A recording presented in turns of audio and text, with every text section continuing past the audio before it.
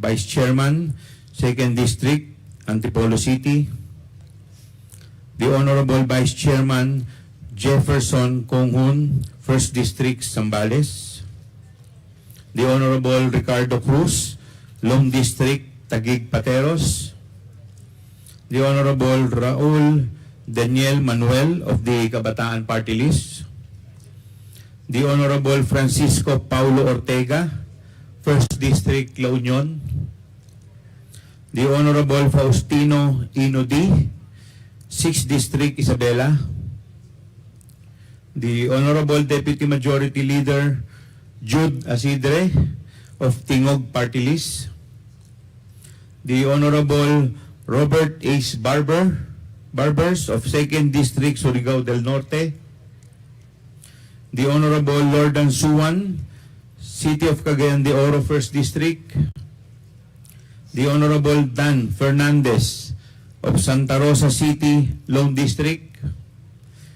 The Honorable Micaela Angela Swansing of Nueva Ecija, 1st District. And the Honorable Joseph Jojo Lara, 3rd District, Cagayan. May I request the COMSEC to please recognize the guest and the resource person. Thank you, Your Honor. As of 10:10 this morning, the following persons are present and invited in this hearing. From the Commission on Audit, Assistant Commissioner Martha Rosana C. Sese,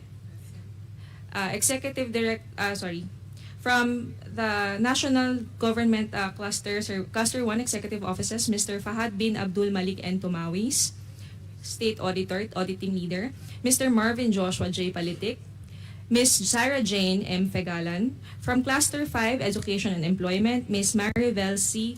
Bronyola, Ms. Imelda G. Celso, Supervising Auditor. From the Intelligence and Confidential Funds Audit Office, Attorney Gloria A. Camora, Ms. Sailene May L. Del Campo, Attorney Erwin E. Lapitan.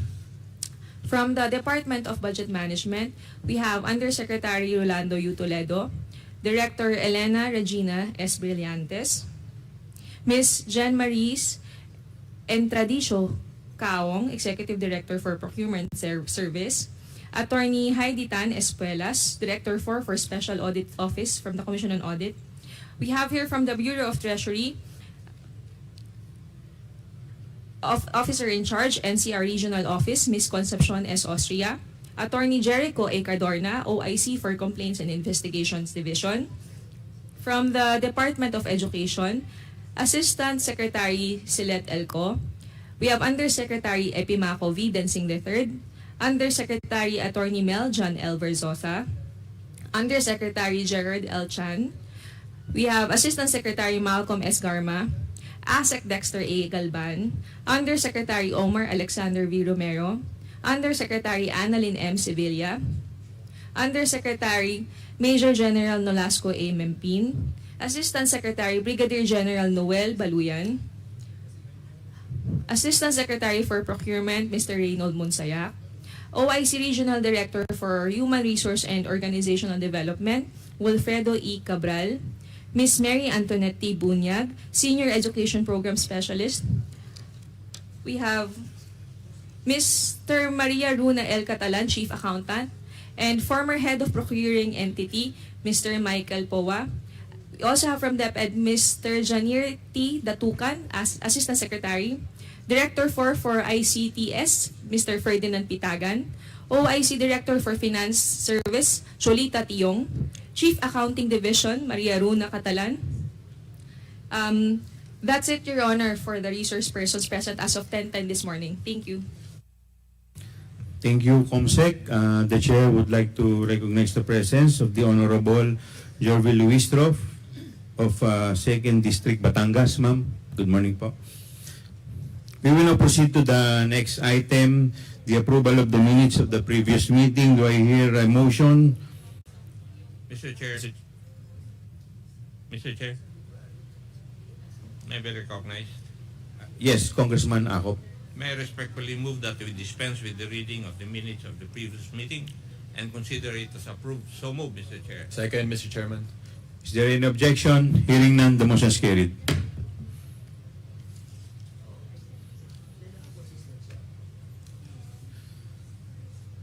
Magandang umaga po sa inyong lahat. I would like to start by making some things very clear. Before we start the proceedings today, I have heard, and I assume many of us here have heard, accusations and insinuations regarding this committee and these proceedings, implying that this is somehow a political exercise or an attack on an individual. I would like to make things very clear. This is not the case. At this point, I will apologize to some of the people watching as I will be mentioning a lot of numbers during my remarks. This is necessary in order to make clear that it is not any enmity, passion, or hostility which drives this committee. It is simply a case of numbers that do not make sense. This is why, if you would recall, last week's hearing focused on the issue of confidential funds. Ano ba ang confidential fund na ito at bakit ito importante? Ano ang kinalaman nito sa accountability? Based on Joint 2015-01 of the COA, confidential funds are funds disbursed to, among others, national government agencies for their confidential expenses. On the other hand, confidential expenses are those relating to surveillance activities which support the operations of the agency. So sa madaling salita, ang confidential funds ay pera para sa mga operasyon ng pagbabantay at pagmamanman ukol sa mga aktibidad ng ahensya. While this may seem to be a very specific definition, we cannot help but notice that the joint circular provides very loose requirements for the release of confidential funds to agencies and also requires less specific information and documents in order to liquidate and account for. In Notice of Disallowance number 2024-002-100, the COA disallowed the amount of over 73 million pesos, representing almost 60% of the 125 million pesos in confidential funds. Pwede po ba yung slide?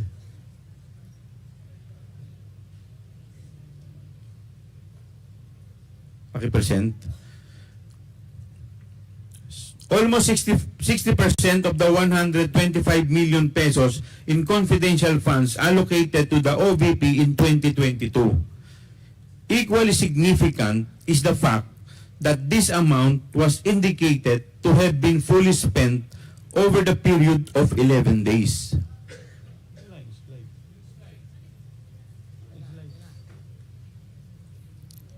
Wala pang kalahating buwan, naubos na daw ang 125 million.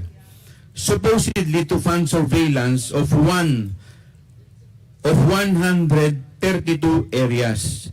This amounts to 11 million pesos spent per day for these surveillance activities conducted over the holidays.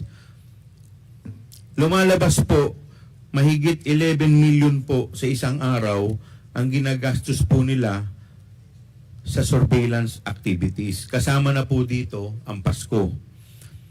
I note that while these numbers are already staggering, this is only a portion of what this committee is investigating and dealing with. In fiscal year 2023, the OVP received 500 million pesos in confidential funds. This includes the 125 million mentioned above, disbursed in 2022. In addition to this amount, spent in 11 days, the OVP was disbursed 125 million per quarter for the first 3 quarters of 2023.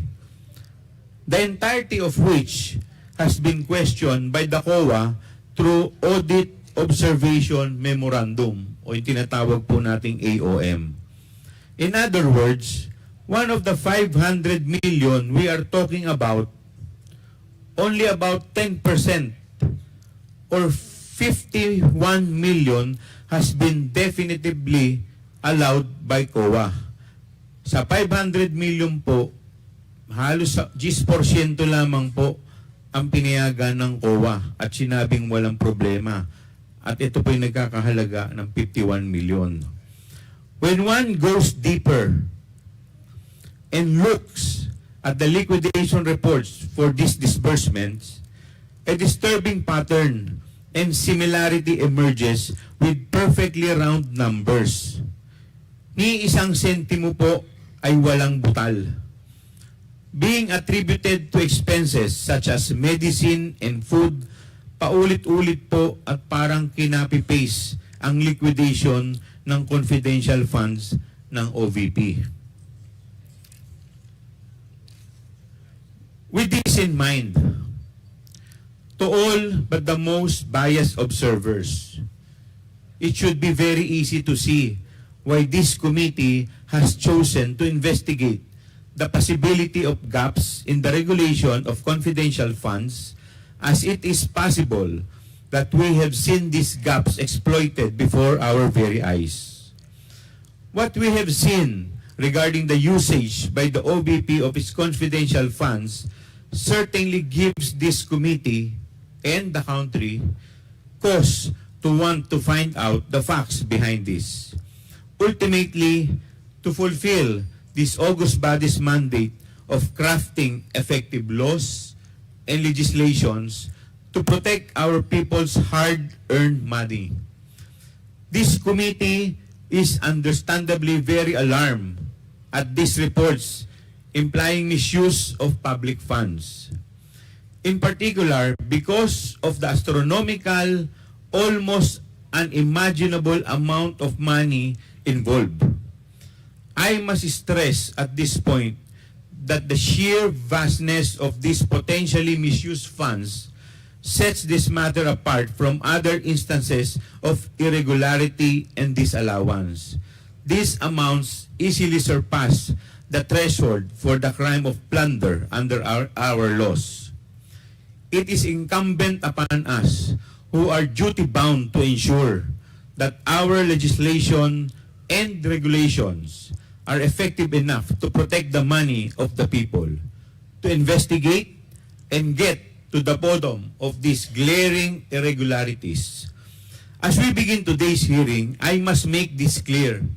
This committee is not about politics, not about attacks. It is not even about the release or approval of any budget, as some have implied. This investigation is not prompted by any motive other than a desire to make the numbers make sense. This committee and these proceedings are about accountability. We seek to learn the truth of how public money, ang pera ng taong bayan, is being used, whether or not our current laws, rules, and procedures are sufficient to ensure the security and safety of these funds. Maraming salamat po.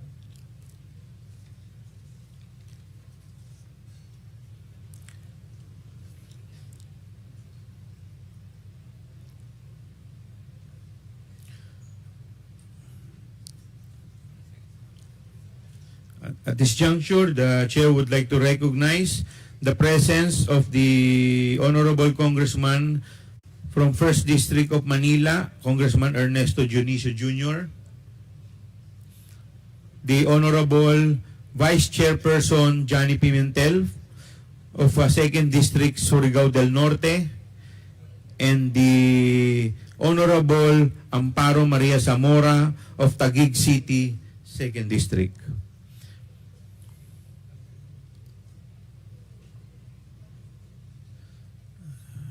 In the previous hearing, we have requested our witnesses, guests, and resource person to provide the committee with certain documents. I am informed that the DepEd complied and sent an electronic copy of the bidding documents of the Department of Education, particularly those relating to its procurement activities for 2022 and August 31, 2024.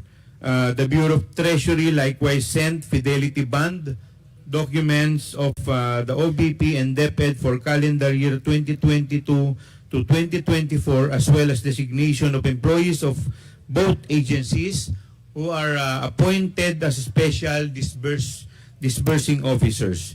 The DBM has yet to comply with the request of the committee to furnish the committee a copy of the letter request of the OBP for the release of contingent fund and some requests for PS and MOOE in 2022 during the implementation of the 2022 budget.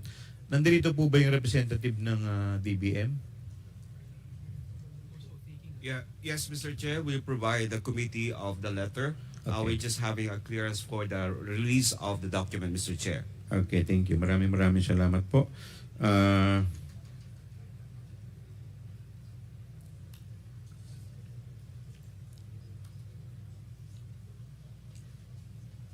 Mag-ood ba tayo? Oud muna natin. Oud na muna. Oud na muna tayo. Papa-oud ko na muna. Mr. Chair, Yes, the Honorable Deputy Speaker, Chi Suarez. just some admin matters. I noticed there are new faces present with us today. Thank you for your attendance in today's hearings. However, insofar as this is a continuation of the hearing last week and there are new faces, can I just ask if our new guests have taken their oath? Comsec. Yes, Your Honors. Our new guests haven't taken their oath, Your Honor. Oh, there are not. Okay, paki-take lang po ng oath yung mga hindi pa po nakakapag-oath. Pwede po tumayo po kayo. Comsec, paki-take po sila ng oath. To all our new resource persons, witnesses, and guests who are present and invited today, kindly stand up and please raise your right hand. Do you solemnly swear that the statements you will give before this committee shall be the truth, the whole truth, and nothing but the truth, so help you God? Your Honor, the oath has been administered. Thank you, Your Honor.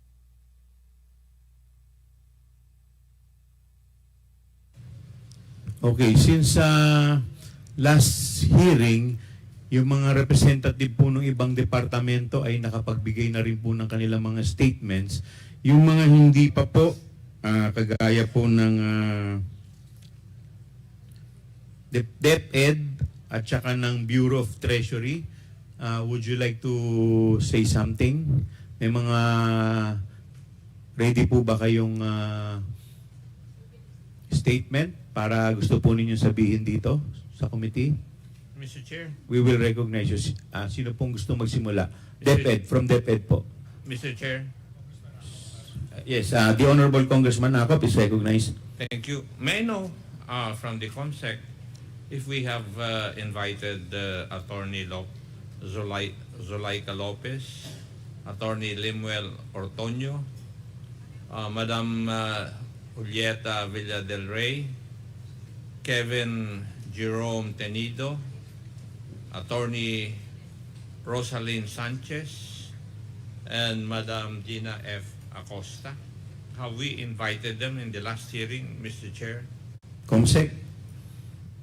Good morning, Your Honor. Thank you for the recognition.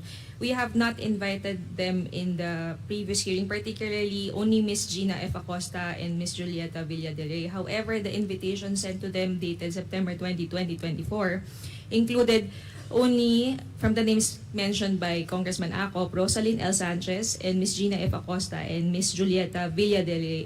I was informed that they are not present today, Your Honor. They're not present today, Oh, Your Honor. and they were sent invitations to attend this hearing. Yes, actually, Your Honor, the content of the invitation was addressed to Vice President Duterte, stating that the committee formally invites the attendance of the following officials and employees of the Office of the Vice President, and thereafter a list of employees from the OVP amounting to 17 employees, Your Honor. I move that since they were invited and did not appear in this hearing, I move, Mr. Chair, that we issue a show cause order pursuant to our protocol to the people who were invited but did not come to attend this hearing. So move, Mr. Chair. Seconded. Your Honor, Comsec. may I please correct my previous statement? Attorney Lemuel Ortonio was also invited in the previous invitation dated for the hearing September 18. He was again invited in the September 2024 invitation. Is there any objection to the motion? Hearing none, the motion is carried. Mr. Chairman, point of information or Yes, Congressman Dan Fernandez. this representation wasn't able to be present in the last hearing, and being a member of this committee, I just wanted to be informed of the situation wherein I was able to watch the some commotion of the members of the committee, and what I've learned is the problem of the rules that will govern this committee. Can I be clarified or be informed of what really rules that will govern our committee hearing? Well, we will be guided by the rules of the House with respect to the inquiry in aid of legislation. Firstly, Mr. Chair. under the... Mr. Chair. Yes, Congressman Akop, you're recognized. Since the good Honorable Fernandez was not present in the last hearing, for reasons I do not know, there was a question, Your Honor, that was raised in the hearing held on 18 September 2024, whether we would follow the rules of procedure governing proceedings in this committee. And there was also an issue raised that what we should follow should be the rules, the House Rules of Procedure governing inquiries in aid of legislation. Kung matatandaan po ninyo, kung nanood po kayo, si Honorable Rodante Marcoleta questioned a provision of the committee rules which allegedly we did not follow. Yun po yung dahilan. But if we look at the issue at hand, Mr. Chair, I have here, I prepared a manifestation regarding this issue para ma-satisfy o ma-clarify natin kung ano talaga dapat ang rules na masunod natin. May I be allowed to manifest, Mr. Chair? Please continue, Congressman Yeah. Akop. Considering that the rules of procedure governing inquiries in aid of legislation was adopted subsequent to the rules of procedure governing proceedings before the Committee on Good Governance, this humble representation believes that it is the former that must govern and not the latter. This is the basic rule. Section 21, Article 6 of our Constitution states that inquiries in aid of legislation must be made in accordance with the duly published rules of procedure. I would like to repeat that, Mr. Chair. Duly published rules of procedure of Congress. In other words, the rules of procedure that this committee will follow are those rules of procedure that have been duly published in the official gazette. Following this constitutional mandate, Mr. Chair, this committee is mandated to follow the House Rules of Procedure governing inquiries in aid of legislation, which was approved by the plenary and published on 2 June 2023 in the official gazette. On the other hand, as to the internal rules of this committee, I understand that this has not been published. In this regard, the Supreme Court in Valeriano versus the House of Representatives Committee on Public Information, GR numbers 170338 and 179275 in the year 2008, emphasized that Congress cannot use unpublished rules of procedure in the conduct of its legislative inquiry. This is not to say that the adoption of the internal committee rules was wrong, as this provided guidance to the committee in the conduct of inquiries in aid of legislation, especially considering that at the time we adopted the internal rules, the House Rules of Procedure governing inquiries in aid of legislation has not yet been approved, adopted, or published. So, Mr. Chair, having said that, I think I have the duty to move and submit a motion for this committee to confirm for clarity that it is the House Rules of Procedure governing inquiries in aid of the legislation which governs this proceeding and not the committee rules. Mr. Chair. So move. There's a motion to confirm. Mr. Chairman, before Yes. we move on that matter, no, because this representation believes that the rules that will be governing our conduction of this committee is based on the rules that was approved by the plenary and was published in accordance with the provision of the Constitution under Article what? Article 6. Yeah. Article 6. So, for that matter, before we take action on this matter, can I be clarified on something that is very important? Considering that I think the good gentleman from Antipolo have said that on August 2022, the rules of the good government and public accountability have adopted a rule that will govern them. And the House of Representatives on May 2023, as the good gentleman have mentioned, have adopted and published the said rules. Having said those element of time that transpired, no, from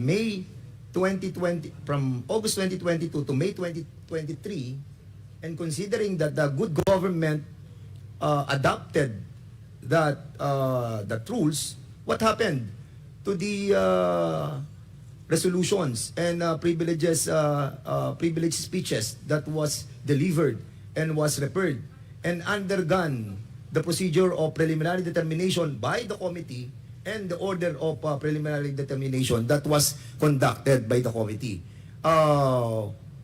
Will it suffice to say that those hearings that were conducted must be stricken out of the committee records? Congressman Akop. Mr. Chair, for the benefit of the gentleman from Laguna, as I've stated in my manifestation, noong wala pa pong na-approve na House Rules on Inquiry, ang ginagamit po natin ay yung internal rules which was approved by the committee. Yun po. But when the House Rules governing legislative inquiry by Congress was approved, then it already superseded yung ating internal rules. That is the stand of this representation, Your Honor. Thank you. And with the, if I may add, Okay, Congressman. go ahead. Ay, sorry. Yes. Thank you po. If I may add the manifestation of Congressman Akop. Basahin po natin yung section 18 ng ating internal rules dito po sa in aid of legislation. Sabi po dito, the committee tasked to conduct an inquiry may adopt internal rules of procedure. Ang ginamit pong word dito is may. So ibig pong sabihin dito, hindi po tayo obligado. Pwede po natin gamitin yung internal rules of procedure natin. Pero hindi po tayo obligado. So ano po ibig sabihin? Ang talagang obligado po talaga tayo dito ay ang gamitin natin ito pong House Rules na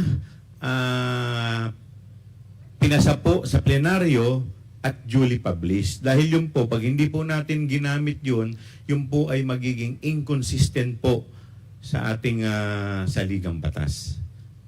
I think, Mr. Chairman, no, with that explanation from the good gentleman from Antipolo and Chairman, Accordingly, if you're going to look at the Section 34 ng rules natin, these rules that have been adopted by the committee must be also submitted to the plenary. And if it is been proven that it is inconsistent, with our own rules, it is devoid of constitutional requirement as mandated by the Constitution.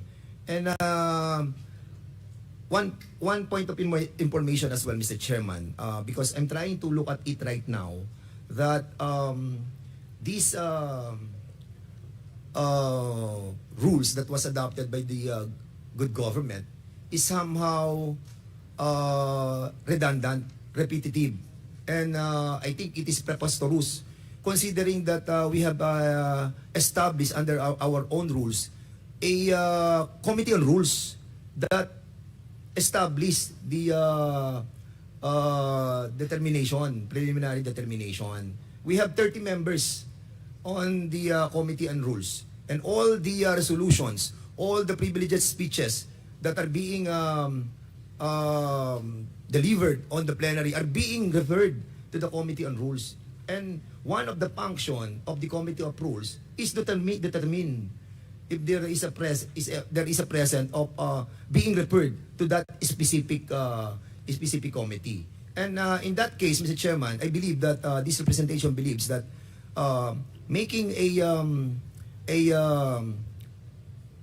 rule that is inconsistent with the rules that is being adopted by the plenary is somehow well, it's not abusive, it's not arbitrary, but somehow will have this House of Representatives spend so much effort, time, and resources for that matter. Kaya I think, Mr. Chairman, I submit to the position of this body, especially of Chairman Acop and the chairman of this committee. Maraming salamat po sa impormasyon. Thank you po. We will now rule on the pending motion. Mr. Chairman, I yes, second the Congressman. motion of the Honorable Ako. Okay, is there any objection? Hearing none, the motion is carried. We will now confirm that it is the House Rules of Procedure governing inquiries in aid of legislation that will govern in these proceedings. Okay? Settled na po yan.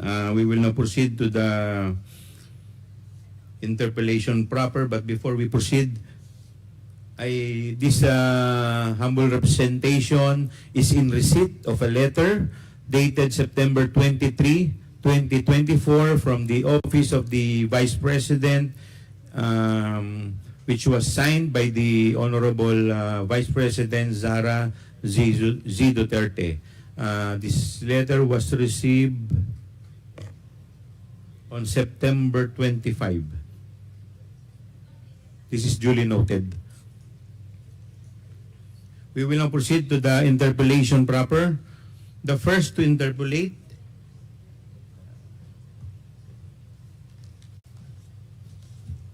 meron na po pala akong list dito kung sino pa po ang gustong magpalista. Lumapit lang po sa COMSEC para po sa ating para maging maayos po yung ating interpellation. We will proceed first to the Honorable Congressman Acop.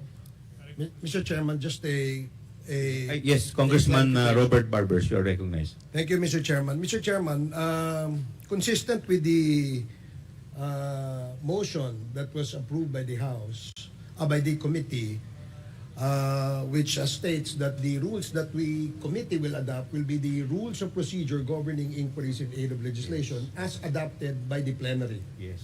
And And consistent duly published. and duly published, yes. And consistent with that motion, Mr. Chair, during the last hearing, there was a question raised by a non-member in the person of Honorable colleague Congressman Dante Marcoleta. And as I understand, non-members of the committee may not make any motions in the committee, in the proceedings. And while the jurisdictional issue was raised via a manifestation by Representative Marcoleta, it was a motion which ended with a request that this committee terminate its proceedings. May I know the action of the committee, Mr. Chair? It was denied, considering that Congressman Marcoleta is not a member of this committee, hence he cannot raise a motion. So therefore, the motion of Congressman Marcoleta Out of order. is ruled out of order. Yes. So was there any motion for reconsideration on that particular Wala po. decision? Wala po, dahil hindi naman po siya member eh. Okay. In the first place, wala po siyang locus standi to present a motion. So it is clear that a non-member of the committee may not or cannot make any motion And he cannot even vote. and he cannot even vote. Tama po. Okay. Maraming salamat, Mr. Chair. Mr. Chairman, Yes, Congressman Dan another point Fernandez. of Clarification. information also. Okay. May we remind all the members of the House of Representatives to also adhere with the clarification that was entered by Chairman Barbers to remind our members of the House of Representatives, that are not member of any committee to submit themselves to the plenary approval prior to the being a member of any specific committee, because all of the members of this committee and I myself, if I wanted to be a member of any specific committee, I ask the permission of the plenary. And with that, we can avoid some confusion and debate in the committee itself. And that entails time element. Kasi aside from nadi-disturb po yung discussion, is entails also the intention of delaying the investigation that every committee are conducting. With that, Mr. Chairman, I hope that it's a clarification to all the members of the 19th Congress. Maraming salamat po. Mr. Chair, just a parliamentary inquiry. Yes, Congressman Barbers. May I know if Congressman Fernandez and myself is a member of the committee? Yes, you are both members. Maraming salamat. Mr. Chairman, I applied and I put myself in the plenary. Thank you so much, Mr. Chairman. Thank you. And besides, the committee already ruled with respect to the jurisdiction, and yung pong statement po ni Congressman Marcoleta is moot and academic na po, dahil po nag-take na po tayo ng jurisdiction. Is there any concern? Mr. Chair. Yes, we will now. Are we going to proceed with the interpellation, or this is No, I would just like to make a comment on the... yes, please proceed, Congressman Acop. Yes. Now, since the rule read by the Honorable Barbers stated that non-members of this committee may not make any motions, and we had a non-member state a motion, the question is, what should we do with the motion? I said, it's out of order. Now, are we not supposed to move to strike it out of the minutes, Mr. Chair? Is there any motion? Do I hear a motion? I think it is incumbent upon us to have a motion to strike it out from the records of this committee, because this will take a bad precedent, Mr. Chairman. Yes. So I move that we strike out the motion that was delivered and manifested by Congressman Marcoleta. Is there any second to the motion? Second. Second, Mr. Chair. Duly seconded. Is there any objection? Hearing none, the motion is carried. We will now proceed to the interpellation. Congressman Acop will be the first interpellator. Please proceed, Congressman Acop. Thank you, Mr. Chair. Most of the questions that my staff has prepared would concern Madam Gina F. Acosta, the Special Disbursing Officer of the Office of the Vice President. I think she is not present today. Is she? Comsec? Present ba si Madam Gina Acosta? Kasi siya ang supposedly the Special Disbursing Officer. No, Your Honor. She is not present. So, Mr. Chair, my questions to would wait for the time that Madam Gina F. Acosta would be present in the next hearing, but I would just like to ask some questions from COA if they're present this morning. Thank you. Kailan po nyo inirelease yung COA audit report nyo regarding the office of the OVP regarding the use of the amount of 125 million under line item confidential expenses? Kailan po nyo na-release yung COA report nyo?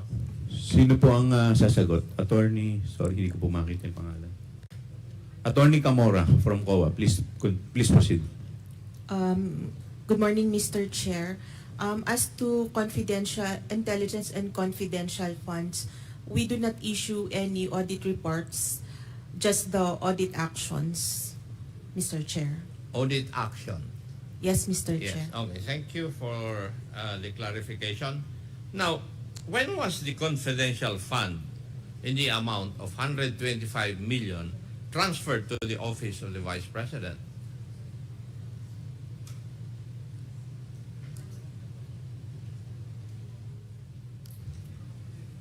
Sino po sasagot? It was in December. Attorney Camora? Mr. Chair, may I be clarified? The cash advance, Mr. Chair? Yes. When was the fund, the 125 million amount, transferred to the office of the Vice President?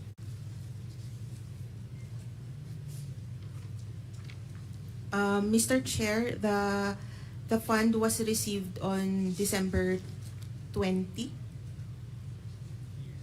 2022. 2022, Mr. Okay. Chair. Thank you. Now, on 25 September 2023, according to reports, kayo po ay nag-confirm, maybe because of reports, na galing po sa Office of the Vice President na the amount of 125 million confidential funds was spent in 11 days. Mr. Chair, based on their liquidation reports, opo. Kayo po ang nagsabi nito in your report. Wala pong report, Mr. Chair, but audit action po. Oh, it's an audit action. At Yes, kino-confirm Mr. nyo Chair. na yung amount na 125 million was spent by the Office of the Vice President in 11 days. And that would be amounting to 11.3 thereabouts million per day. Would that be correct? Tama po ba yun? Mr. Chair, may I ask for the question to be repeated? Ano po? Uulitin ko po? Opo.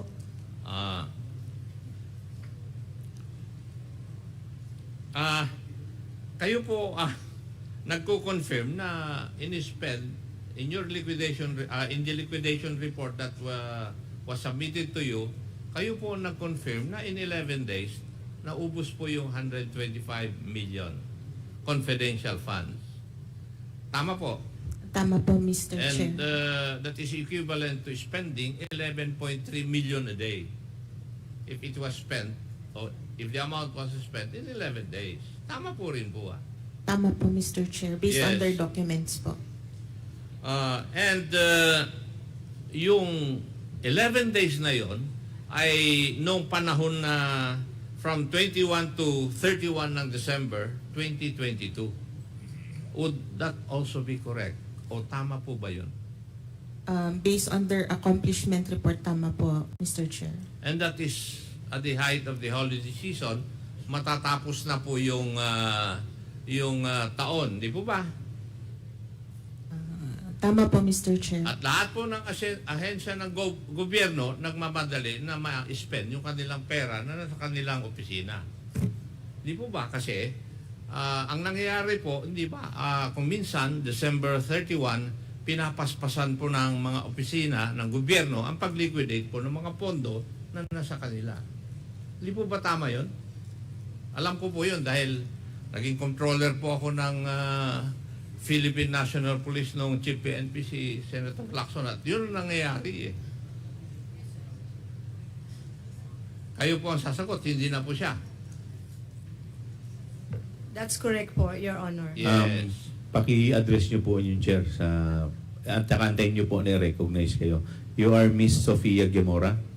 Yes, Your Honor. Okay, please continue.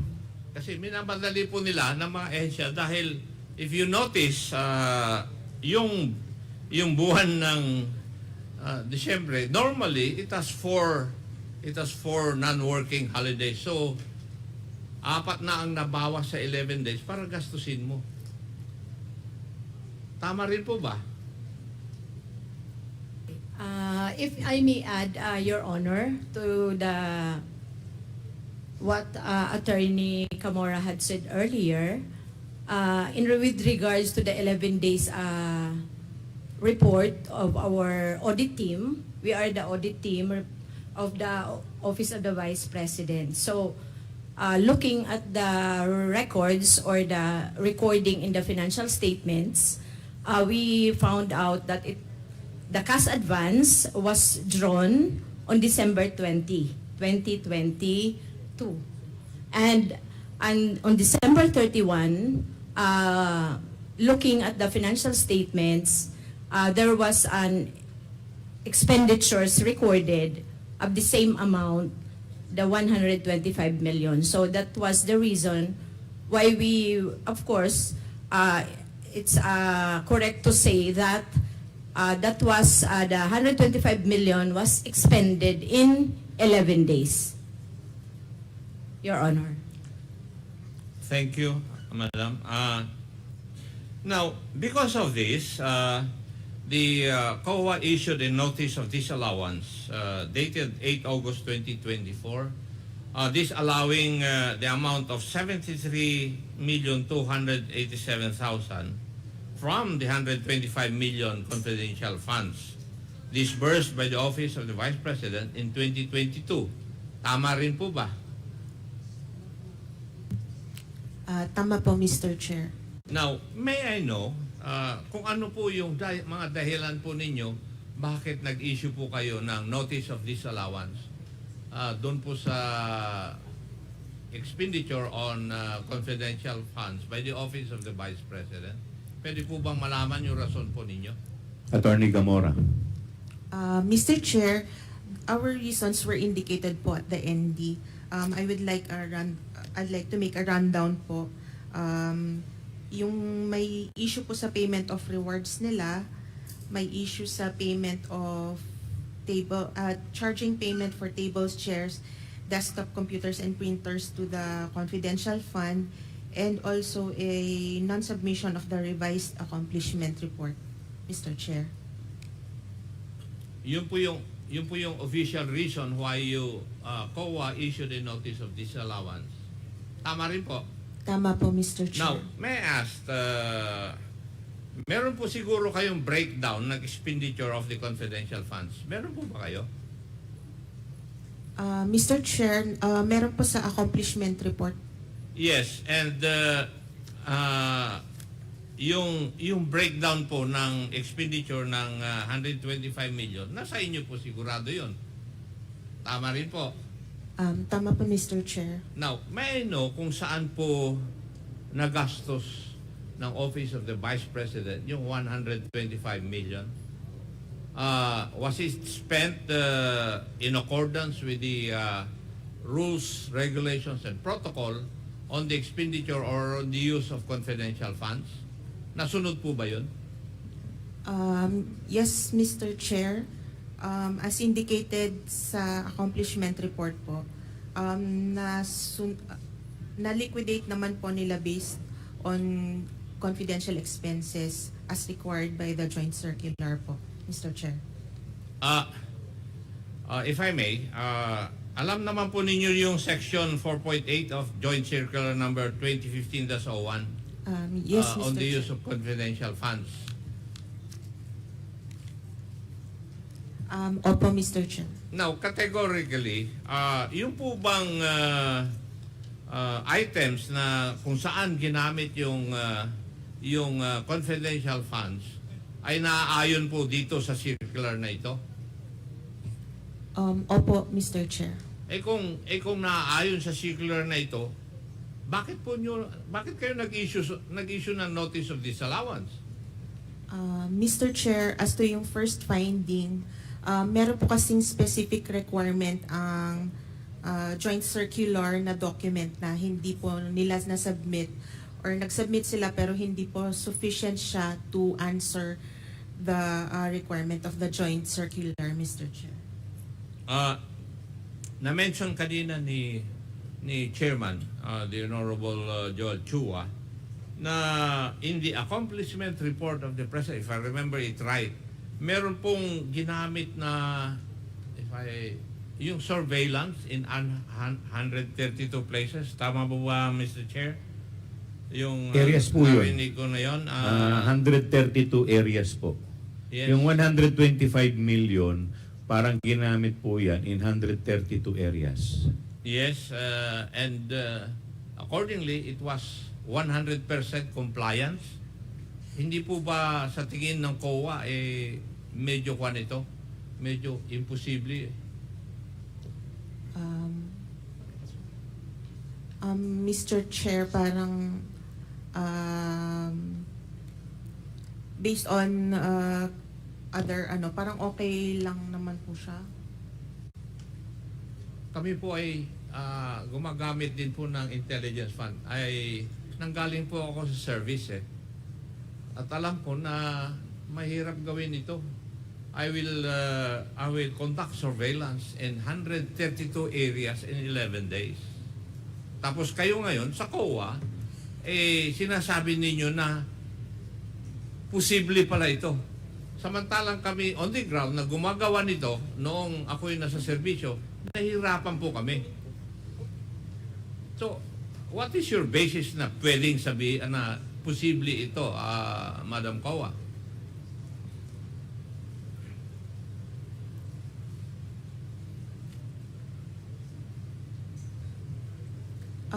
Mr. Chair, there are also deficiencies here. No, tinatanong ko lang po kayo kasi sa mata po ng COA, yung mag-conduct ka ng surveillance activities in 132 areas in 11 days, para sa amin po na gumagawa nito in our use of intelligence funds, no, ako po yung nasa servisyo, nahirapan po kami Tapos sa mata pala ninyo, posible pala ito. Tama po ba yung aking kaisipan?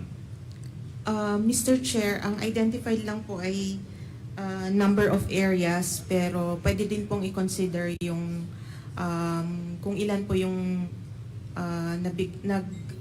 kung ilang tao po yung pinag-spendan ng funds, Mr. Chair. But the liquidation report does not say so. Yes, Mr. Chair. In-assume na lang ninyo yun Mr. Chair, meron po silang submitted na mga documentary evidence. Okay. Mr. Chair, those would be the questions that I would ask, I have asked from COA. Yun po yung aking nihanda. The others would pertain to Madam Gina F. Acosta. So, marami pong salamat, Mr. Chair, for the opportunity to interpolate. Thank you. Thank you po, Congressman Angkop. The next interpellator is the Honorable Congressman Rolando Valeriano. Mr. Chair, Mr. Chair, quick question. Congressman Ortega, with the indulgence of Congressman Valeriano, the Chair would like to recognize Congressman Ortega. Mr. Chair, I've noticed that there are some employees and from the Office of the Vice President who are here. Are we gonna sit them as resource person, or they just going to sit around the hall, Mr. Chair? I was informed a while ago that the spokesman of the Vice Mayor is Vice President is representing the DepEd, not the Office of the Vice President. But I was told by the COMSEC that a while ago, the OBP Chief of Staff, Attorney Solweta Lopez, supposedly is present today but could not be located as of now. May I know if Attorney Solueta Lopez is here inside the Zulaika. Sorry. If Attorney Zulaika Lopez is present in this Mr. hearing. Chairman, I think Yusek Powa is the spokesperson of the Vice President. Maybe he can answer on your query, considering that he knows all about the OBP. Yes, would you like to please join us? Mr. Chairman, good morning. Yes, good morning to the members morning, of the Yusek I Powa. I have not seen Yusek Zulaika since I arrived this morning. And to be very honest with you, I do not know if she was even here today. But I don't think she's with us at the moment. For the OBP matters, let me just manifest, Mr. Chair, Your Honors, that I only joined OBP po kasi itong August.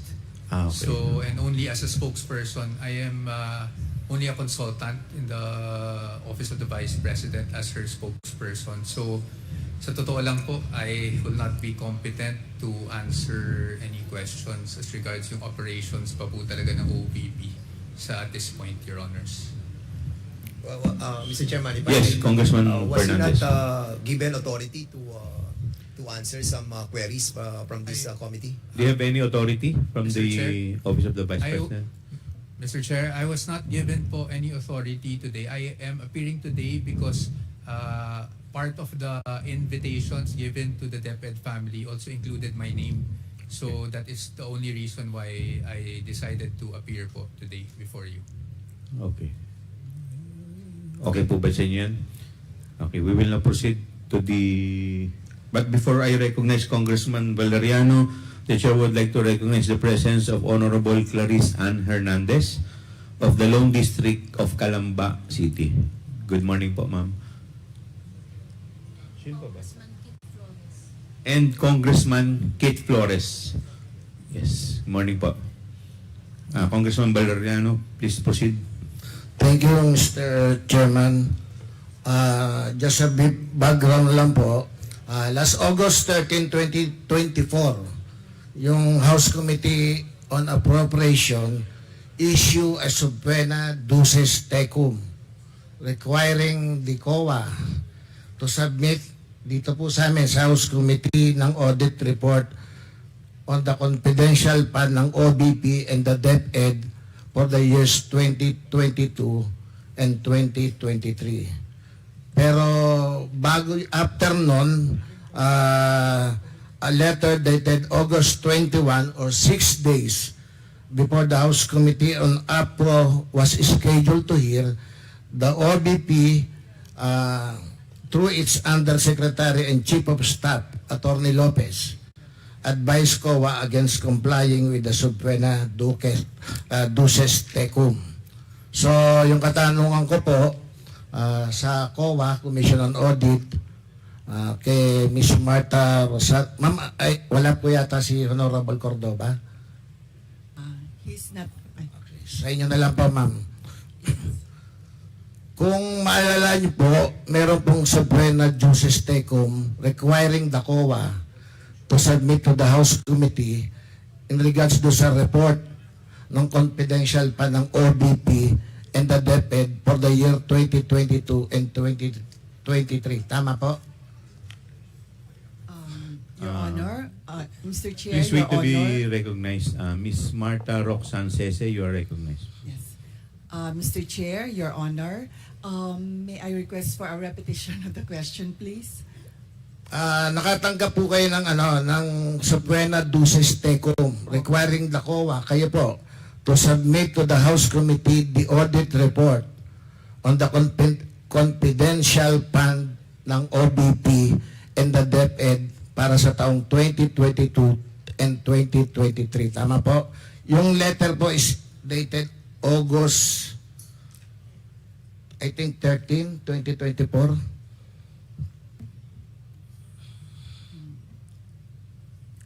August 21. Tama? Your Honor, may I please refer first to the legal services sector representative because I am not privy to that very document. May I know who will answer? Attorney Camora, please answer.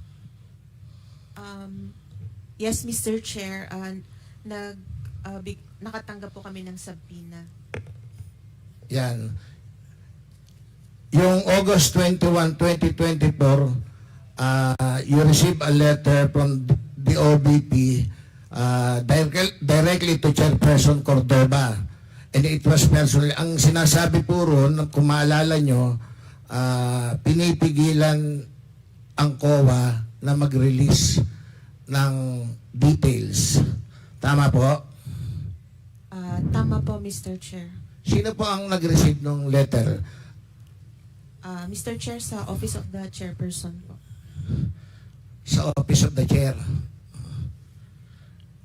Binigay po ba anyway, wala si Chairman pero baka kaya niya pong sagutin. Binigay po ba kaagad ito personally kay Chairman Cordova or dinaan pa sa kanyang mga staff? Mr. Chair, hindi ko po alam kung kailan nabigay kay Chairperson pero na-receive po ng ICFAO ng office namin and then we elevated po the matter to the Chairperson. Yes. Ano po ang naging aksyon ng COA in regards to that letter? We complied with the subpoena do Stecom, Mr. Chair.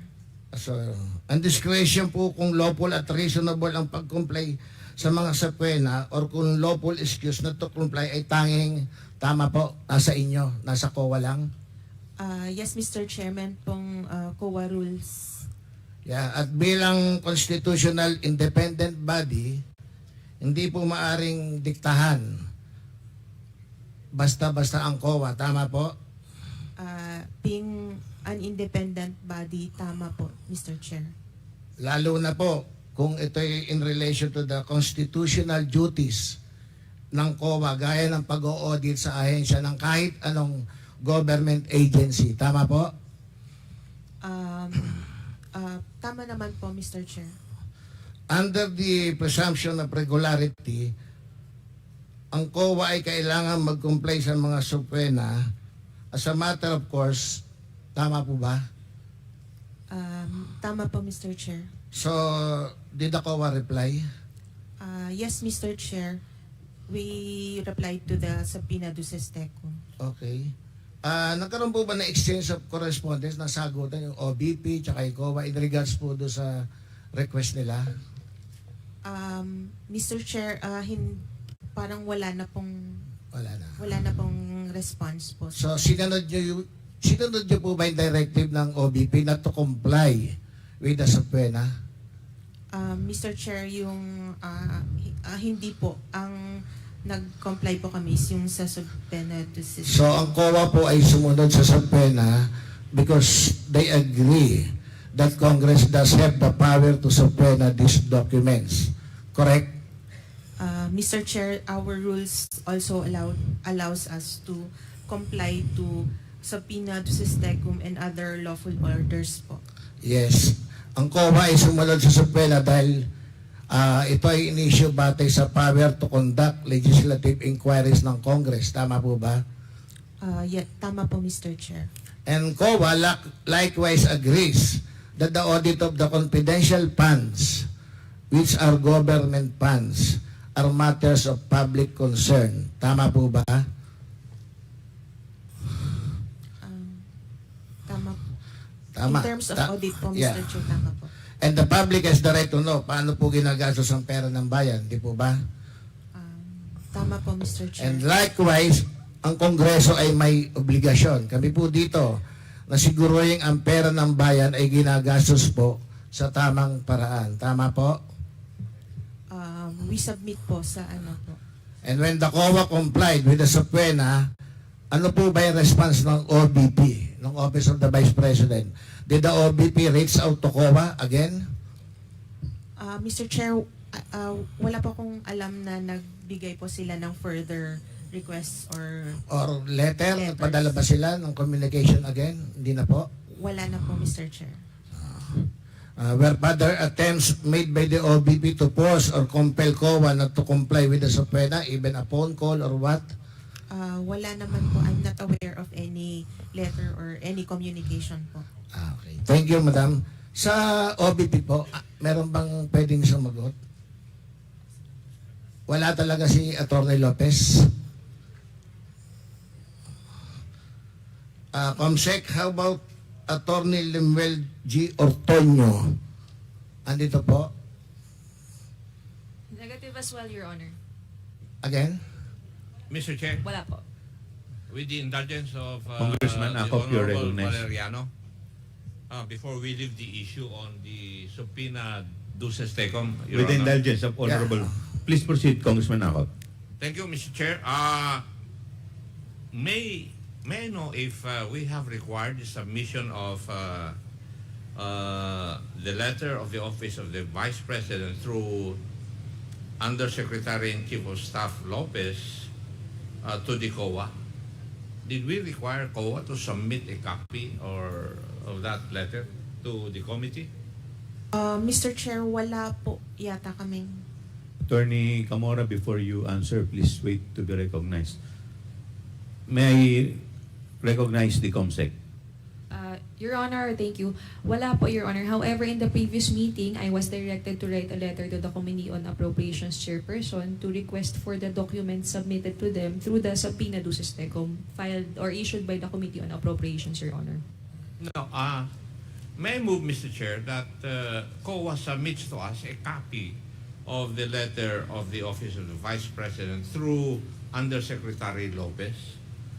There's a motion by the Honorable Acop to require COA to submit the letter of the Honorable Vice President Through Undersecretary Lopez. Is there any second to the motion? Duly seconded. Is there any objection? Hearing none, the motion is carried.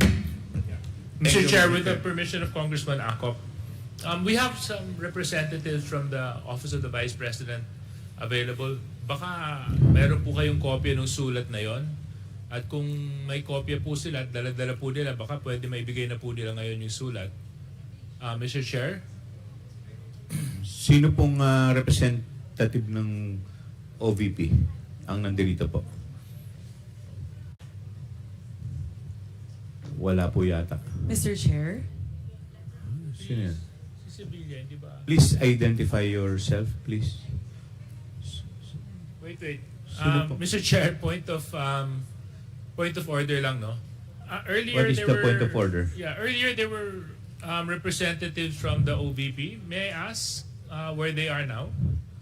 Your Honor, may I be recognized, Your Honor? Yes, COMSEC, you're recognized. They were located at the corner of the room earlier, Your Honor. Some of the representatives were there. They did not give the committee secretary their names, but they were there and now they are not here, Your Honor. Are you referring to Attorney Zuleika Lopez? For clarification, Your Honor, there was an error in recognition of Attorney Zuleika.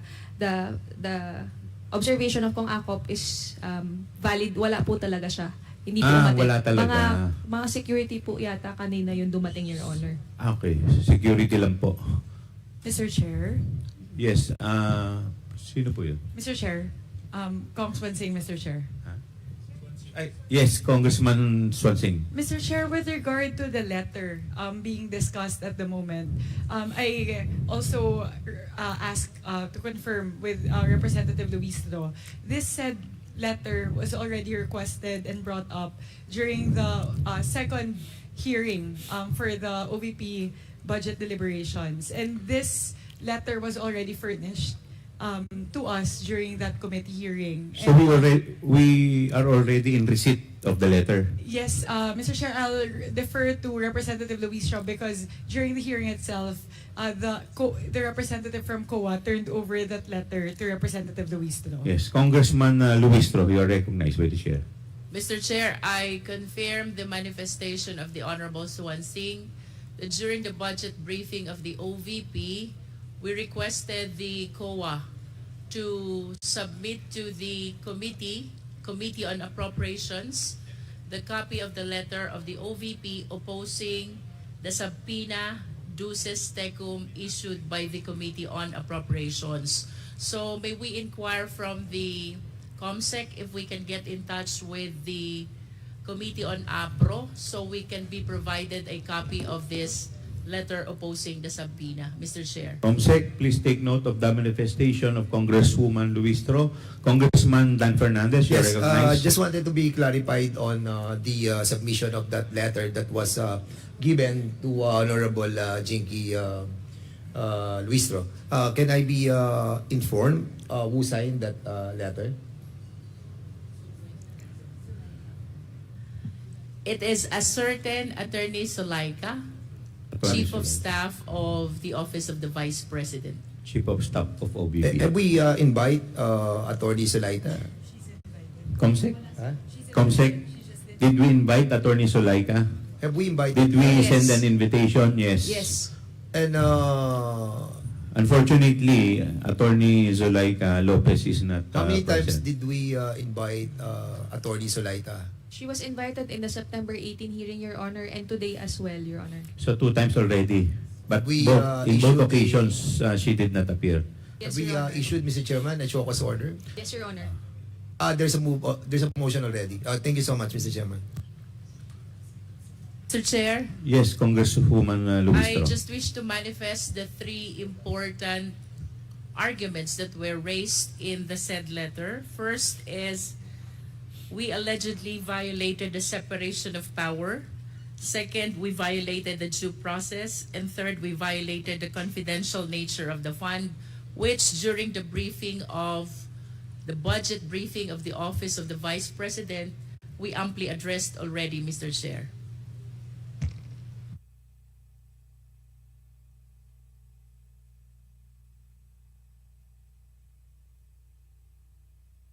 Nagmanifest lang, di ba?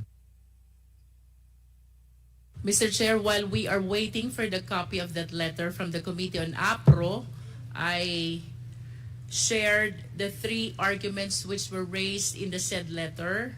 First is the separation of power rule.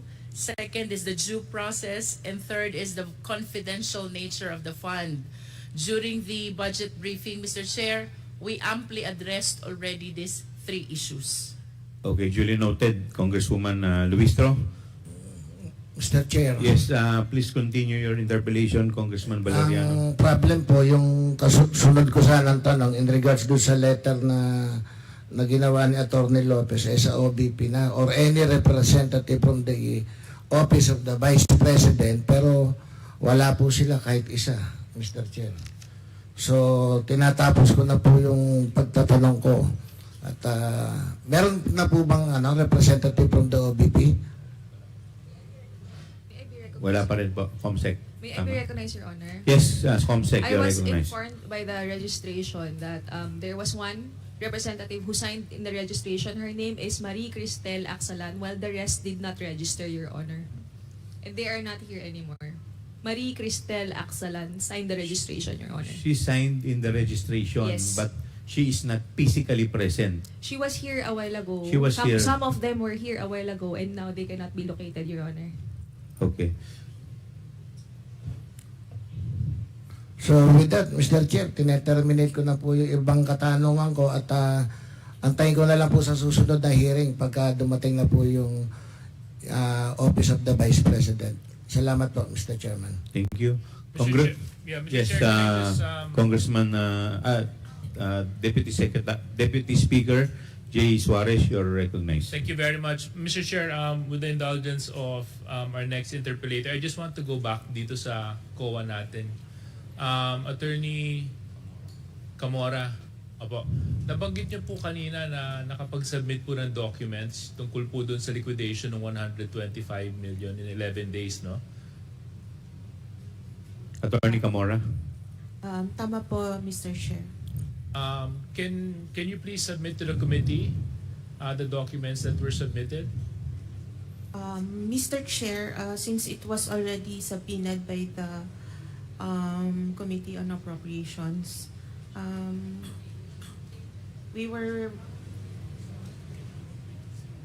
we can only comply through subpoena din po.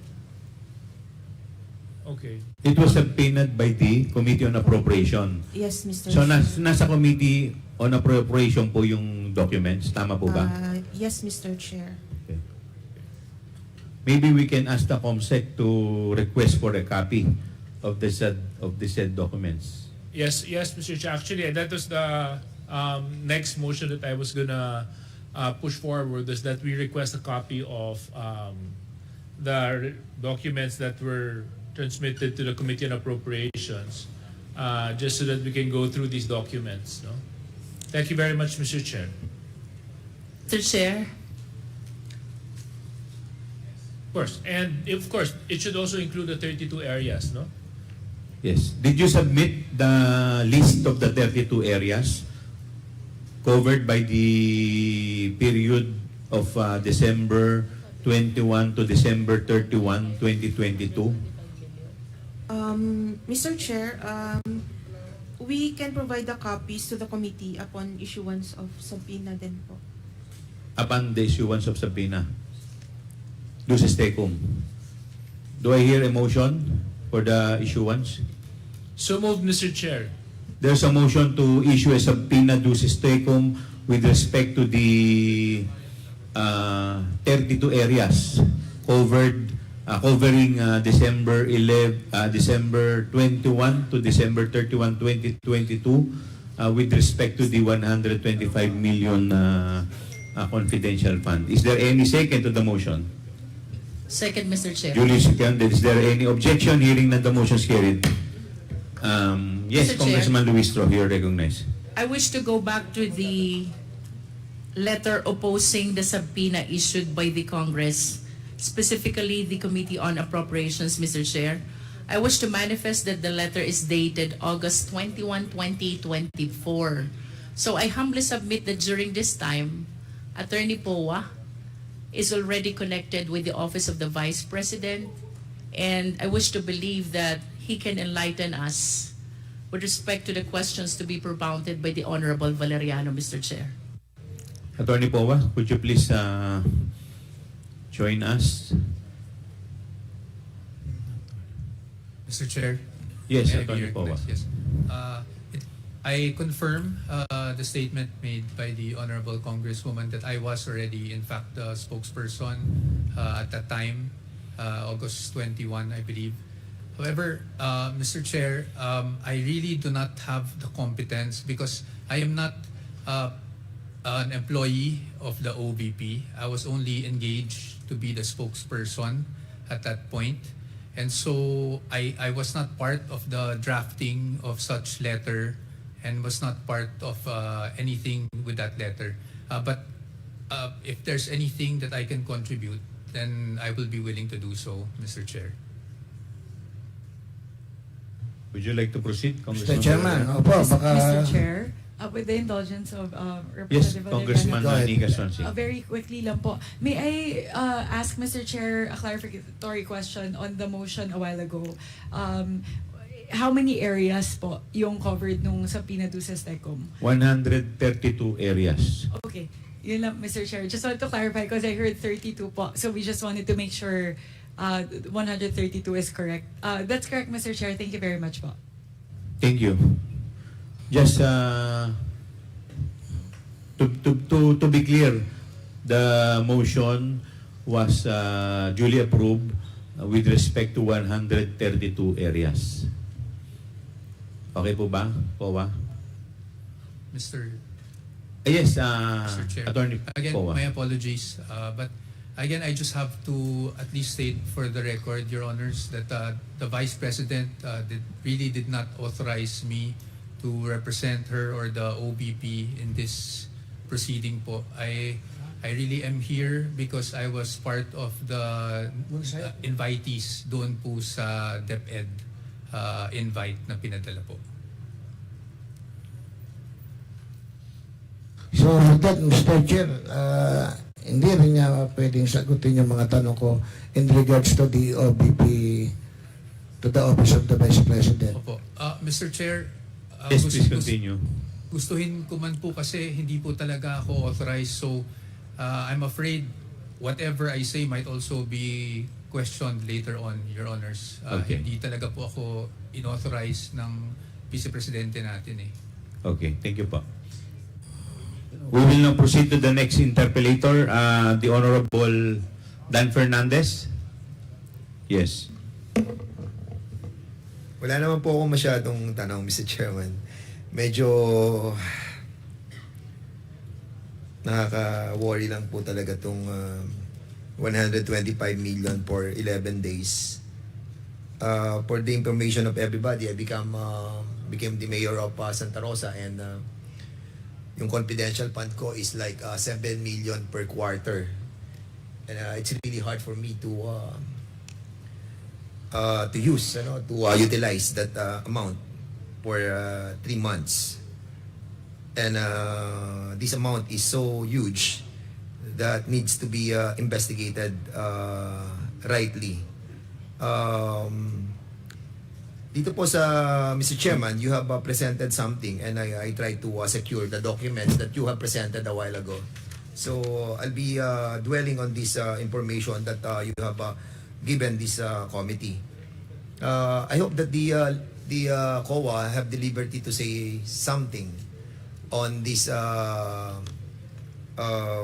disallowed portion of that 125 million, and that was issued by COA, no? Yung 73 million. Doon po pa sa purchase of information, lumalabas po dito that 14 million is the purchase of information, and this was spent for 11 days. So basically, it is 1.2 million per day for the purchase of information. What do you mean by purchase of information? Can you kindly explain to us what is a purchase of information? Mr. Chairman. Sino pong sasagot? Attorney Camora, please answer. Mr. Chair, based po on the joint circular regarding the guidelines on COA, confidential funds, purchase of information pertains to those information necessary for the formulation and implementation of program activities and projects relevant to the national security and peace and order. And with the submission of the Office of the President, Office of the Vice President, regarding to this 14 million that was submitted by them, you deem it right to disallow the 14 million. Mr. Chair, 14 million purchase of purchase information. of information. It's not part of the notice of disallowance, Mr. Chair.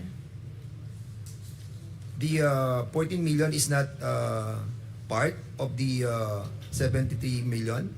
It was allowed po in audit, Mr. Chair. The purchase of information was allowed? Yes, Mr. Chair. The only 14 million for the purchase of information, you allowed it? yes, Mr. Chair. And your basis is what? Their documentary evidence of payment. What are the documentary evidence that was submitted to you, if you have the liberty to say it to us? Mr. Chair, since it's already on the merits of the case, since it's already touching on the merits of the case, and we can only comment on those that we have submitted to the through the subpoena duces tecum. And since the notice of disallowance is not yet final, we cannot yet discuss on the merits of the notice of disallowance. Okay, I respect that. So, medyo na-worry lang ako dito sa purchase of information that amounted to 14 million for 11 days. And you have approved it. Yes, Mr. Chair. Mr. Chair, since it's not yet final, Did you it's have only this ito na lang po, hindi naman to mag-incriminate sa inyo, no? So, yung bang 14 million, may kasama mga equipments na binili? ibang item po, Mr. Chair, ang equipments. So, yung purchase of information is all about information or data that you have gathered that you have OVP. approved sa COA. Yes, Mr. Chair.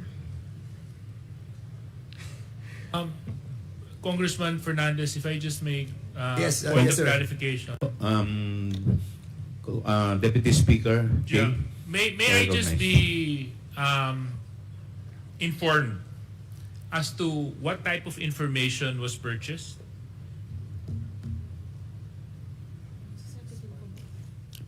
Before you answer, Attorney Camora, let me first recognize the Honorable Joseph Stephen Paduano of Abang Lingkod and the Honorable Vice Chairman, Senior Vice Chairman Benvenido Abante. Please continue.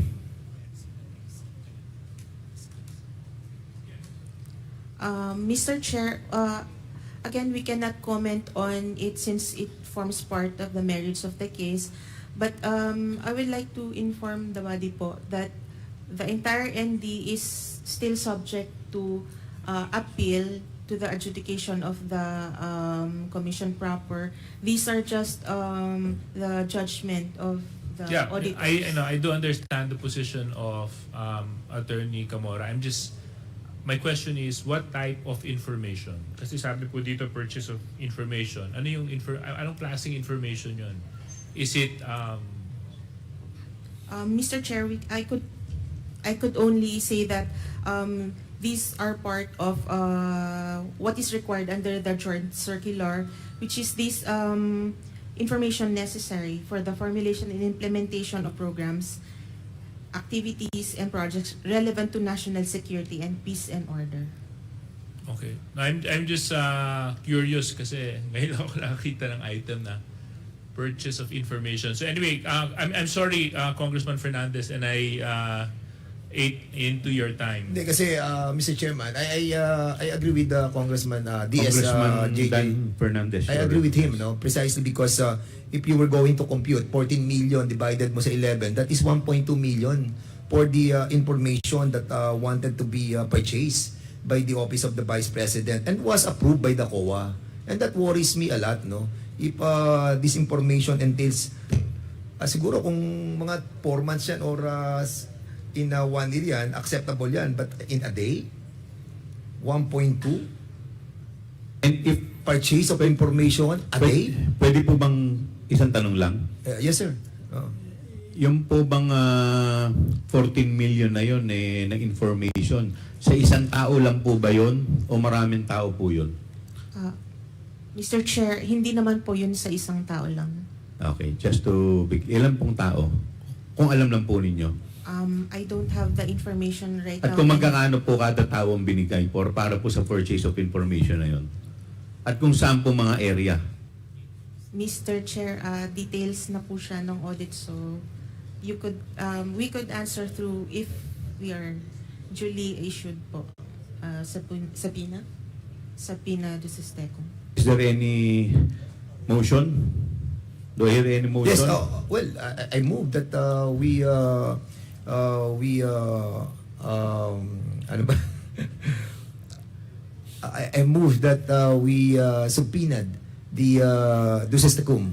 The detailed information. All those documents pertaining to the purchase of information, the detailed information about it. Is there any second to the motion?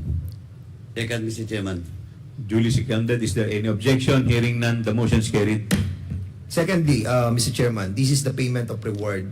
Sa payment of reward, you utilize 10 million. The Office of the Vice President utilized 10 million. And this was spent for 11 days. So almost 1 million a day for the reward, payment of reward, cash. Cash. Same thing, COA. How this 10 million was utilized daily by the Office of the Vice President? Can you kindly educate me on how this happened? A million a day for payment of cash reward. Was there any news about the cash reward that was given by the Office of the Vice President to any individuals, for that matter, pertaining to this payment of reward in cash by the Office of the Vice President? Mr. Chair, again, it Again, is part of the Again, it will be a part of the documents of the detail. Although, Mr. Chair, we have indicated in the ND the reason why the rewards were disallowed. They were not able to satisfy us with the Okay, I'm sorry. documentary I'm requirement. sorry, Kowa. You mean this 10 million is part of the disallowed by COA? Yes, Mr. Ah, Chair. I'm sorry about it. Oh, so sige, okay, so disallowed to. Okay, sige.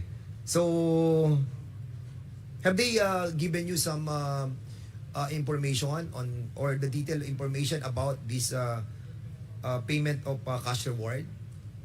They have submitted compliance documents, Mr. Chair. But Can we we- deemed it not sufficient. Yeah, go ahead. We deemed it not sufficient to answer the requirements of the joint circular. Can we also, in that case, Mr. Chairman, may I move to subpoena also those those documents pertaining to the payment of cash reward? There is a motion by the Honorable Fernandez to issue subpoena duces tecum with respect to the payment of cash reward. Ito naman pong Is there any objection? Is there any second to the motion? Second, Mr. Chair. Duly seconded. Is there any objection? Hearing none, the motion is carried.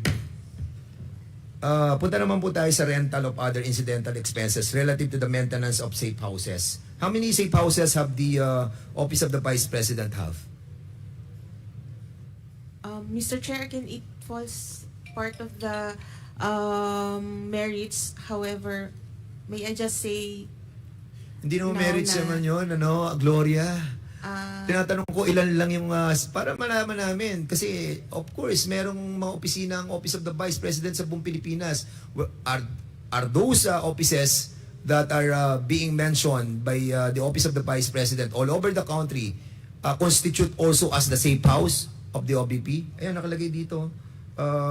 Meron kayong maintenance ng safe houses Do they have like 10, 18, 20, 30, 40? Mr. Chair, I do not have information right now on. Can you kindly submit to us also? I move also to Kasi Mr. Chairman, before we move for that, kasi 16 million were 16 million was spent for 11 days for the Office of the Vice President doon po sa mga safe houses for maintenance. Maintenance of the safe houses, 16 million was spent for 11 days for these safe houses. Kaya nga tinatanong ko po, ilan po yung safe houses na yon at bakit gumastos tayo ng 16 million for that purpose for 11 days? At kung saan? Yes, oo. At kung saan yung mga safe houses na yon. So I move that we subpoena also those documents. There's a motion by the Honorable Dan Fernandez to subpoena the information with respect to the safe houses of the Office of the Vice President. Is there a second to the motion? Duly seconded. Is there any objection? Hearing none, the motion is carried. Yung po purchase of supplies which cost us 35 million for 11 days. Madam Gloria, purchase of supplies, ano po ba itong mga supplies na to? Ito na po ba yung mga chairs, tables, desktop? Mr. Chairs, part of it po yung table shares that were disallowed, and some of it naka-indicate po as rewards, so it was also disallowed. When you say disallow, were you able to get some information who supplied this purchase of different items? Do you have the information about the contractors and the suppliers? Mr. Chair, based on the joint circular, these supplies, materials, and equipment for confidential operations are not done through regular procedures without compromising the information. I know. What I'm trying to tell you is that wala namang bidding siya Hindi naman siya Yes, nagbibidding Mr. Chair. talaga ang confidential fund. What I'm trying to point out, Mr. Chairman, is have they submit the supplier or the contractor of those purchase items? Siyempre, may nag-purchase, may nag-supply niyan Kilala nyo ba? Nagbinigay ba yung information about it? We only received documentary evidence of payment, Mr. Hindi mo Chair. sinasagot ang tanong, Gloria Ang tinatanong ko kung merong sinabit na supplier saka contractor. Titingin ka pa sa likod. Huwag ka na tumingin sa likod. Wait. Ano bang position mo sa COA? Attorney 5 po, Mr. Chair. And what is your responsibility in the Commission on Audit? Review of the audit po. Ha? Review of the audit. Review of the audit. Ano ginagawa ng review of the audit? Tinitingnan ko, Chair, yung... So, nakikita mo na. Huwag ka na tumingin sa likod. So, anong nakita mo doon? So, binigay sa iyo yung 35 million na purchase ng goods for 11 days. Siyempre, nakita mo, 35 million, 11 days. Wow! Ang bigat nito, 35 million, 11 days. Sino yung nag-supply nitong mga supply na to? Di ba? Yan ang trabaho mo eh. So, yes. Sino yung mga supplier? Mr. Chair, kasi... Sino yung mga supplier na nakita mo? sa marriage na po kasi... Oh my Marriage goodness. na po. Di, ang It's point not po a ni marriage. Congressman Dan Fernandez, hindi ka ba Hindi. nagtaka? Yun po yung gusto niyang ipunto. Hindi po ba kayo nagtaka na nagkaroon ng purchase na worth 35 million in 11 days? Tama po ba yun? Yes, oo. 35 million. Ako naman, kahit ako, mayor ako eh. Di ba nakita ko, nag-purchase ako ng ganito, 35 million in 11 days. Magugulat ako. Ano-ano ba to? So ikaw, bilang ikaw yung parang COA, nakikita mo yan, nakita mo 35 million in 11 days. Supplies. Sino supplier nito? Di ba? Hindi maapekto ng merit nito. Tinatanong ko lang kung sino yung supplier. Now, kung binigay nila yung supply, binayaran nila, at nakita natin above board, so what's the problem? Okay. But unfortunately, magugulat ka 11 days, 35 million for purchase of supplies. Kaya tinatanong ko lamang, sino yung supplier? Mr. Chair, hindi po ako makapagsabi ngayon ng... Alam mo, Gloria, nagsisinungaling ka. Don't. Please. Sabihin mo lang kung sino yung supplier. Sir, ang sinubmit lang po talaga nila is documentary evidence of payment. Hindi na po yung... So wala yung supplier? Opo. Are you sure? Opo. Wala doon sa sinabit sa inyo? Yes, Mr. Chair. Because we are... we Yes, move for those documents a while ago. Yes, Mr. Kasi Chair. pag nakita namin meron doon, tatamaan ka dyan. Sige ka. Mr. Chair, ang sinubmit po nila sa amin is yung documentary evidence of payment, but wala po yung mga Wala yung supplier. suppliers. Okay, po sige. nila. I will accept that momentarily. Okay. Mr. Chairman, punta po tayo dun sa sa provision of medical and food aid. 40 million for 11 days. Again, wala rin yung supplier dito? Wala din po, Mr. Chair. Kaya part din po siya ng Did you ask the Office of the Vice President to submit all the contractors and suppliers of all these supplies and the medical and food aid? We asked them to explain po the... Hindi, but did you ask for the supplier? Normally, Chair, hindi po. Why? We just do our audit based on the requirements under the Sige, joint I will circular. accept that. But Mr. Chairman, at least I think it is imperative for us to find out the contractor and suppliers of all those supplies that was purchased by the Office of the Vice President. Not because ano tayo, what do you call this? Medyo hindi natin pinupuntirya. Tama. So, thank you for that word. Hindi natin pinupuntirya yung mga supplier and contractor. What we are after, Mr. Chairman, is the amount, the huge amount that is what's spent for 11 days. And this is something extraordinary. Hindi naman po siya ganong kasimple that 40 million will be spent on medical and food aid, 11 days. Tapos yung supplies, 35 million for 11 days. Purchase of information, 14 million for 11 days.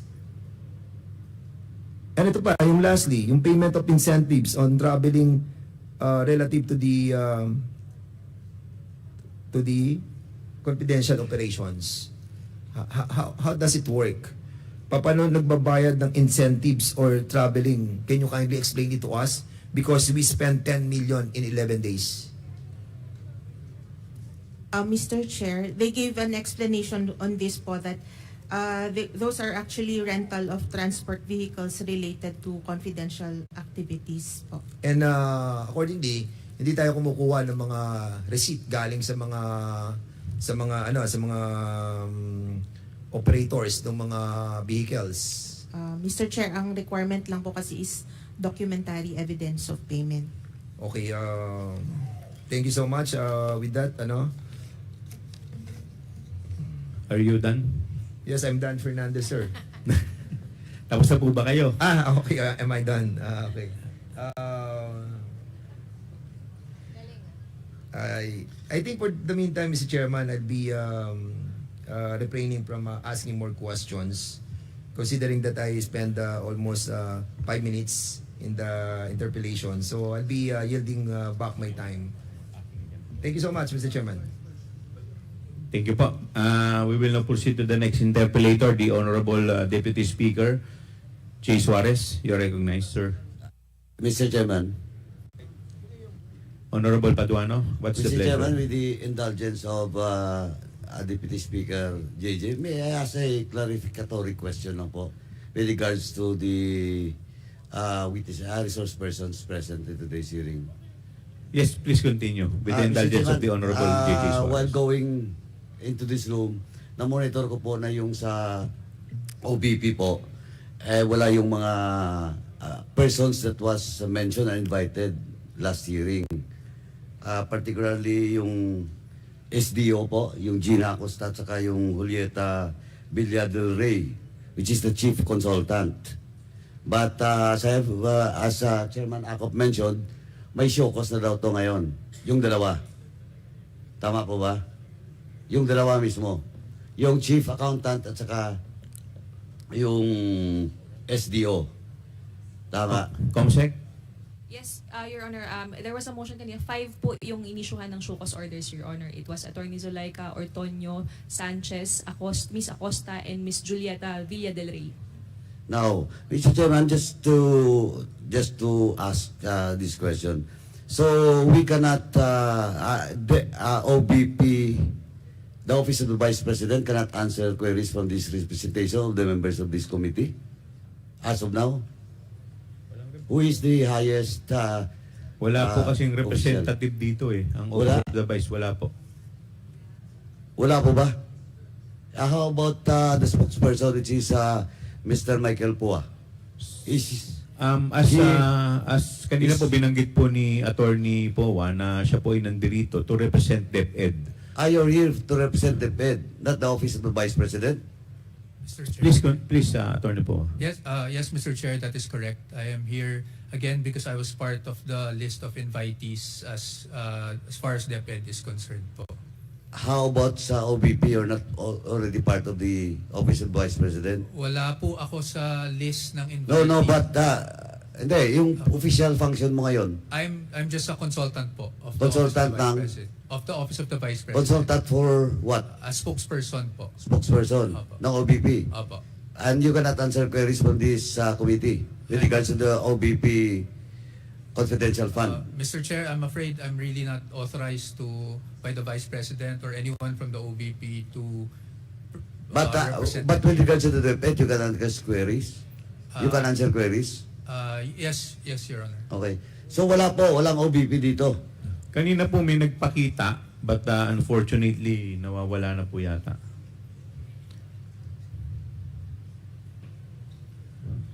Comsec.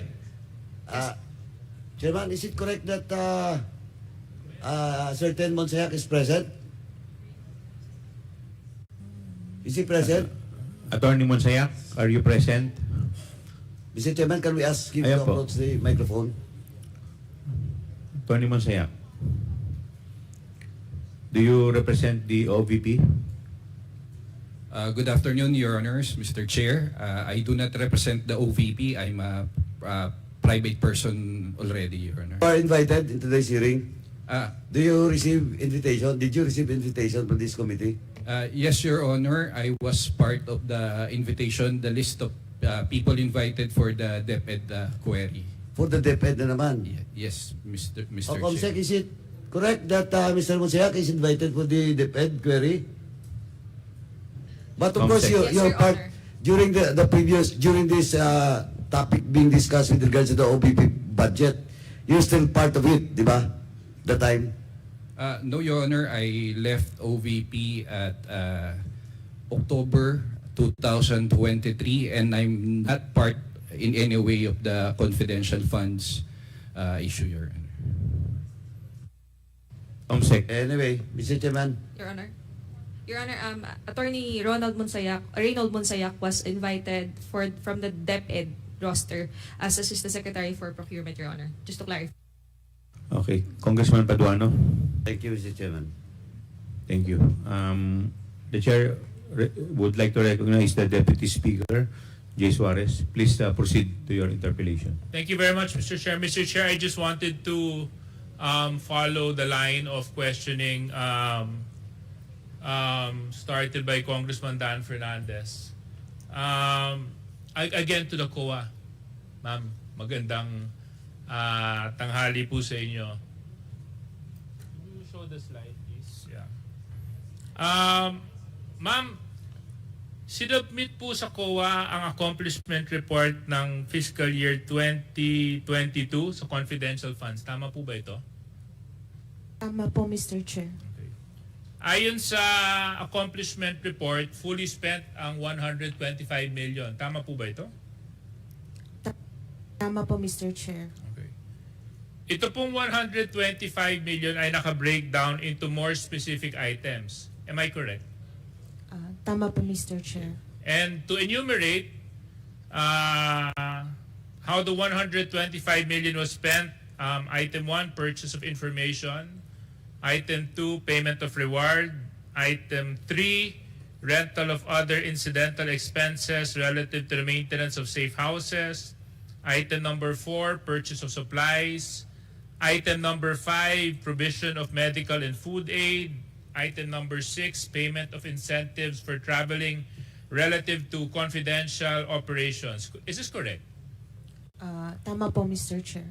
So, can you confirm that this is the breakdown reflected in the accomplishment report printed on the screen right now? Yes, Mr. Chair. Yan po yung nasa utilization report. Opo.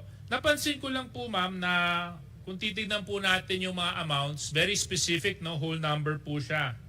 14, 10, 16, 35, 40, and 10. Walang butal, ma'am? Buong buo? Mr. Sakto Chair, lahat?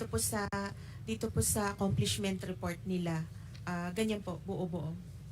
Buong buo, oo. Hindi ito estimate or budget, di ba?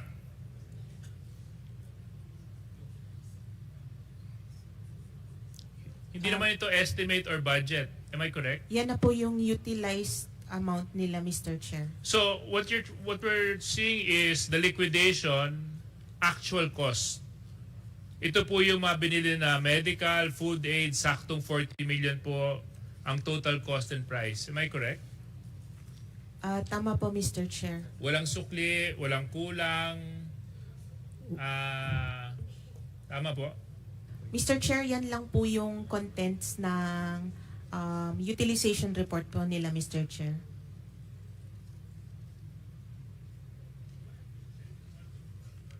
Sususugan ko lang po yung tanong ni Deputy Speaker.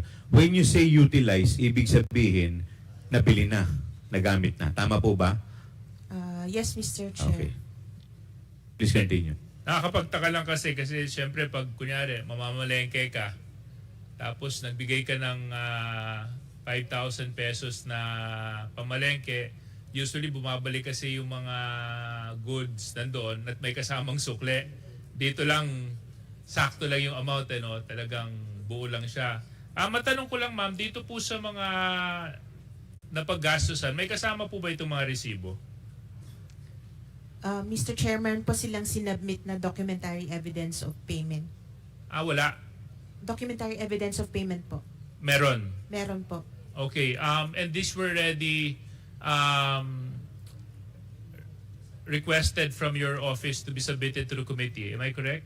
Subpoena juices tecum kanina, no? Hindi po yata yun kasama, Mr. Chair.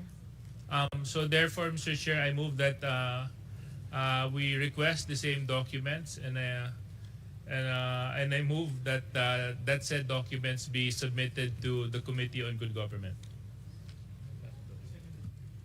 The documents pertaining to the liquidation report with regards to Item, ito na po lahat ng items siguro para mapag-aralan natin ang buo.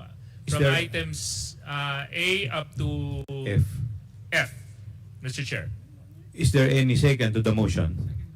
Duly seconded. Is there any objection? Hearing none, the motion is carried. Thank you very much. So dito po ma'am, sa mga nabili pong mga medical and food aid, 40 million. Alam niyo po ba kung anong klaseng medisina at pagkain ang binili? Wala pong information, Mr. Chair. Wala po kayong information, so hindi po sinamit ito? Hindi po very detailed ang documentary evidence of payment. So, there are documentary evidence that were submitted. Am I correct? Yes, Mr. Chair. Are you in possession of these documentary evidence right now? Right now, Mr. Chair, wala po. Can you expound on these documentary evidence that you are saying that were submitted, however lacking? Mr. Chair, that is already parts of the merits of the case, so we can only comply po through subpoena. Okay, I therefore move, Mr. Chair, for although meron na po tayong subpoena jus tecum para sa mga documents, no? Matanong ko lang, ma'am, kanina niyo pa binabanggit yung case. Ano pong kaso itong kanina niyo pa inuulit na nababanggit? Mr. Chair, ano pa-clarify po? Sabi niyo po kasi this is part of a case, this is part of a case. I think you mentioned it maybe 4 or 5 times. Can I just be informed of what case you are pertaining to? Mr. Chair, yung notice of disallowance po kasi is an audit action of COA na hindi po final. So, they have an opportunity po to appeal the notice of disallowance. So, we cannot just divulge information about it po. Kumbaga, it's still ongoing. It's not yet final. I understand that, but what is the case? You said there's a case. Ano yung kaso? Mr. Chair, Kasi when you say a case, usually it's a case filed in court, a case that's pertaining to a certain activity already in the judicial system. So what case are you pertaining to? Mr. Chair, may I correct myself then that it is not a case, but the audit actions po of Therefore, there's no COA. case, ma'am. It is a case pero it is civil in nature po. Oh, admin. So and anyway, Mr. Chairman. yeah, but in any case, Yes, Congressman Paduano. Mr. Chairman, I do disagree with the position of COA. Well, in fact, you were issued a subpoena notice with regards to the notice of disallowance, di ba? And you submitted it to the committee. Tama? Tama po, Mr. Chair. Oh, sinabit yung highlights eh. All we're asking is to justify this. We're not talking about the case. We're just talking about if indeed the ND that you have all the highlights of such yung ginawa nyo with regards to the budget of OBP is indeed tama. So what's stopping you from submitting all those attachments? Kasi nandito na nga eh.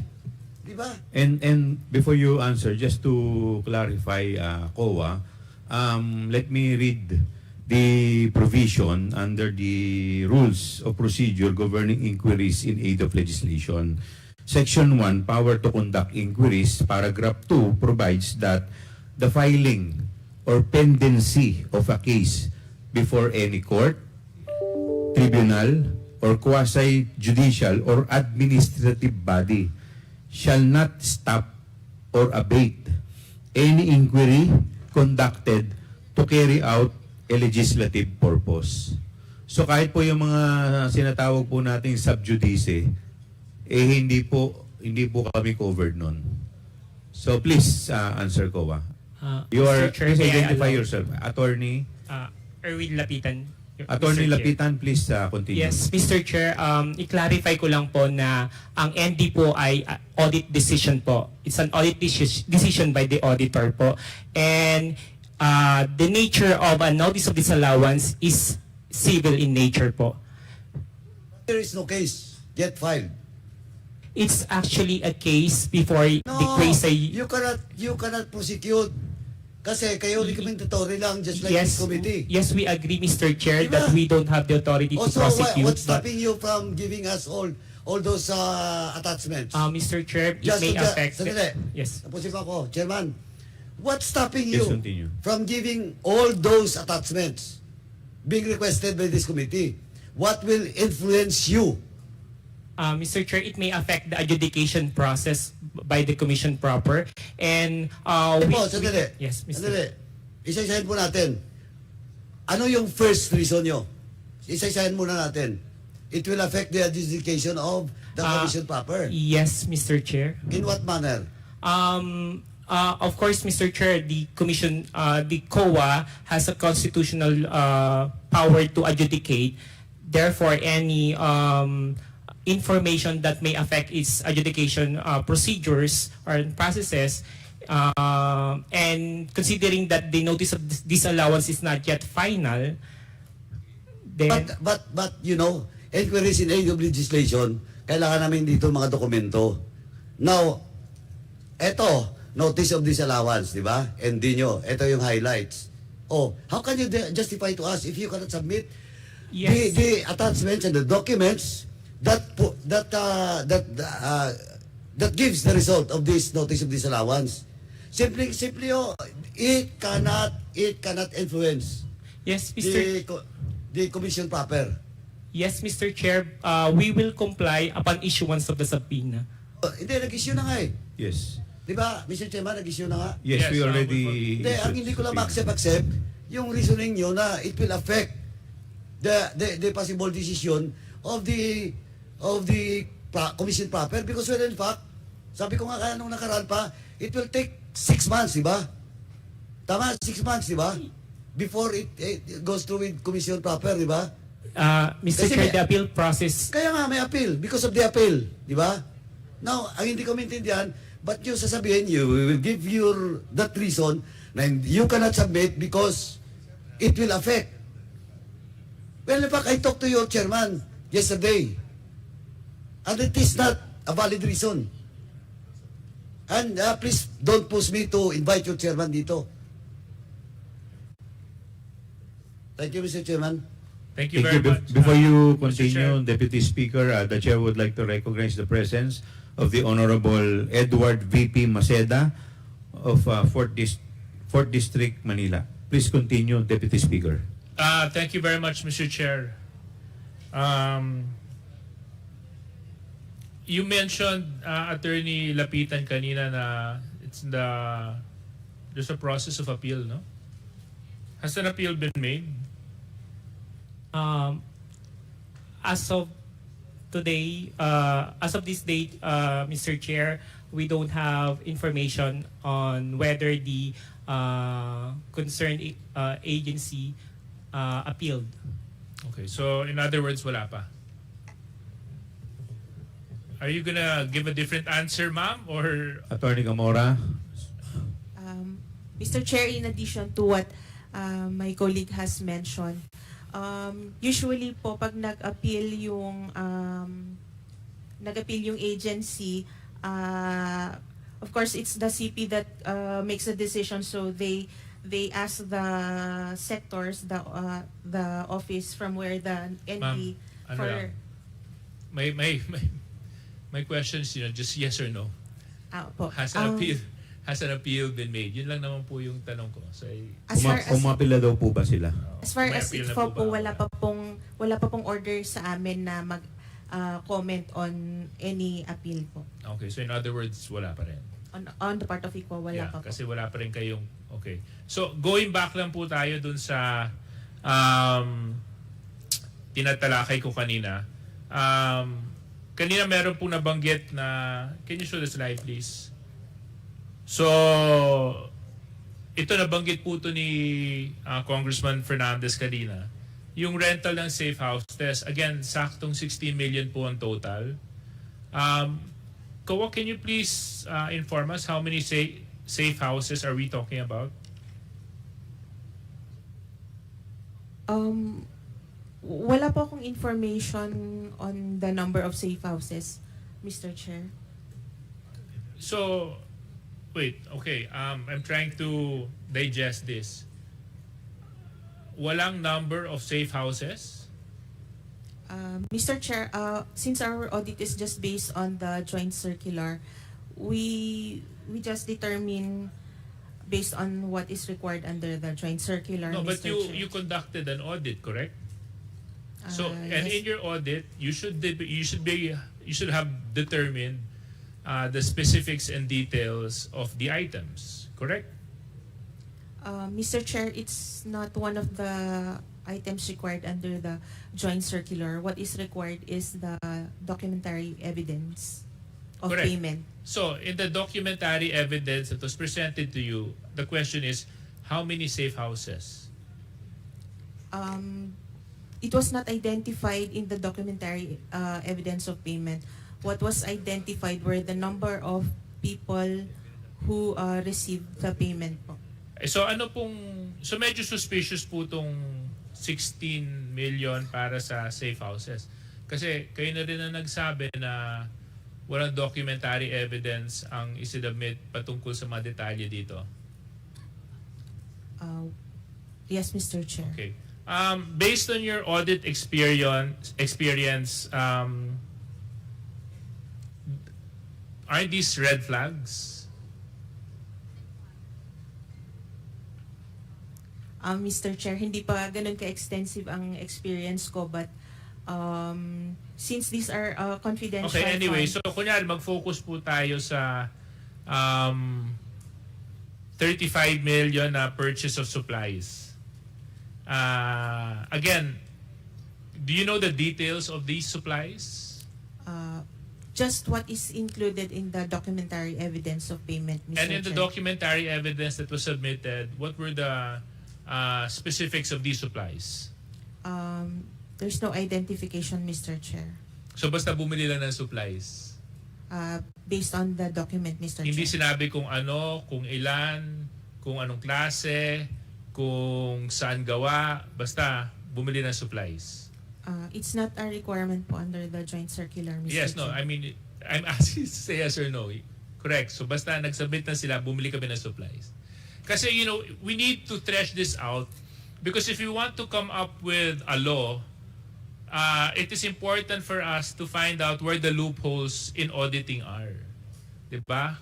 Kasi dito nakikita natin, may mga specific amounts na malalaki, kaso lang, based on documentary evidence, hindi supported kung paano ginastos. Hindi supported kung may resibo, hindi supported kung ilan. So I think, you know, this is another piece of legislation that we can push forward, Mr. Chair, dahil ito naman pong ginagawa natin is in aid of legislation.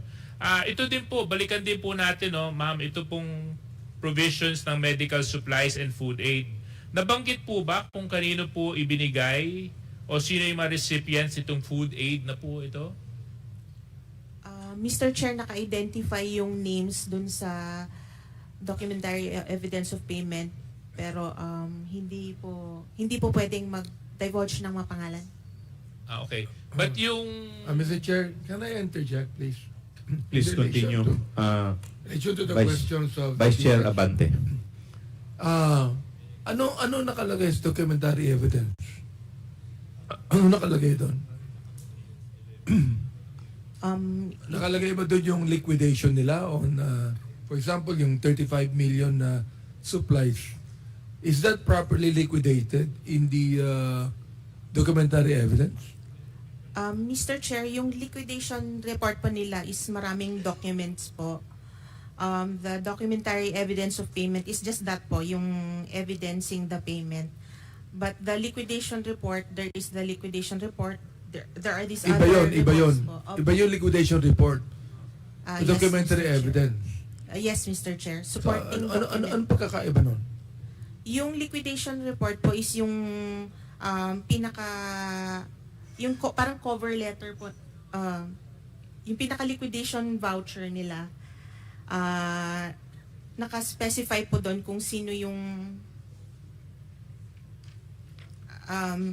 it is certified correct by kung sino man yung SDO, certified nung kanyang immediate supervisor, and then certified by the accounting that the Oo, supporting certified. documents are Pero complete. I just would like to know, kanina, Deputy Speaker JJ asked about the 35 million supplies, no ha? Okay, and then he asked about kanino binigay yan? Ano nangyari dyan? So, doon ba sa liquidation report, nakalagay doon kung kanino binigay ang supplies na yan, kung ano yung mga supplies na yan, doon pa nakalagay sa liquidation report? Sa liquidation report mismo, Mr. Chair, wala po doon kasi ito po yung general na the whole, pertaining to the whole amount. Yung documentary evidence of How payment can po you- yung details. Okay, how can you properly audit if, for example, like, kulang-kulang ang nakalagay sa liquidation report? I mean, the thing is, it is the duty of the office of the Vice President to liquidate, correct?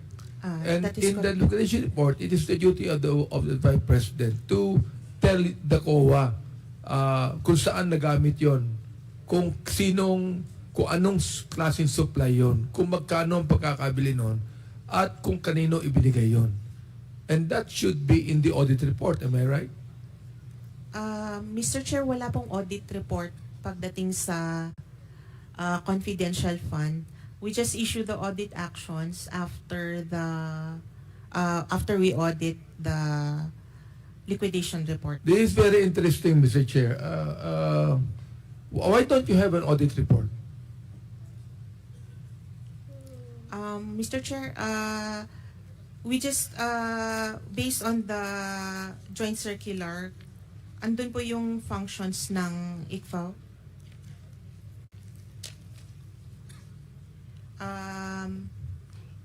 Andito lang po is issue an AOMNS or ND address to the HOA, the head of agency, Mr. Chair.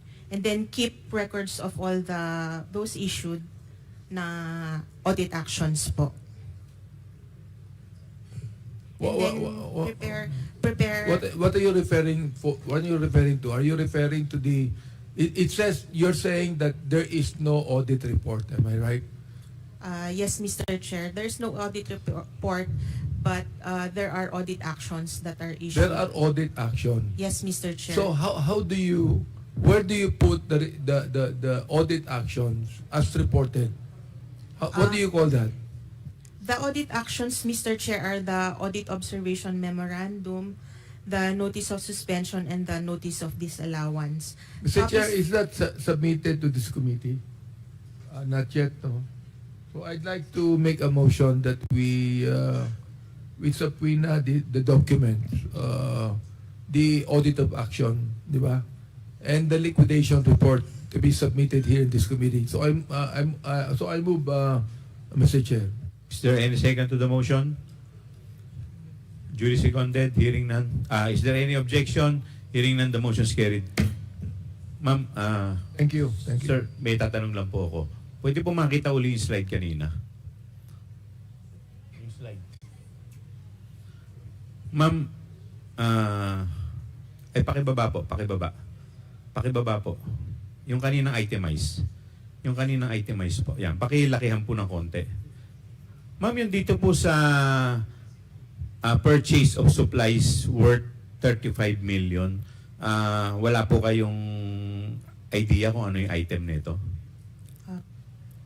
Kung ano lang po yung nasa documentary evidence of payment. Which is, ano po? Which is yung names po nung recipient. And then, pero yung supplies, wala. Wala po, Mr. Okay. Chair. Hindi po ba kayo nagtaka na yung nilagay po nilang 35 million dito ay eksakto? Mr. Chair, Napakalaki po nitong amount tapos eksakto pong 35 million. Wala man lamang pong butal like 34,950,000 or 31,450,000. Hindi po ba kayo nagtaka na bumili ng supplies tapos eksakto pong 35 million? Mr. Chair, if you will look at the notice of disallowance po, na-extract na po namin yung part nung supplies which are part of the reward. Kaya sa notice of disallowance, hindi na po siya ganyan na buo-buong amount. So ano pong ibig sabihin nyo? Pakipaliwanag po ninyo.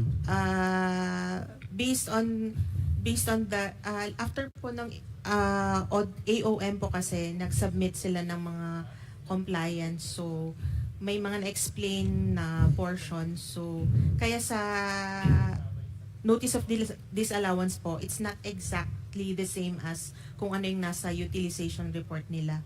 So Kasi magkaiba po yung nakalagay sa utilization at saka dun sa notice of disallowance po, Mr. Chair. So kaya nga Kasi, po kaya po ninyo feel lockdown. Opo, kaya po Dahil merong medyo may problema. Tama po ba? may Okay. in-account Hindi, na po yun po ang tinatanong ko. Tama po ba? Kaya po ninyo pin-lockdown dahil meron pong problema kayong nakita. Yes, Mr. At isa po sa problema, dahil nga po dun sa amount, parang medyo hindi po nagtutugma Yes, sa Mr. ebidensya po na kanilang sinumite. Tama po ba? Yes, Okay. Mr. Chair. Sa susunod, yung provision of medical and food aid, eksakto rin ito, 40 million. So, hindi rin po ba kayo nagtaka? Bakit eksakto pong pagbili ng medical at saka food aid? Again, Mr. Chair, Again, binis so- namin sa documentary evidence of payment, so hindi po exactly ganyan. na Hindi 40 so ibig sabihin, iba yung utilization na nilalagay nila dito, iba rin po yung pinepresenta sa inyong ebidensya. Tama po ba? Or documentary evidence. Tama po ba? Sa pagkakategorize po nila, Mr. Chair. So magkaiba po. Yes, Mr. At kaya po ninyo feel lockdown dahil may disparity. Tama yes, po ba? Yes, Mr. Chair. Okay. Mr. So Chair, posible, Mr. Chair, I just would like to ask, are we referring to the 35 million and 40 confidential, million. the complete confidential fund of the Office of the Vice President? Ito po. Are we referring on that? Ibig sabihin, these are the 2 years na since the Ito Vice po yung President was President. ito po for the period covering December 21 to 31 of the confidential fund. Yan po. Kasi po, nakita po natin very glaring po sa letter D o item number 4, purchase of supplies, eksakto 35 million. At dun sa provision of medical and food aid, 40 million. Eksakto rin. So medyo nakakapagtaka lang po dahil wala pong kabutal-butal at eksaktong-eksakto po yung supplies. Okay, so yun lang po. I will now recognize the... Unfortunately, I'm not done with my questions. If I can just complete my line of questioning. Okay, please, para lang- with the indulgence of Congresswoman Luistro, the Deputy Speaker will With, just continue of course, with his Kong interpretation. Jinky, if I may continue. Thank you. I just want to highlight COA. Are you familiar with COA rules regarding disbursements of confidential funds and intelligence funds? Rule 4.15. Yes, Mr. Chair. Of the Yeah. Joint Circular, Mr. Chair. Yes, yeah. Nakasulat po doon sa 4.15.3 that the details and supporting documents on transactions that are classified are in the custody of the agency and kept in the vault, which may be inspected by the ICFAU if the circumstances so demand. Am I correct? 4.15, Mr. Chair. Point 3, yeah. Yes, Mr. Chair. This pertains to classified information. This pertains po to intelligence fund. Yeah. So maybe under these circumstances, this would fall under those circumstances wherein we can demand the documents of the transactions. Mr. Chair, when it comes to confidential funds, the documents are submitted to the ICFAO. Okay, fantastic. So pakisabit na lang po sa amin at nag-subpoena na naman po kami, no? Ma'am, balikan lang po natin yung line of questioning ko kanina.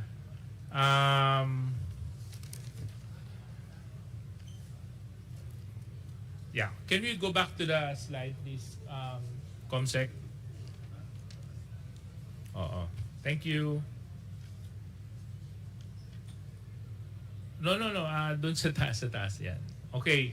Dito po, based sa inyong audit, 10 areas ito sa Luzon, Visayas at Mindanao. Ma'am, yung isang slide.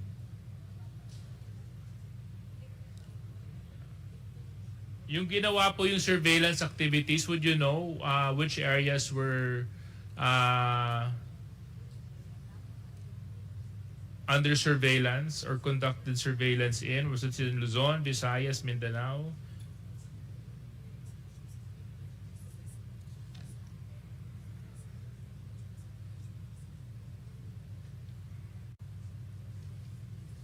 Mr. Chair, ang information lang po namin is yung nasa utilization report.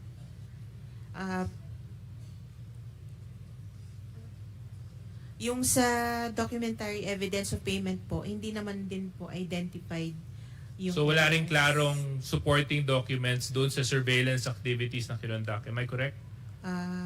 Yes, Mr. Chair. Okay. Kasi nakakapagtaka lang, no, ma'am, di ba? So, kung titingnan din po natin yung amount at saka yung timing, kailan po ba ito?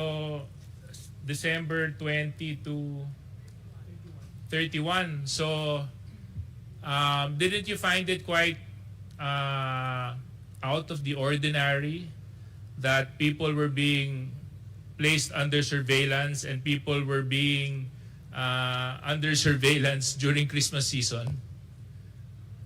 We just conducted the audit based on the requirements under the joint Kasi circular. nakakapagtaka, no, itong mga activities na to gagawin sa panahon ng Pasko. Di bilang mga auditors, I think that would definitely call your attention on when actually these activities were conducted. Am I correct? Yun nga po, based lang po talaga sa joint circular yung... Okay. Thank you very much. Vice Chairman Jay, those are all my questions. So maraming salamat Vice po. Chairman Jay, can I interject lang po before you recognize the next interpolator? Thank you, DSJJ Suarez, Honorable Mabilis lang Paduano. po. Ma'am, you're always telling that it is based on the GMC 2015-01, di ba? Tama? Yung sinasabi mo lagi, Tama di ba? Tama Based po, on the Mr. Chair. GMC. Tama po, Mr. Chair. Oh, now, ito 6.2.3. Ito kasi, Mr. Chairman, hindi pwede nilang sabihin na based on the requirements because dito po, elaborated lahat, di ba? From 6.2.3.1 up to 6.2.3.6, tama? Tama Elaborated po, Mr. siya. Chair. But there is still a provision 6.2.3.7. Tama? Yes, Mr. Oh, Chair. ano nga? Please read. Other supporting documents that FAO deems necessary for the proper evaluation of liquidation documents Oh, submitted. ibig sabihin nun, lahat ng mga dokumento which is necessary should be submitted to you. Tama? Tama po, Mr. O, Chair. depende sa evaluation nyo kung kailangan dokumento na to. Tama po, Tama? Mr. And Chair. the question of DSDJ Suarez is all about the surveillance being made by the OVP during Christmas season, di ba? Yes, Mr. Chair. O, di kailangan yung dokumento dito ng mga detalye nito, di ba? Sa item na yan. Tama? Yes, Mr. Oh. Chair. Kaya hindi nyo pwede sabihin na based on the GMC. Kasi the GMC 6.2.3.7 provision states that all other documents related to the investigation or to the audit. Diba? Tama? Yes, Mr. Chair. Oh. Kaya yung lahat na doon na walang butal, na sinabi kanina ni Chairman, nakapagtataka, di ba? So, dapat, and I know, siguro pinasubmit yun rin sila yung detalye noon. Yes, Mr. Chair. Oh, yun nga eh.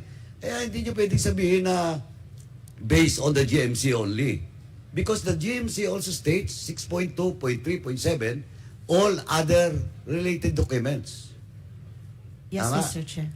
O, di, at least nagkalinawan tayo. Yes, Mr. Chair. O, thank you, Mr. Chairman. Okay. We will now proceed to the next interpellator, the Honorable Gerville Jinky Luistro. Thank you, Mr. Chair. Good afternoon, everyone. Attorney Camora, the Yes, Mr. questions Chair. are directed to you. Before I proceed to the questions, I just want to have a clarification first about the confidential fund that were given to the OVP. Am I correct? We have 125 million for the last quarter of 2022. The same was utilized from December 20 to 31 of 2022. Yes, Mr. Chair. And on the succeeding year, that is 2023, the OVP was allocated also a total confidential fund equivalent to 500 million. Do you confirm? Yes, Mr. Chair. And out of the 500 million, attorney, how much was utilized and how much was unutilized?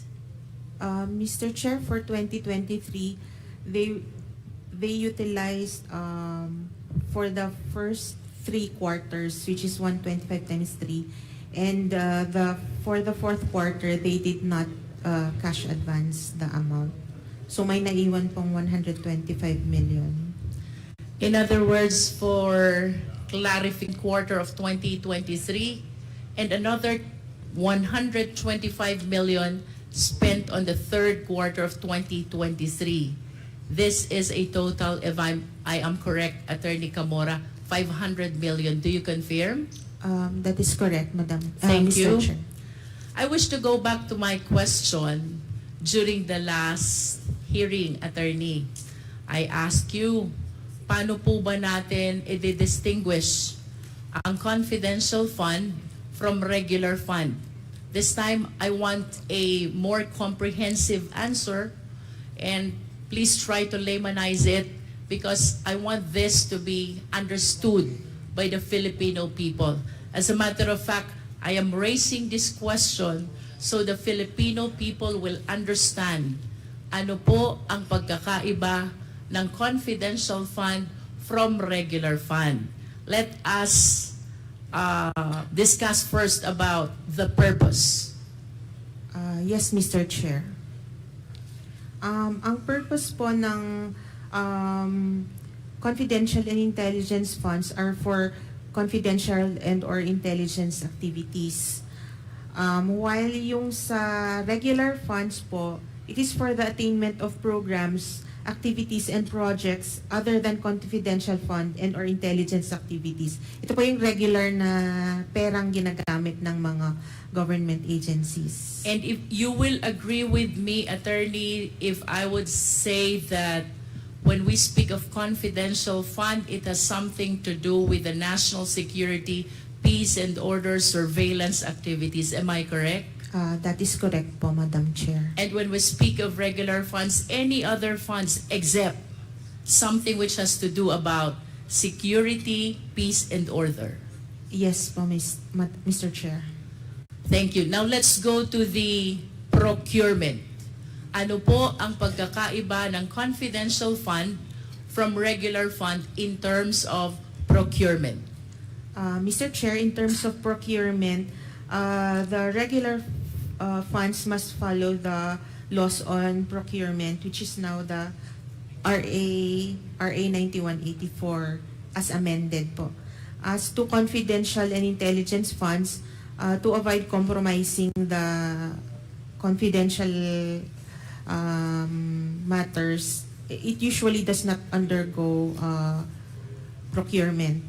And do you agree that we have this joint circular which regulate the utilization of confidential fund? Yes, Mr. Chair. Can you share with us what is that joint circular?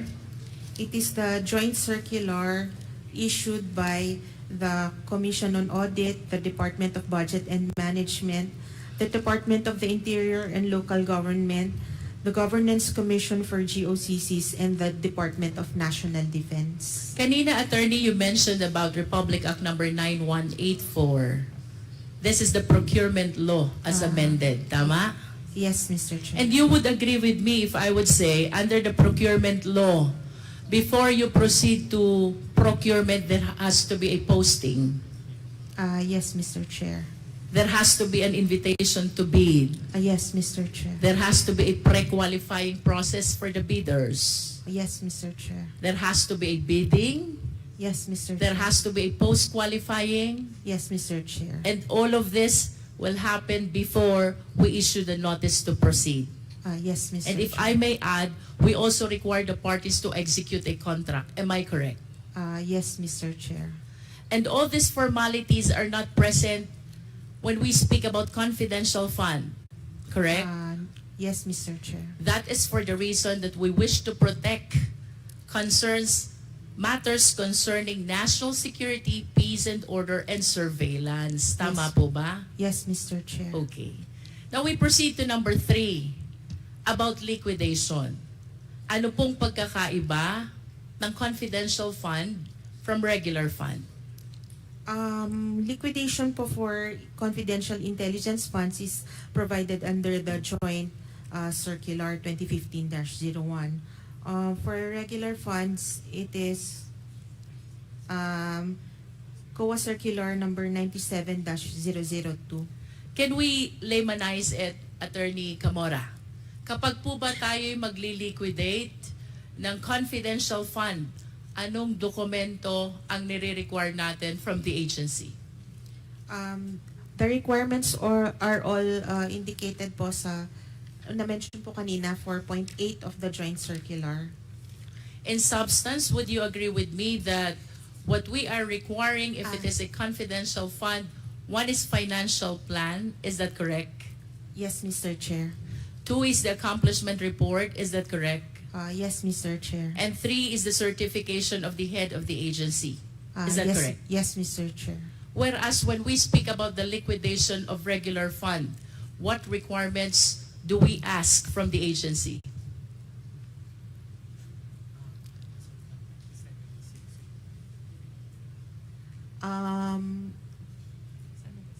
These are all under 97-002. I understand. If I would say that under the regular fund, you are requiring the MOA or the contract, am I correct? I understand that there is a long list of documents, but I'm trying to emphasize only the substantial documents which should not be absent in the compliance of liquidation requirements. Yes, Mr. Chair. There has to be a MOA or a contract if it is a regular fund. Second, there has to be a receipt. Yes, Mr. Chair. There has to be an invoice. Yes, Mr. Chair. Thank you. May I request the Secretariat to please flash the first slide. This slide summarizes the distinction between confidential fund and regular fund. In confidential fund, we have the Joint Circular 01, which regulates the same. For regular fund, we have the procurement law, otherwise known as RA 9184 as amended. As to purpose, confidential fund is for the purpose of peace and order and surveillance activities to promote national interest. Regular fund are other purposes other than those mentioned in the confidential fund.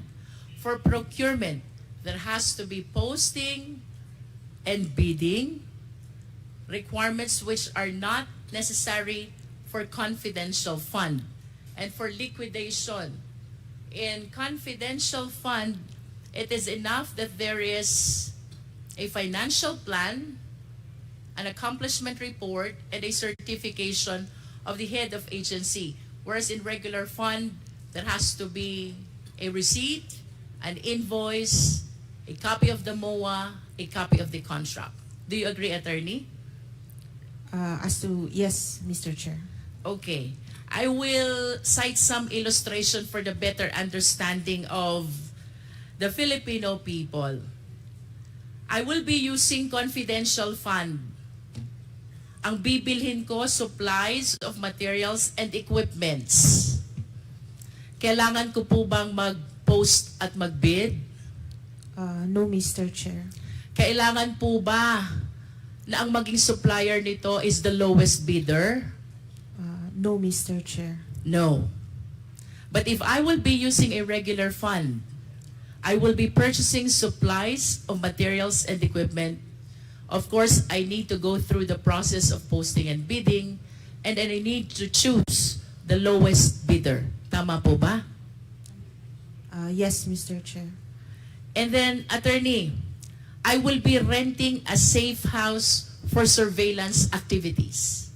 So this is a confidential fund. Yes, Mr. Chair. Kailangan ko po bang mag-posting at mag-bidding? No, Mr. Chair. No. Diretso na sa rental ng safe house for surveillance. Correct? Yes, Mr. Chair. Do I still have to evaluate, invite, to be able to choose the lowest cost of rental for the surveillance? No need, Mr. Chair. No need, because this is a confidential fund. I will be buying a car for surveillance activities. Kailangan ko po bang mag-posting and bidding? No, Mr. Chair. Do I need to choose the lowest bidder? No, Mr. Chair. But if I will be using a regular fund, I need to go through the process of posting, bidding, and come up with the lowest bidder. Is that correct? That is correct, Mr. Chair. If I will be procuring an equipment for surveillance activities, kailangan po ba ang posting at bidding? No, Mr. Chair. No. Do I need to choose the lowest bidder? No, Mr. Chair. But if I will be utilizing a regular fund, these requirements are all necessary. Tama po ba? Tama po, Mr. Chair. Thank you. Now we proceed to confidential fund. I remember during the last hearing, tinanong po ito ni Honorable Marcoleta. He was saying that the other agencies and even the other LGUs have confidential fund as well. Tama po, attorney? Tama po, Mr. You remember Chair. that? Yes, Mr. He Chair. made a manifestation that even the other agencies of the government and the LGUs have confidential fund. And I wish to share the second slide to our committee. That is the basis of the confidential fund of the LGU. And tantamount to saying that it is true that even the LGUs have confidential fund. This is DILG Memorandum Circular 2022-118 and the JMC 2015-01. Tama po ba ito, Attorney Camora? Tama po, Madam. Mr. Chair. And you will agree with me also that under Section 16 of the Local Government Code, kasama po sa mandate ng LGU is to promote and maintain peace and order. I think the lawyers will agree. The lawyers from the DILG. I understand you're from COA. Yes, Mr. Chair. So let me share this information that under Section 16 of the Local Government Code, bahagi po ng mandate ng LGUs, Local Government Unit, is to promote and maintain peace and order. And this justifies kung bakit mayroong confidential fund ang mga LGUs. Tama po ba, attorney? Yes, Mr. Chair. Now let's go to the mandate of the OVP. Kasama po ba sa mandato ng OVP ang promotion ng peace and order, conduct of surveillance activity, and national security? May I ask po yung OVP team, mas knowledgeable po sila sa mandates. OVP team, please. You are from COA also, Yes, Mr. Chair. but May I you allow are... to speak na po? May I allow to speak na po? Go ahead. Can you please enlighten us, what office are you representing, why Attorney Camora refer you as the OVP team? Because I understand you're also from COA. I'm the audit team leader of the Office of the Vice Presidents for the audit of the regular funds. audit team leader of the OVP with respect to regular funds. But I'm talking about confidential funds. Yes, Madam, Mr. Do you think you are in the proper position to answer this question? This is But the about question- confidential funds. But the question is all about the mandate of the OVP. All right. What is the mandate of the OVP? Based on the notes to a financial statement of the AR, annual audit report, the OVP, as the second highest office in the land committed to the service of the nation, OVP performs executive, ceremonial, and advocacy functions, collaborating with stakeholders and organizations in both public and private sectors to develop and promote programs that uplift the lives of the Filipino people. That's the mandate of the Does OVP. it in any way mention about the peace and order, surveillance activity, and national security? Based on what I've said The po, question wal- is answerable only by yes or no. No po. It does not. Yes, Madam. So you confirm that matters concerning peace and order, national security and surveillance is not part of the mandate of the OVP. Do you confirm that? Mr. Chair, yes po. Based on the mandate provided. Yes. And why do you think the OVP was given confidential fund, considering that it is not part of the mandate to promote peace and order? I think I'm not the right person to answer the question because I think it may course to the Department of Budget and Management because they're the one who provided the confidential fund in 2022. I understand. But let me state for the record that nowhere in the law, not even in the Constitution, provide that the OVP has the mandate of promoting and maintaining peace and order, conducting surveillance activity, and even matters concerning national security. That is for the record, Mr. Chair. Now, talking about confidential fund, may we please flash the third slide? Kanina po pinag-usapan natin that under Section 16 of the Local Government Code, ang mandato ng LGU is to promote peace and order. And that justifies kung bakit ang mga LGUs ay mayroong confidential fund. Now, I wish to share this slide showing the LGUs which have the huge or the biggest number of confidential fund. This is representing year 2022. Davao City has 460 million. Cebu City has 7.38 million. The City of Manila has 120 million. Makati City has 240 million. And Quezon City has 75 million.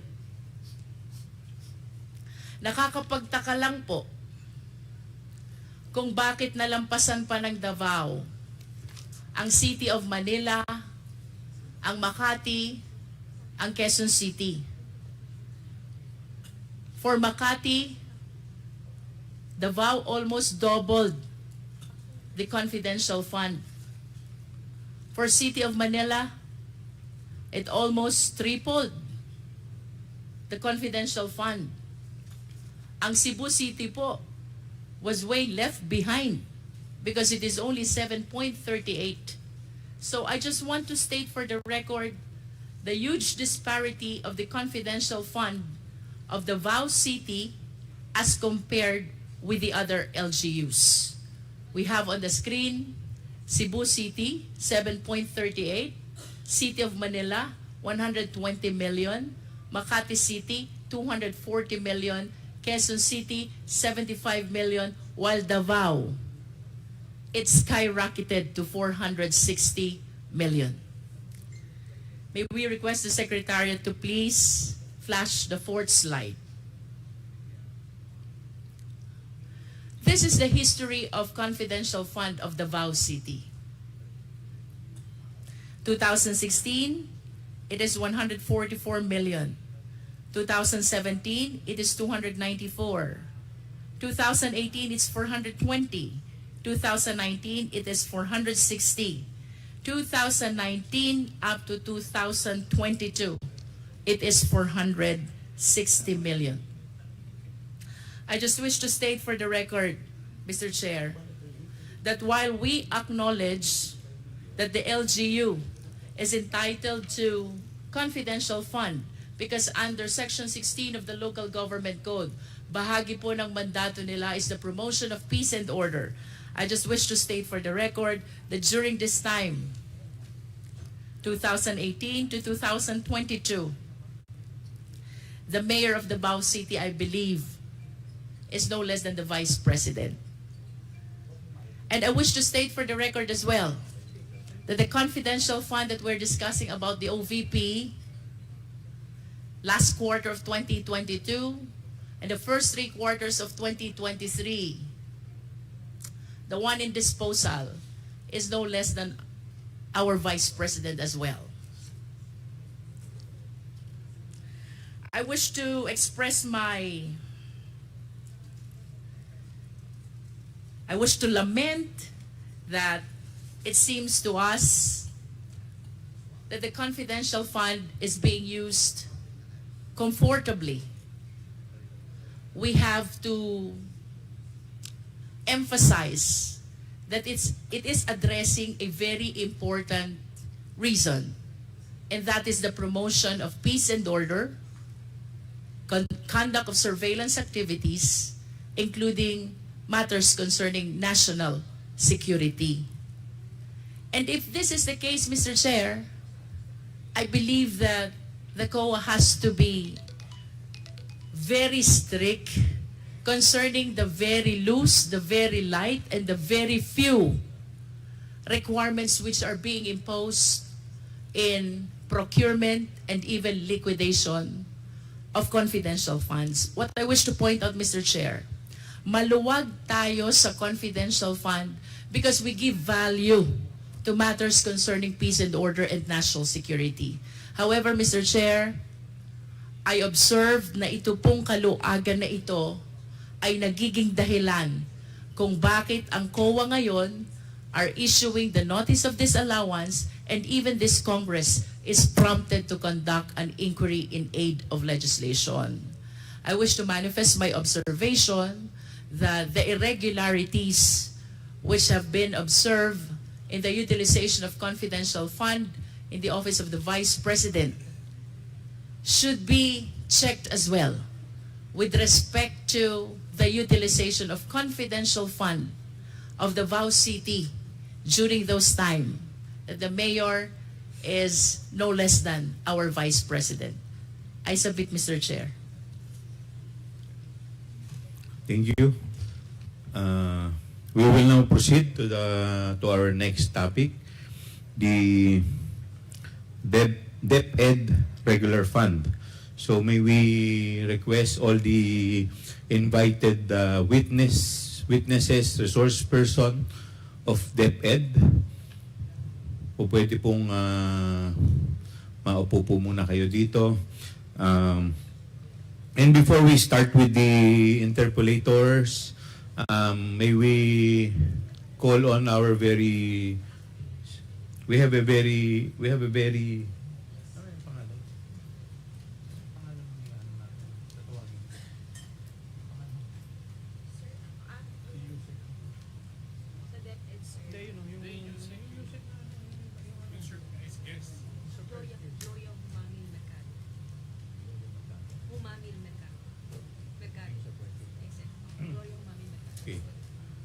The chair would like to call on Yusek Gloria Humamil Mercado. Yes.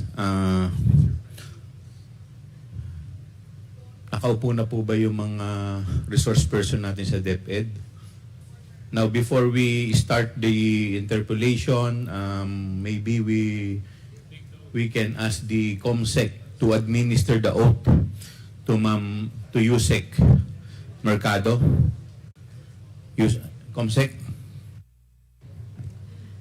Ms. Gloria Mamil Mercado, please stand up and raise your right hand. Do you swear to tell the truth, the whole truth, and nothing but the truth in this committee? I will. So, to help you God. Thank you, Your Honor. The oath has been administered. Okay, I understand, ma'am, Yusek, that you have a statement. Meron po kayong statement na sasabihin. You are now recognized.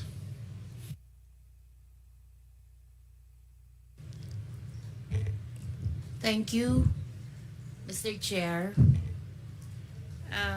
Before I start, I just want to say that this is a very difficult thing to do, and I apologize to my children who didn't like me to join this this session, and also my colleagues who are my friends, but I have to read my statement.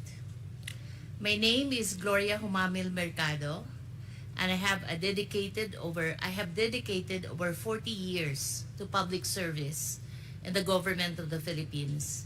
In my last year with government, I served as the Undersecretary for Human Resource and Organizational Development of the Department of Education.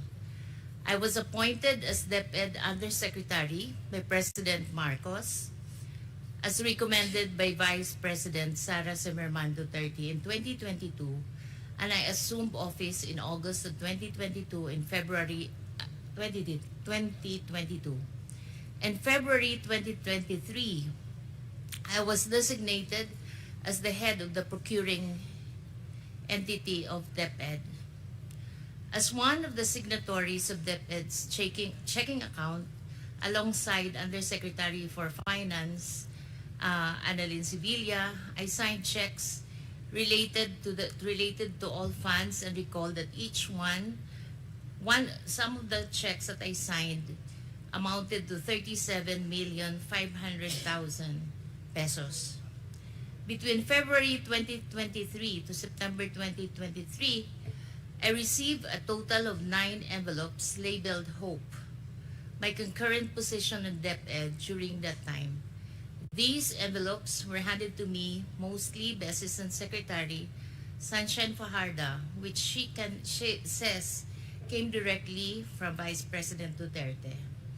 What she would typically say as she hands the envelope, it would appear that I received this envelope by virtue of my office as Hope. Attorney Fajarda is the wife of Edward Fajarda, who is the Special Disbursement Officer.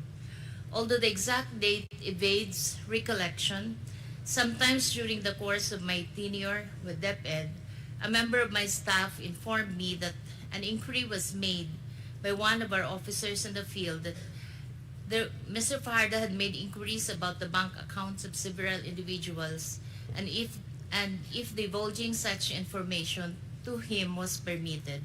My office confirmed that it was upon the instruction of the Office of the Secretary. Evidently, it would appear that regional directors and other employees on the field would also receive sums on top of the regular salaries. Sometimes in October 2023, as the likelihood of a bidding failure for DepEd computerization have become apparent, I was approached by Attorney Monsayak, and he suggested in the presence of other officials who was with me that the bidders should just discuss among themselves. Mag-usap-usap na lang para hindi masayang yung pera ng 2023. I firmly asserted that the procurement must be implemented and conducted in strict adherence with the rules. Sometimes in the 3rd or 4th week of October, I was summoned by Zulaika Lopez, the Chief of Staff of the Vice President and Undersecretary of the OBP. I was informed that I should tender my resignation effective that day. I refused to resign, and I insisted on departing from service through voluntary retirement. The timing of my meeting with Ms. Zulaika struck me as more than coincidental. It gave me the impression that my candid responses was the real reason behind the push to relieve me of my office. It was as if I had become an unwelcome obstacle, despite simply doing my job as Hope and Undersecretary of Human Resource of DepEd. Prior to my meeting with Ms. Zulaika, there were other undersecretaries and assistant secretaries who were summoned also, and were also summoned all of the same purpose of informing them that they should tender their resignation effective on the same day. I signed my affidavit.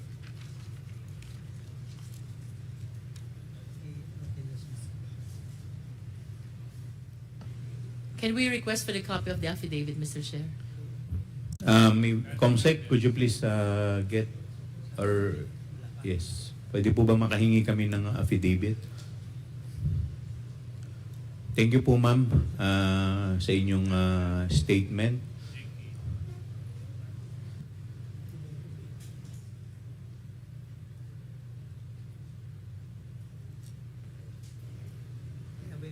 Mr. Chairman? Yes, can Congressman Dan Fernandez, with the indulgence of Congresswoman Jinky Luistro. Yeah, we don't have a copy yet of the affidavit, but I heard the name of Attorney Monsayak, and a while ago, Congressman Chairman Caraps mentioned his name as the former official of the OBP. Can we invite also, if Attorney Monsayak, could you please can we invite him over because your name was mentioned in the affidavit of Miss what's your name, ma'am? Mr. Chair, I'm Dr. Mercado. Dr. Mercado, your name is Gloria. Yes. Gloria Mercado.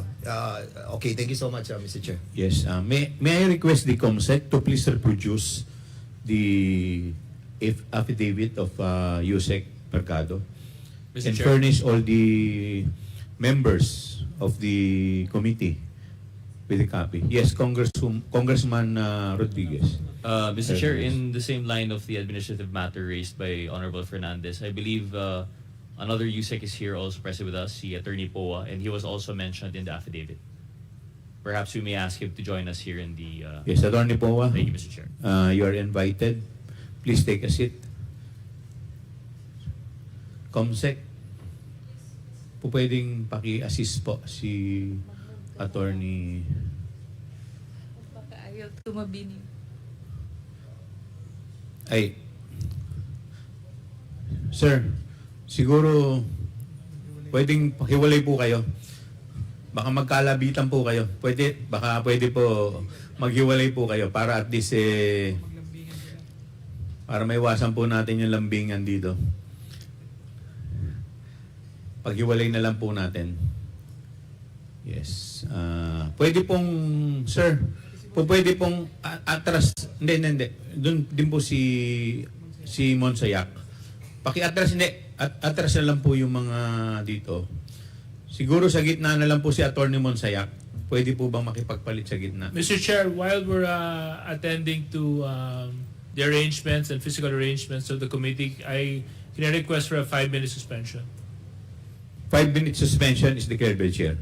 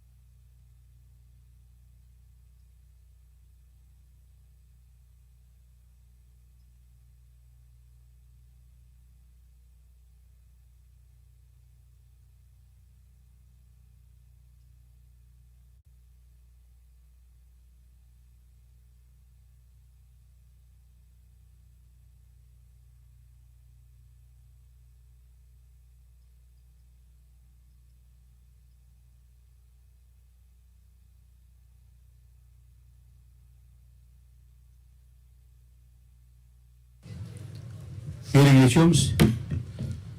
Our first interpellator would be Congressman Dan Fernandez. Congressman. Mr. Chairman, this is brief lang po, no? As I read the affidavit, medyo mabibigat po itong mga accusations that was mentioned by Miss Gloria Jumamil Mercado. But while we are in break, I tried trying to call my mga contacts about this person, si Gloria Jumamil Mercado. If I may be allowed to just establish some qualifications that you have. Just answer us truthfully, Miss Gloria Jumamil Mercado. Ano po ba ang pinagmulan po ninyo? You are in the public service for 40 years. But ano po yung mga foundation that you can relay to this committee as your established personality? Thank you, Chair, for that question. Yes, Yusek Mercado, you are recognized. I was, as I mentioned, I'm already 40 years in government. I was pulled out from my fourth year college. I was 19 years old when I worked with then Minister Vicente Paterno as Masikap. I think one of the famous Masikap here is also Congressman from Cagayan de Oro. So I started working in Mindanao as a field worker, and I rose the rank up to an assistant secretary on mostly on merit.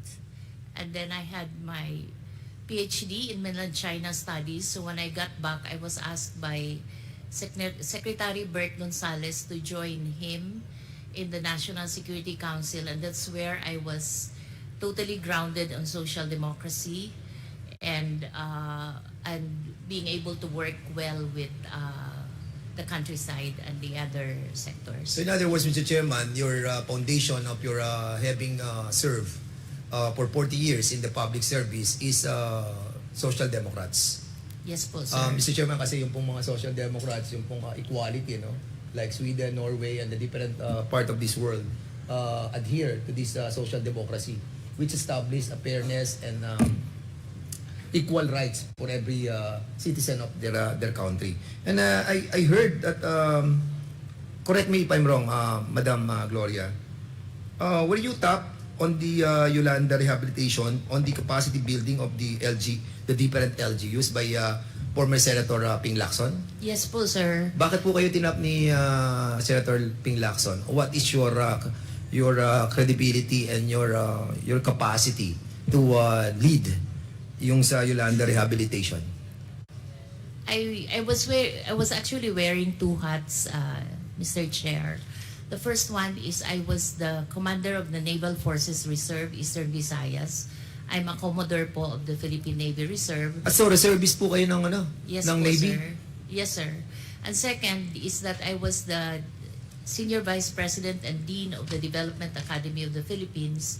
And we were asked by Senator Ping Lacson, of then Presidential Advisor for the Yolanda Rehabilitation, to develop a course for the 179 municipalities and towns that were affected by which we call the Yolanda Corridor. So we customized a program for them, and they didn't come up with a thesis. It's a master's degree. What they came out, each of the planner will come out with a new town plan that is on a build better framework. So in other words, Madam Chair, Mr. Chair pala, and Madam Gloria, yung buong trabaho po ninyo para maintindihan po ng in a layman's term, no, yung naging trabaho nyo as Senior Vice President po ba kayo ng Development Academy of the Philippines? Yes po. If I may, no, ito po bang trabaho nyo dito, kung ilalagay po natin para mas maintindihan natin, kayo po yung nagte-train para dun sa mga career executive. Am I correct?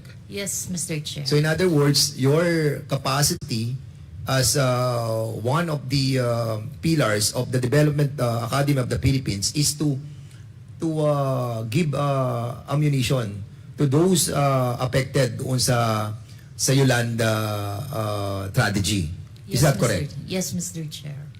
Were you also a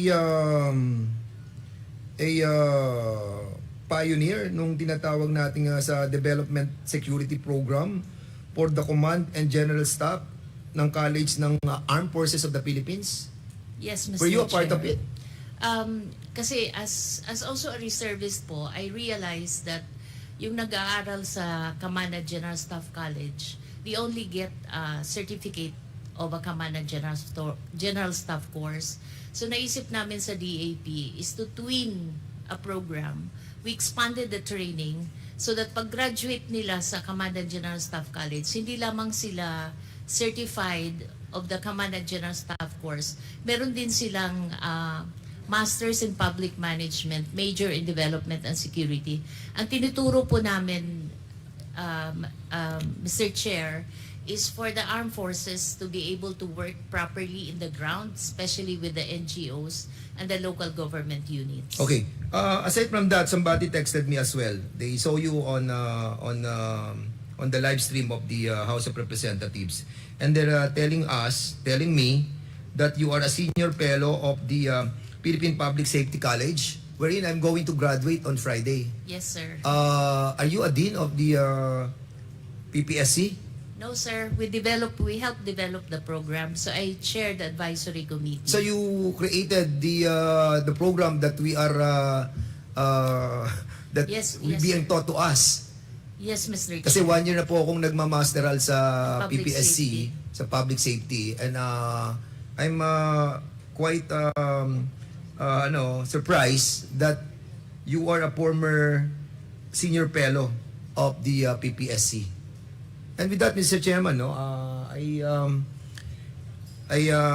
was quite surprised to find out that no, actually, I'm not surprised anymore. A while ago when I was hearing your testimony on your affidavit, medyo nagiging questionable pa sa akin yung mga dineklara nyo dito. But now that I found out all of this qualification that was given to me by my friend who have watched you testifying on this committee, now I must agree that you really have a ball, no? Ano kayo talaga? You were established on your foundation on the true public service that are being given by you. And with that, Mr. Chairman, I will not be furthering my my query anymore because I believe that this person who will be testifying to us have this high credibility. Maraming salamat po, Mr. Chairman. Thank you. I will be the next interpolator. Ma'am, kanina po binanggit po ninyo dito na sa inyong affidavit. Ito po ba yung affidavit na binabanggit po ninyo, na pirmado po ninyo? Dated 25th of September 2024? Yes, Mr. Chair. Okay. Ito po yung pirma ninyo na nakalagay po sa taas ng Gloria Humamil Mercado. Pirma po ba ninyo ito? Yes, Mr. Chair. Okay. So alam naman po ninyo at ito po ay under oath.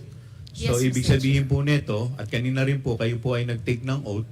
So lahat po ng sasabihin ninyo po dito ay dapat pawang katotohanan lamang. Tama po ba? Yes, Mr. Chair. Okay. Kanina po binanggit po ninyo dito na kayo po ay by the way, ano po yung inyong educational background? Pwede po ba malaman namin? I have a bachelor's in economics and a master's in national security administration. National Security And a Administration. PhD po in Chinese studies. And PhD. In Chinese studies. Chinese Studies. Okay.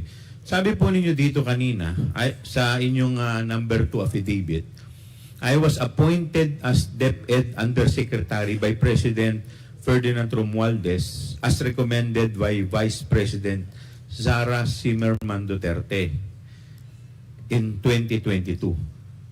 Bakit po paano po ninyo nakilala si BP Sara? At bakit kayo po ang napili niya na i-recommenda bilang Undersecretary ng DepEd? Thank you, sir. Thank you, Chair. We actually went through a selection process. There was an advertisement by the CES board that the Department of Education is going to recruit undersecretaries, assistant secretaries. So we saw that ad. I was currently working with the Office of the Presidential Advisor for streamlining government processes. And so we applied, we were interviewed, and then we received communication that we passed the interview and the process, the selection process, and that we are to assume at a specific date. Okay. So, ibig sabihin po, prior to your appointment as Undersecretary, hindi pa po nyo kilala si Vice President Sara Duterte. Tama po ba?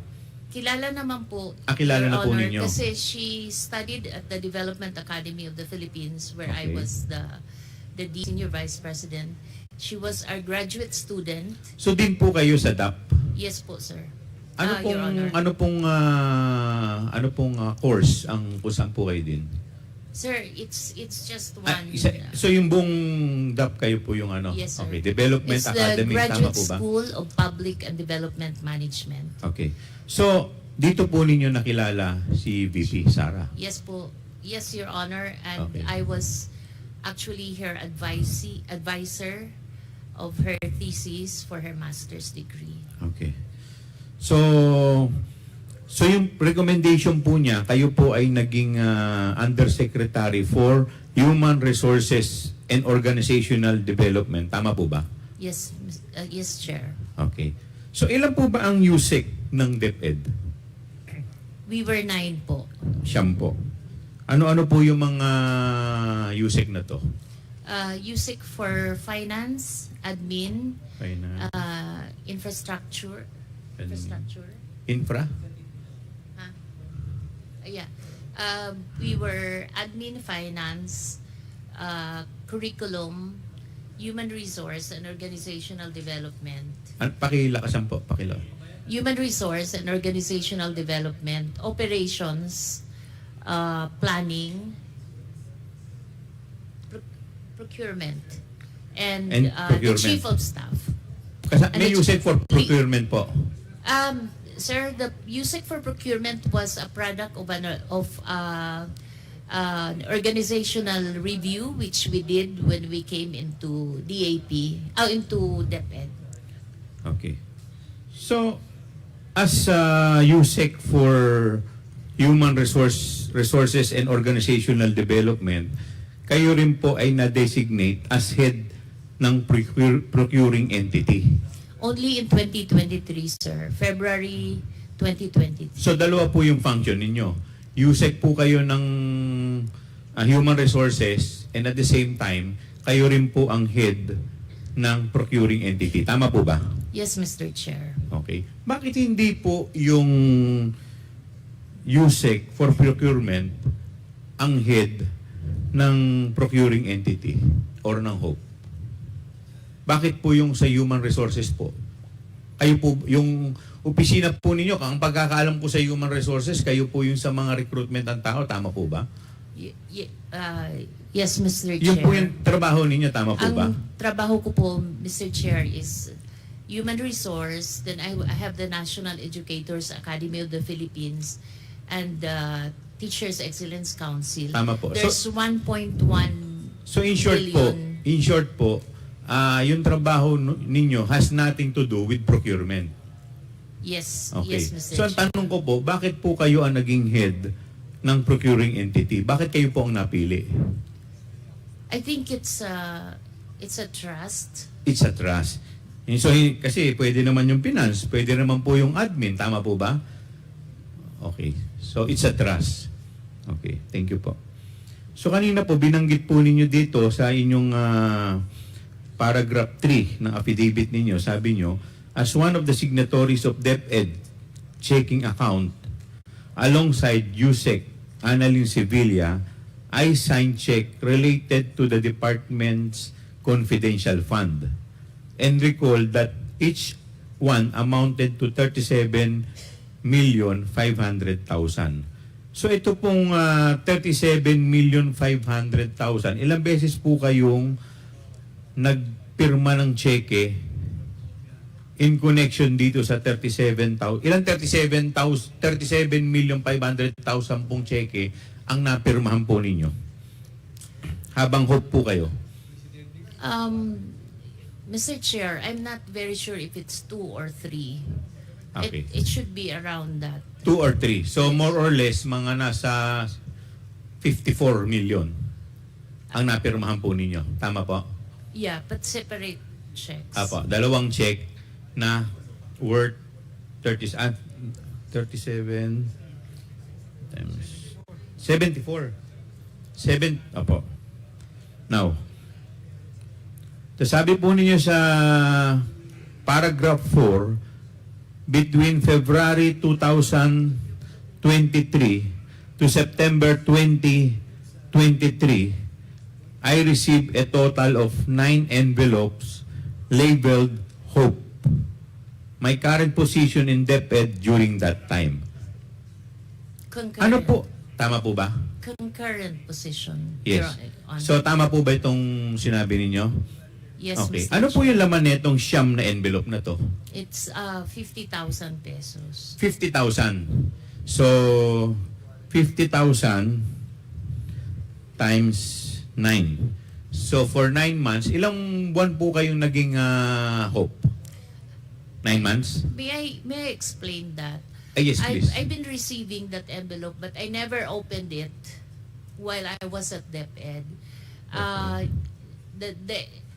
Some of my friends, when I left, they saw that those envelopes still intact, not opened. So I actually didn't know how much money there was in each of the envelope.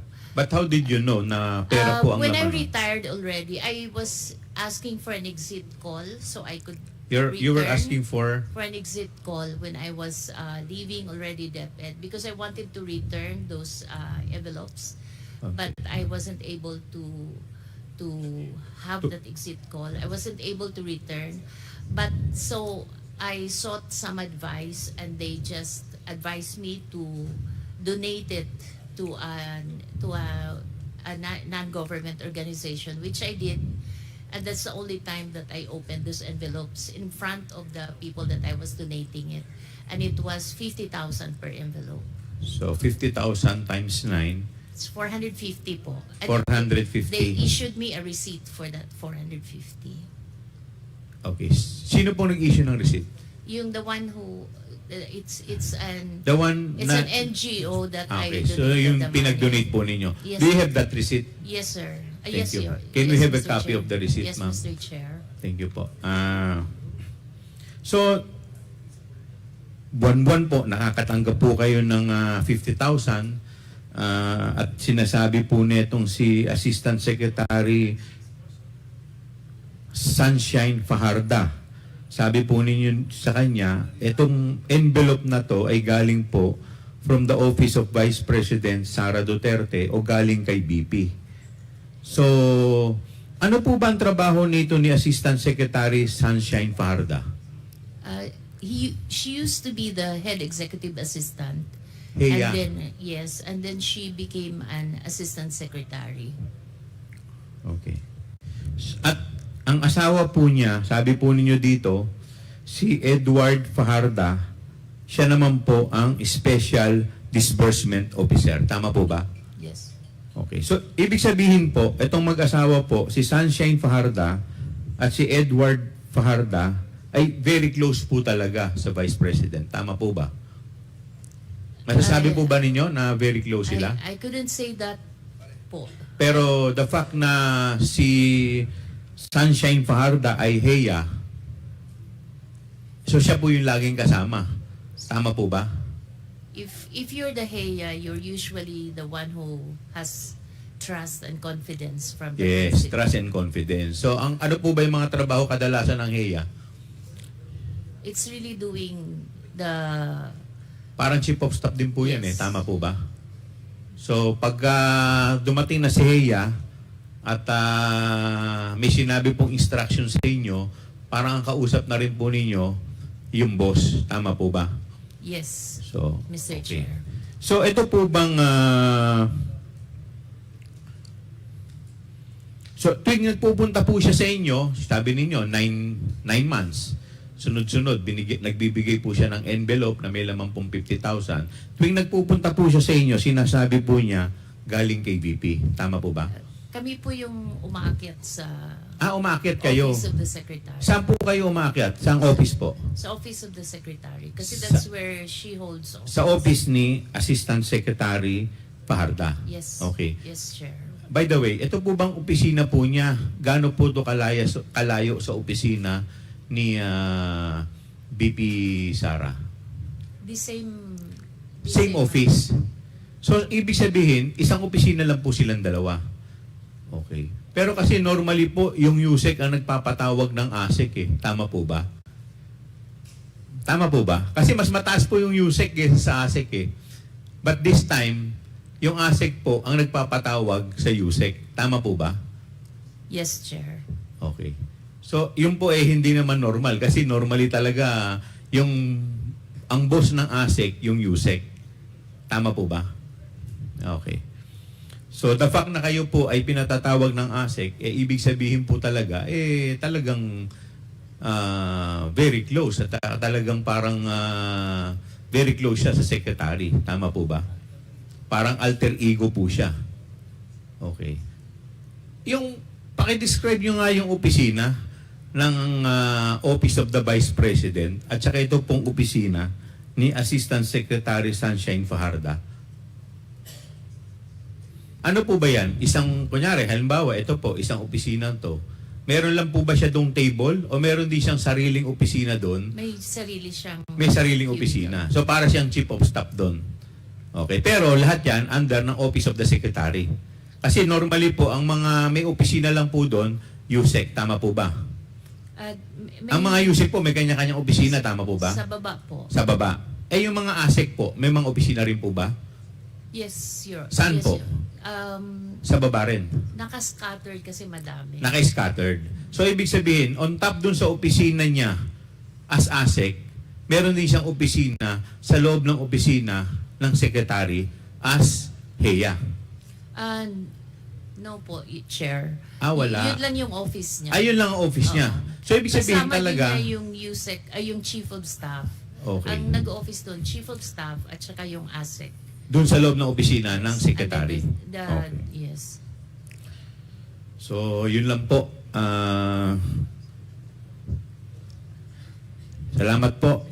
Yes, with the indulgence of Congresswoman Luistro, the Chair would like to recognize Congressman J. Konghun. In connection lang po, ma'am, doon sa tanong ni Chair. Tanong ko lang po, ma'am, nung naramdaman niyo po na may nag-aabot po sa inyo ng sobre, buwan-buwan, ano po ang pakiramdam niyo? Bakit hindi niyo po binuksan? I must admit that I was uncomfortable with those envelopes, but parang ang hirap din kasi I'm not sure if others are receiving. Parang ang hirap din I didn't know if others are receiving. I cannot say. So ang ginawa ko na lang is I had this pouch that iniiwan ko lang sa office. Nilalagay ko lang doon yung mga binibigay sa akin na pera. Sa pakiramdam po ninyo, para po saan yun? Ang feeling ko is she has naman resources to give to she has probably personal resources that she can share to her people, and I'm not really, ayoko mag-speculate, but the only thing I could say is I wasn't comfortable with it. Hindi po ba kayo nagtataka? Kayo po yung head ng HOPE, ng procuring entity, tapos may natatanggap po kayo na buwan ng 50,000? As I mentioned, it is uncomfortable, and that's precisely the reason why I wasn't opening it at all. I was just putting it in one pouch. Thank you, Mr. Chair. The Chair Mr. would like Chair, to recognize Congresswoman Luistro. thank you. My question is addressed to Ma'am Mercado. Ma'am, do you confirm when you were still in DepEd you were occupying concurrently USEC for HR and Hope. Yes. Sabay po yun. When were you appointed as Undersecretary for Human Resources and Organizational Development? We were all appointed together by the President July, but I only assume... Can you please state the year? July 2022 po. Okay. But I only assumed office in August 15, 2022 because I was still winding up my work with another office. So you would agree with me if I say that you were appointed as USEC for HR July 22, but you assumed the position August 15, 2022? Yes, With Mr. respect to Chair. your appointment as head of procuring entity, kailan po kayo na-appoint? That's February 2023. February 2023. Let's go back to your appointment as USEC for HR. From August 15, 2022, kayo po ba ay pinaakyat din ni ASEC Sunshine to receive this envelope which you refused to open? Not on 2020. I don't recall 2022. We have we have gifts on December, but I don't recall a monthly thing before that. In other words, from August 15, 2022, that is the date of your appointment as USEC for HR, until before February 2023, which is your appointment as head of procuring entity, you are not receiving any envelope from ASEC Sunshine. No. And you will confirm that this envelope started only when you were appointed as head of procuring entity. It's actually not very clear to me anymore, but I recall we also received some amounts in 2022, but it's very vague to me anymore. So, and then I don't have the envelope. So, parang it wasn't... So how do you receive those amounts which are vague, not regular, if there are no envelopes? No, I think it's only once. It's like a Christmas bonus. Pero siguro hindi siya naka-envelope kasi I didn't keep it. Tama po bang sabihin, ma'am, na yun pong regular monthly envelope which you later on found out contains 50,000 per envelope ay nag-umpisa lamang nung kayo na-appoint as head of procuring entity? As far, I'm still keeping those envelopes, so I would like to say yes. Yes, because it is very clear from your affidavit, no? This envelope started in February and ended in September of 2023. And earlier you said kayo po'y na-appoint bilang Hope noong February 2023. And prior to that, since your appointment in August 15, 2022, wala kayong nare-recall regular envelope which you were receiving from ASEC Sunshine. Can you please enlighten us? What is with Hope? Bakit doon lang po nag-umpisa itong envelope na ito upon your appointment as head of procuring entity? It's a very difficult task, especially for someone who has not tried to be one before. Parang it's an area that I really evaded all my entire government life. But I needed, there's just too many already pending procurement at that time. So when I was asked if I could be designated as the Hope, I first referred them to other people who are seasoned in procurement, like sina Yusek Rebsi, but Yusek Rebsi was already too preoccupied with operations.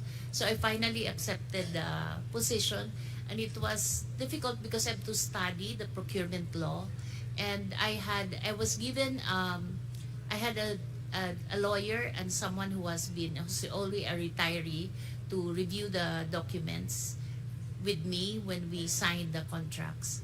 And I had commitment from when I accepted the post, I made it a family decision, you know. Like among the execom, I asked our legal before, Yusek Brady and ASIC Amanda Nograles, that everything that I signed has to be thoroughly reviewed by legal. And so I had that commitment of support from everyone in the execom, and so I accepted the post. In brief, ma'am, can you please enlighten us? Why do you say na mahirap, difficult ang position ng Hope? Because you have to read through you have to look through all the documents, and it's like Which documents, ma'am? everything that goes through the bidding process. I am not part of the bidding process itself, but on the time that I was appointed, I was the one tasked to form the structure of who's chair for BAC 1, BAC 2. So I spoke to all the people which I know I will have comfort to chair specific committees at specific BAC. But the process of bidding, I'm not part of it, because you have to maintain you have to make sure that you're not enmeshed with the process itself, but you're just reviewing to make sure that the vice president secretary is protected with everything that I signed, because it's a delegated function. She's supposed to be the hope. In other words, ma'am, you're the person who check all the documents coming from BAC before the vice president signs or approves. No, I signed. Because You sign for the... I have to sign because I'm the one, the hope signs. It's delegated to me already. And you will agree with me if I would say na you consider it difficult because it concerns matter about procurement and bidding. Yes. Where there are a lot of issues surrounding, sometimes And it's just issues too about many. bribery and corruption. You agree with me? Yes, And what do you think is the reason kung bakit yung envelope nag-start lang during your appointment as Hope? I think Bakit it's- po walang envelope nung HR pa lang kayo? Tapos biglang nagka-envelope nung naging Hope kayo? I think it's like an allowance maybe for an extra work, because sometimes I have to stay until midnight to look at the documents when sometimes I have If one. that is just an allowance, ma'am, then the rest of the officials of the DepEd should be receiving also their respective envelopes. Do you think so? Don't you think so, ma'am? If that is just an allowance, then the rest of the officers of DepEd should have their own envelopes as well. Mr. Chair, that's precisely the reason why I did not open any of it. Because I that understand. was very uncomfortable on I my understand. And that leads me to the next question, ma'am. Why were you so uncomfortable with the envelope when you believe that that is just an allowance? Because, Ma'am, I'm 40 years, Mr. Chair, I'm 40 years in government. The only time I have an ombudsman case is when I advised my principal not to sign an importation, when I was the deputy cabinet secretary, and I advised my principal not to sign an importation because there was no rice crisis. That's my only ombudsman. I have to protect that name. Self-made po kami. I come from Samar. I was a scholar since I was grade 1 until I took my PhD. So I have all reasons to protect my name, Your Honor. And I'm in the home stretch of my career. And then I'm being thrown into that position, which I have no control because I'm only studying it. So that's my... Ma'am, I wish to remind you of the terminologies which you mentioned already. With all due respect po sa inyo, no? Because I want to elicit this information from you. Kanina po sabi nyo, the position, the job of Hope is very difficult. Do you confirm? Yes. Yes. And you did not open the envelope because you feel so uncomfortable. Do you confirm? Yes. And then recently you made mention na it was only once that I had this case with the ombudsman. Do you confirm? Yes, ma'am. And you also made mention that you wish to protect yourself. Do you confirm? Yes, And the reason, ma'am, is because you believe that that envelope is a bribe. Do you agree with me? Because otherwise, you will not appreciate the job as difficult. You will not uncomfortable opening what you believe is allowance. You will not be thinking about the ombudsman case. You will not be thinking about protecting yourself. The reason why you are considering all these concerns is because you believe that the envelope is a bribe. Do you agree? Yes or no, ma'am? It's kind of harsh word to use, bribe, because if Or should I say, it is a means to influence your decision being the hope? It could be. You said yes to that? You said it could be. Could be. I wish to manifest, Mr. Chair, that on the story, on the narration of the resource speaker about this envelope she received and she refused to open until the same is donated from February 2023 to September 2023 is a means actually to influence the decision of our resource speaker being the one who approved all the decision of the BAC in behalf of the DepEd Secretary. Tama po ba, ma'am?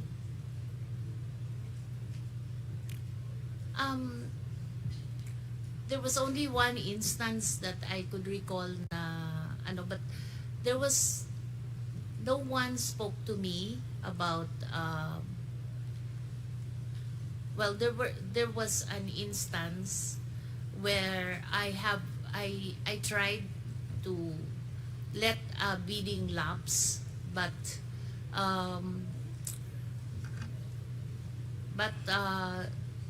I ended up signing it because there was a protest. I'm not comfortable discussing it.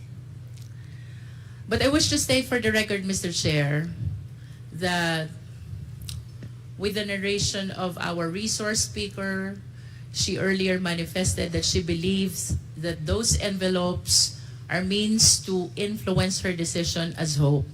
Ma'am, I wish to invite your attention to paragraph 6. You mentioned in this paragraph that a certain attorney Reynold Monsayak suggested in the presence of 3 DepEd officials na pag-usapan na lang ang 2022 budget para hindi masayang.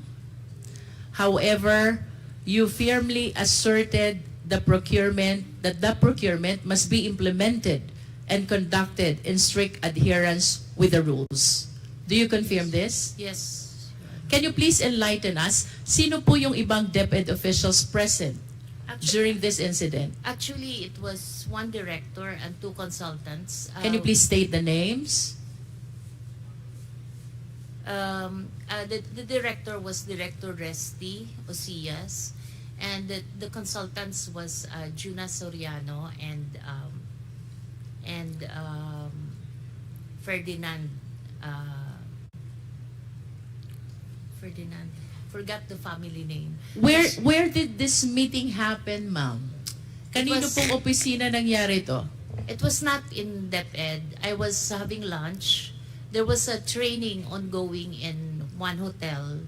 I don't recall anymore whether it's Linden or Discovery Suites, but it's just in Ortigas area.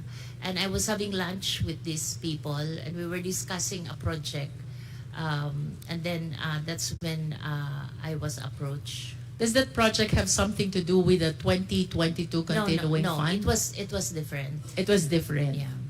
But that lunch was shared with these 3 other DepEd officials along with Attorney Monsayak. No, Attorney Monsayak was not part of the lunch. I think he probably came out from the training, and then that's when he joined us. He joined you, and then to whom did he direct what he said na pag-usapan na lang natin yung 2022 para hindi masayang. Kanino po ba niya sinasabi ito? Sa inyo o doon sa tatlong DepEd officials pa? It could be to me and the director because Director Resty was also a member of the BAC. How about the two others? Are they members of the BAC also? No, they're not because the consultants we were discussing a DepEd Guru program. It's an app that we were discussing. And can you enlighten us? Ano po bang naging reaksyon nung kasama nating director? Her name is Director? Osias. Well, I think his reaction was that parang ba't niya sinabi yun we're not, may other people there. I see. Parang ganon. Because those two other consultants are not part of the BAC. Yes. And did she accede to what Attorney Monsayak said? No. He's a very strict director as far as procurement. She did not accede. He did not accede. Yes. And kayo po, you asserted that the procurement must be implemented and conducted in accordance with the law. You said that. Yes po. And Attorney Monsayak heard that. Yes po. And after this incident, ma'am, what happened? I left na. I left already. You left. But you recall that after some time, kayo po ay kinausap na ni Miss Zulaika, ni Attorney Lopez, the Chief of Staff of Vice President Sara. Please enlighten us. What happened during that conversation? Parang a day, mga afternoon, I got a text. When I got the text, it was a familiar text because these were the same texts that is sent to those who are asked to leave as well. So when I saw it, I prepared what I should tell them and tell her. And I prepared that I'm not resigning, but I'm retiring because I'm already at age level where I could retire properly. And so when I went there, I knew what the issue would be because the kind of text that I received was the same text that was received by Chris Arnoco, ASEC Chris Arnoco, and the others. Who is Chris Arnolfo, ma'am? He's an ASEC also that was asked to resign. He was asked to resign for what reason, if you're aware? No, I'm not aware. You are not aware? I just get to know being an HR, and then I was their nanay-nanayan in DepEd. So I get to be their sounding board and their apprehensions because they're young people, their career. So yun yung situation. And so when I arrived at the OBP's office in Mandaluyong, sinabi na there's this issue of a teacher that is in my office and some other issues. So kinat ko na lang si Yusek Zulaika, sabi ko, in my 40 years in government, I knew that I work on trust. So if the principal doesn't trust me anymore, then you don't have to find reason for me to go. So I'm ready to resign, to retire. Here are the things that I need to do for retirement. I need to say goodbye properly to the institution that I serve well. For the record, ma'am, did you resign or did you retire? I'm being asked to resign. I did not. I retired. I You applied retired. for retirement. So when did you retire? Effective November 1. So that is 1 month No. from the supposed date when they you're don't supposed to li- retire? They don't like 1 month. I was actually trying to ask for December 30, but they wanted it on that day that they spoke to me. This is 4th week of October when Attorney Zulueta I think talked to you. I'm not very sure anymore. 3rd week of October, they want you to resign on that date? On that very day. On that very date. But you said, I'm not going to resign because I have to honor my 40 years in government, you know. What would I do after resigning? and how did you feel when on the 3rd week of October you're being asked to resign? I was so devastated because I was I couldn't find a reason why I will have to go, you know. What were you thinking during that time? Can you please share with us your thoughts? Ano pong iniisip nyo during the time when, after 40 years of being in DepEd, dedicating all your life and career in DepEd, suddenly there is Attorney Zulueta asking you to recite right then and there? I was very sad. I spoke to, but it wasn't a surprise, Mr. Chair, because there were 6 people before me that went through that process. So I wasn't surprised. So what I did the night before when I got the text, I already prepared myself. But I'm human and I worked very well for the past year. So I was really very devastated with what they did to me. And that's also the reason why I refused to initially to face this panel, because I said I'm so wounded as a bureaucrat. So baka so I just didn't. Siguro what was hurting is that when I left, they were trying to marami kasing press that was running after me and asking why I left. So my children and I flew to Guam for 3 days just to evade the press, which nandun na rin sila sa gate namin sa village. And I think what was hurting is that they were trying to justify my departure by saying that I was favoring certain suppliers, which I told You don't believe that? I told my kids. You reject that? I told my kids I left DepEd with my pride intact and with integrity, because I have not favored any. I don't even speak to suppliers.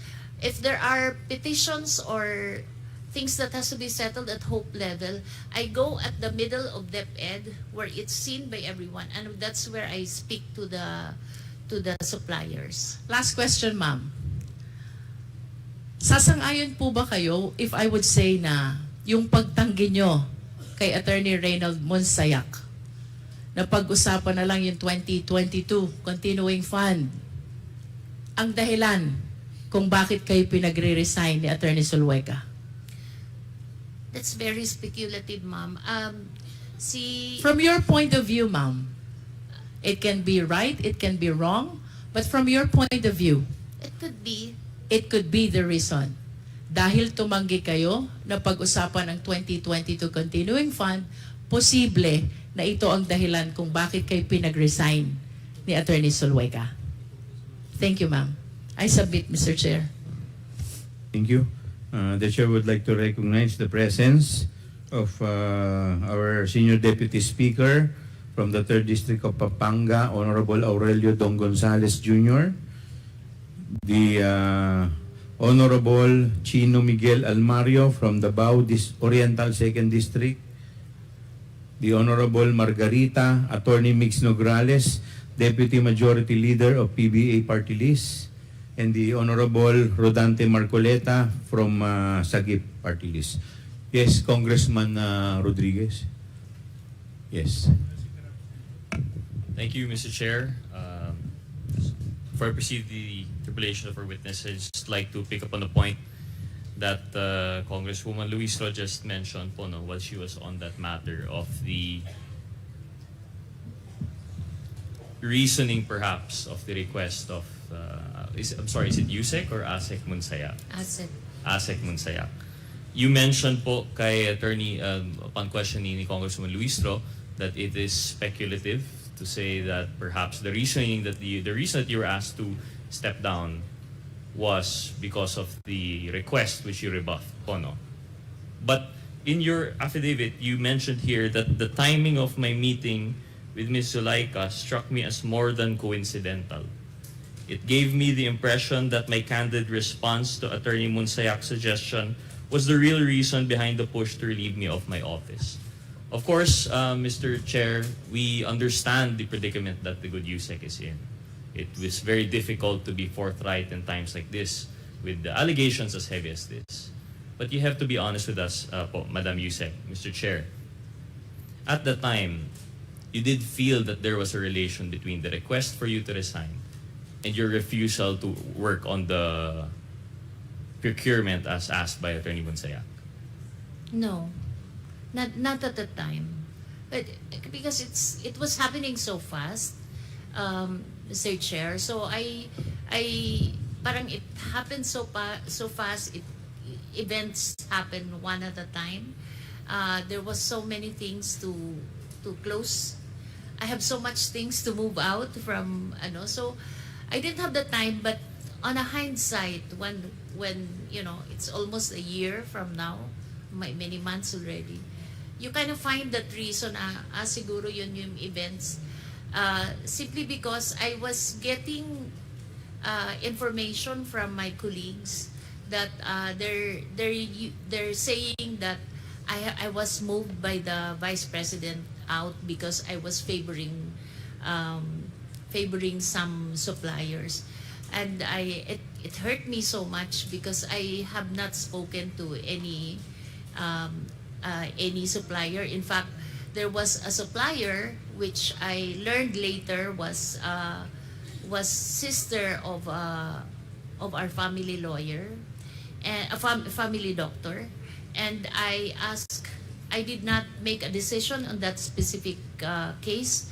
I raised it to the office of the Vice President to make the decision, just to make sure that there's no doubt on your decision for certain suppliers. So I made a confidential memorandum to the President, to the Vice President, saying that there are allegations of bribe in this specific case, so I'm raising it to you to validate the issues. So siya yung gumawa ng decision. So at that point, you would say that you feel then the reason that you were asked to step down was because of the allegations of favoring. No. So No, not at the time. I think they used it only when I left na. When I left na. Because they have to justify why I have to leave, Parang masyadong, the reason that was given was a little shallow. Okay. So you believe that the reasoning that you're favoring suppliers is shallow and belated. It was something that they were grasping at a latter time. So right now, when we ask you, what did you feel is the reason for Attorney Monsec to ask you, for Ms. Zulaika to ask you to step down? I think it's, I would believe that it's really the work on the procurement side. So, tama po yung sinabi ni Kong Jinky. She was hinting at that. You just had difficulty saying it. Yeah, But on a hindsight, yes. In hindsight. And you stand by your affidavit now when you say that it seemed as more than coincidental po, no? That the conversation of your resignation came right after your rebuffing of the, I wouldn't say advances, but the suggestion that you do not intervene with your duties in procurement. Yes. Okay. I just wanted to take up from that point now from Congressman Luistro. But so I'll start now over from your affidavit as a whole. Of course, these are very heavy accusations. This is a very heavy narration. And of course, Chairman Dan Fernandez has already given some insight as to your background. So it really gives us some credibility, an idea of who you are and why you would come out to say this. So with that, we'd just like to verify, of course. I know some of these questions were already asked prior, but we'd like to really test the narration. So, Madam Yusek, Mr. Chairman, you mentioned that at least 2 or 3 times po, you signed the checks. And this was for the amounts of 37,500,000. And you're sure that this is sourced from the confidential fund. How do we know po that this is... No, I'm not. I signed checks. The checks. Because when you sign checks, there's a document, there's a paper naman that says where what fund it is. And you mentioned that you are one of the co-signees. But only for checks. We have no idea what how the confidential fund is used. Yes. Or, I'm limiting my questions purely to the checks. It's that which you have personal knowledge. So you mentioned here that you signed checks related to the confidential fund. And there were documents to prove that this is in relation to the confidential fund. Who else were your co-signers po in the check? Yusek Ann. Yusek Ann is here. She is present. Maybe ask si Chair, we are free to ask other resource persons po naman, no? Because it's as in an inquiry in aid of legislation. Yes, please continue. Maybe ask Yusek Sevilla. You were mentioned in this affidavit. Do you confirm that you signed these checks together with Yusek Mercado? Mr. Chair. Yusek Sevilla. Sevilla, you are recognized. Thank you, Mr. Chair. Yes, Your Honor. as part of my work as the Undersecretary for Finance, I do the ministerial task of processing and releasing payments. And for a check to be released, there should be 2 signatories. And in the designation of authorities to sign checks, all undersecretaries are authorized to do the signing of the checks. And there's a limit also, Your Honor. For example, until 10 million, that's the director level. Up 10 million and up, it's now the undersecretary. So in the case of the confidential fund, when it was processed and released, there are 2 signatories, and I confirm that one is mine and the other is Yusek Gloria Mercado. Thank you, Mr. Chair. So we have confirmation of that narration, that part of the affidavit na co-signee po, the co-signer, si Yusek Sevilla. Yusek Sevilla, can you confirm to us how many checks po kaya ito? Just to help refresh the memory of Yusek Marcolet. There were 3, Yusek Mercado. Your Honor, Mr. Chair, there were 3 checks that were issued per quarter.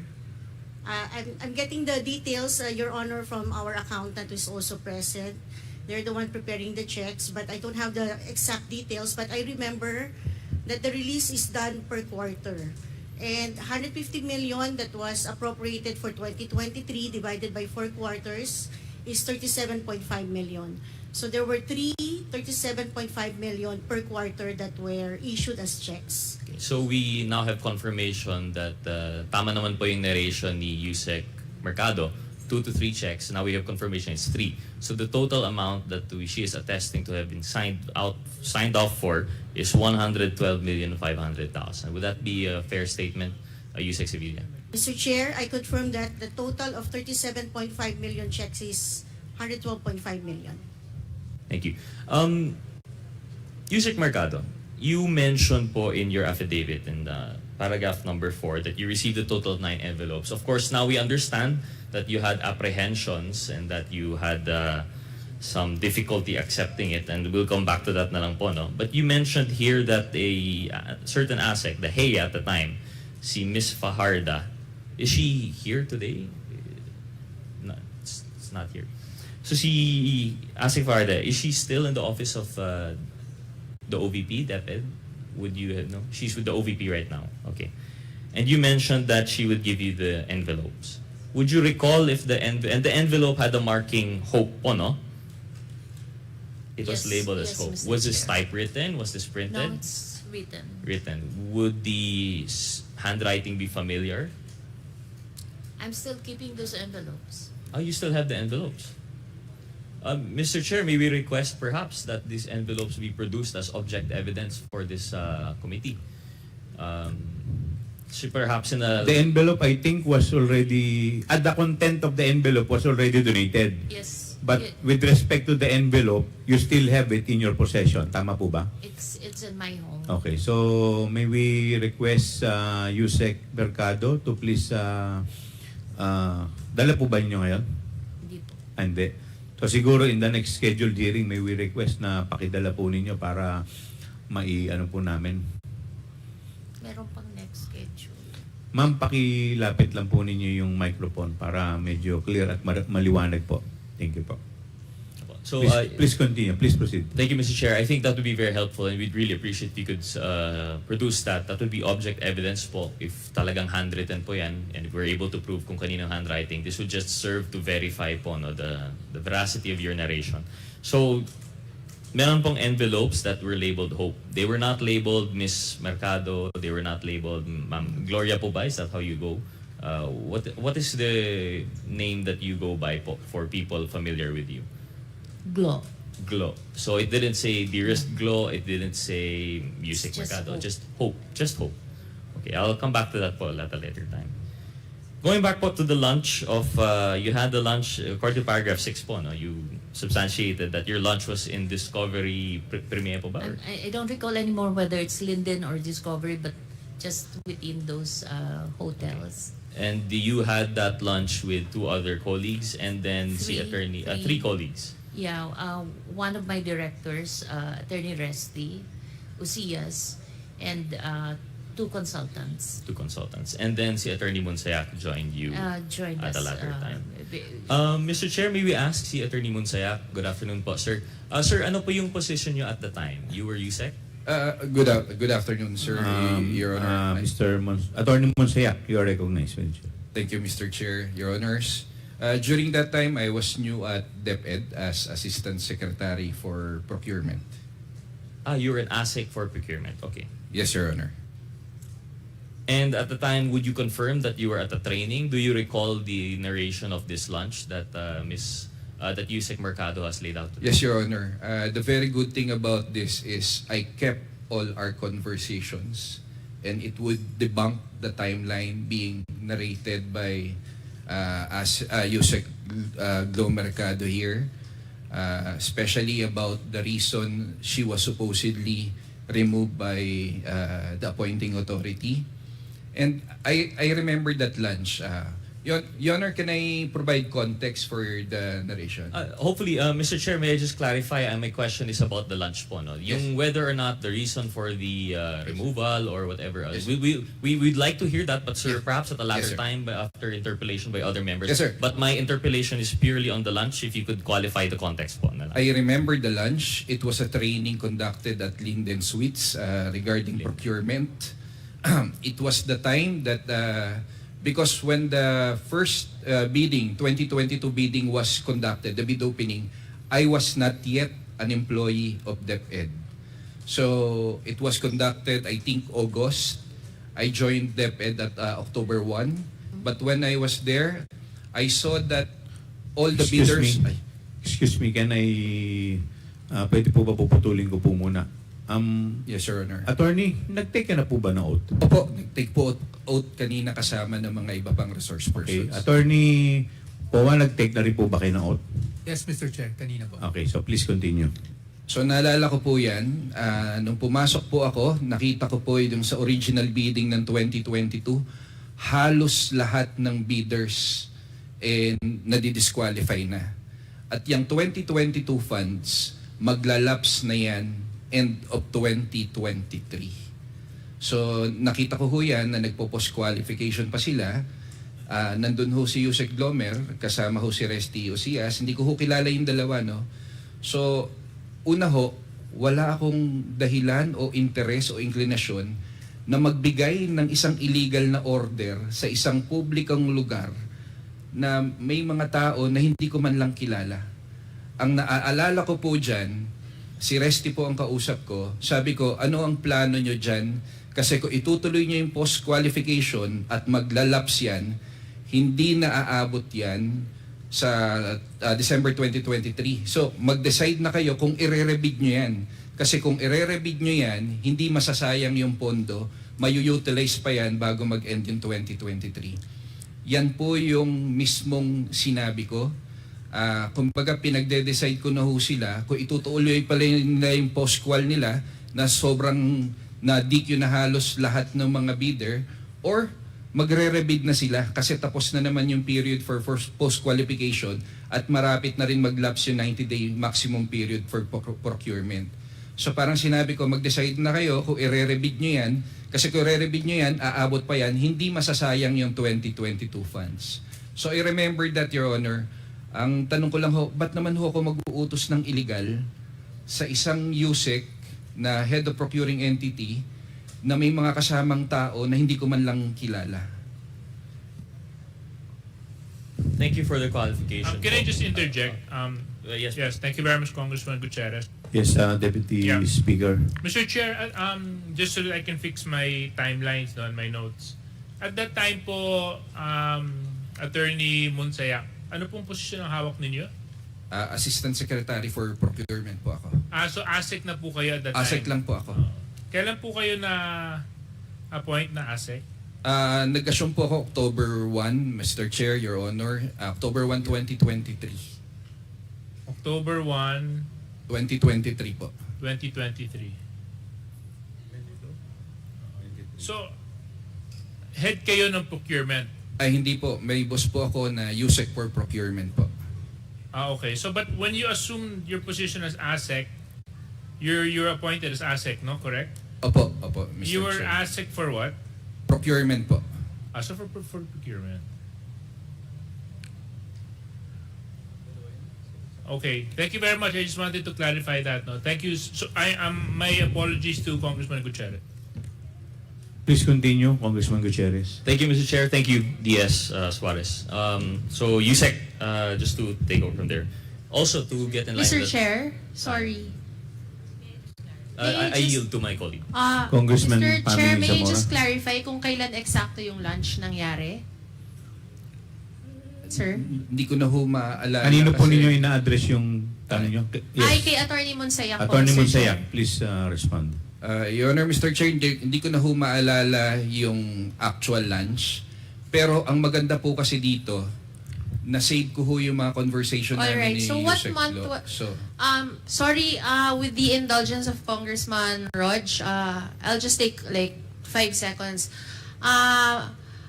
What month was this, Attorney Monsayak, Mr. Chair? Please continue, Attorney Monsayak.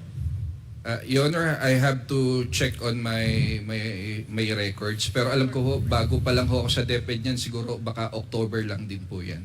Anong year Saan po? ko na, Anong year? 2020 po, Your Honor. 2020, okay. kanina si Ma'am Gloria,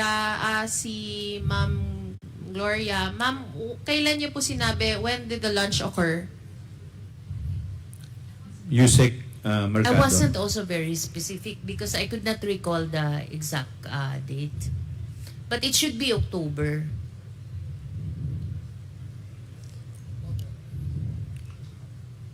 All right, Mr. Chair, thank you.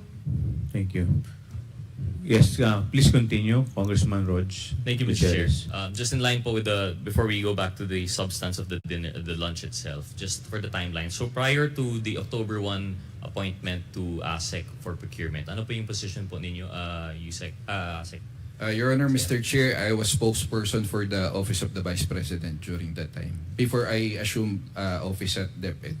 Since when po yung appointment po in the OVP? Nagsimula po ako sa OVP when the Vice President assumed position. Given that the OVP was concurrent secretary with the DepEd, would you say you are familiar with the members of the DepEd, even prior to your assumption in October 1? Ironically, Your Honor, kagaya po ng sinabi ni Yusek Glomer, yung mga tao po sa DepEd, hindi po sila yung mga taong dating nakasama na ni Vice President Sara sa trabaho. Nag-create po talaga ng selection panel, tiningnan yung merits, tiningnan yung credentials. So, hindi ko po sila kilala. Ang ironic po, ang medyo kilala ko po talaga, si Yusek Glomer because she's married to a fraternity brother in UP.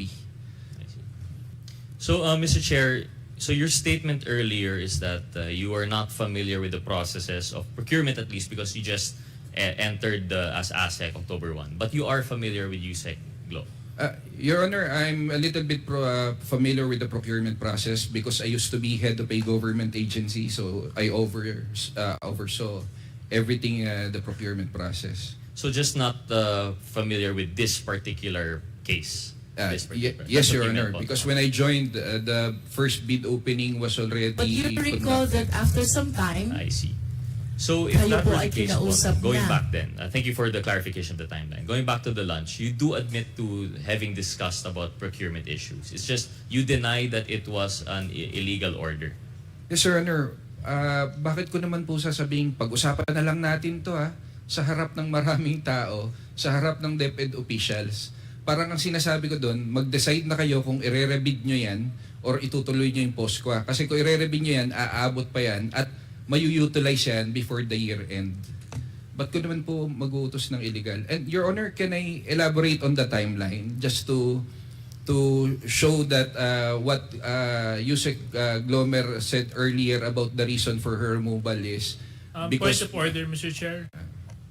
Go ahead, the SJJ. Yeah, Mr. Chair, I think with all due respect, not the resource person and the I witness. apologize, Your Honor. Oh, no, nothing to apologize for.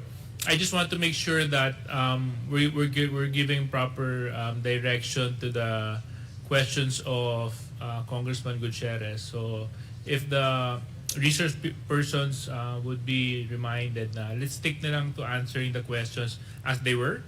and then you'll have your chance naman later on to also expound on certain events and certain timelines that you'd want to explain. Thank you very much, Mr. Chair. Thank you, the SCJ. Kindly continue, Kong Raj. Thank you, Chairman Konghun. So yes, I do agree with DS Suarez. As much as we want to hear the timeline, perhaps at a later time, I'll just pursue my line of questioning. I'm sure some of my other colleagues would like to pursue po yung timeline nung resignation. Yes, Your Honor, But Mr. for Chair. the purpose of my interpellation, I'm satisfied with the answer of USEC Mercado that as to her hunch as the reasons which she was asked to resign, and as to the timing of which, given the lunch that happened in the Lint Suites. No? I just have one more question lang po siguro, and then I'm going back now in relation to the envelopes that were labeled Hope. You were being questioned po earlier, Yusek, Mr. Chair, that about your interpretation of what it meant when you were receiving these envelopes. And you mentioned you narrated in your affidavit that the envelopes were handed to me monthly by Assistant Secretary Sunshine Fajarda, which she says came directly from the office of Vice President Sara Duterte. And you mentioned that you quoted, "Galing kay VP," is what she would typically say as she hands the envelopes. What is your appreciation of that statement? Ano po yung ibig sabihin ng galing kay VP?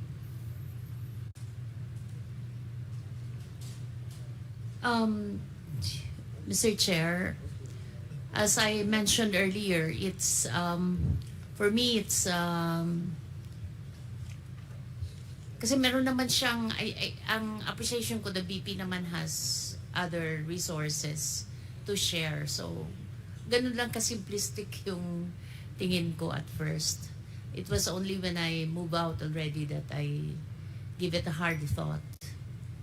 Of course, I mean, this is just testing to your personal knowledge. We have no idea, we have no clue kung talagang galing kay VP po yun. All that happens is that it is accompanied by that statement by ASEC Sunshine. Siguro kaya mo nalilink doon kasi si ASEC Sunshine yung nagbibigay. Because she was Heya at the time. Yeah. So you would assume from the Heya's closeness, proximity of both personal relation and by office, that she would have no reason to lie as to the source of that fund. Galing kay VP. But you're right, it could be a valid source, could be not. But I noticed during the interpellation of Congresswoman Luistro, you really had an apprehension. You said that bribery was too harsh a word. Could you expound on that thought? I think it's just not in my language to say it's bribery because I have not experienced it. And I would tend to agree, Mr. Chair, because generally when you speak of bribery, it's when you are offered a gift, offered compensation to entice you to do or not to do something that's within your duty. However, that's just the more general term of bribery po, no? But we also have the other. We also have indirect bribery. And that's in the case when a person is offered a gift by not for any act to do or not to do, but by mere virtue of your public office. Would that be closer to what you were feeling at the time? Because there was no conversation. Walang sinabi naman po na itong envelope, gawin mo to, wag mong gawin to. But it was simply by virtue of your position. The envelope says it all. Hope. Yes. And more colloquially, kilala ang indirect bribery as payola.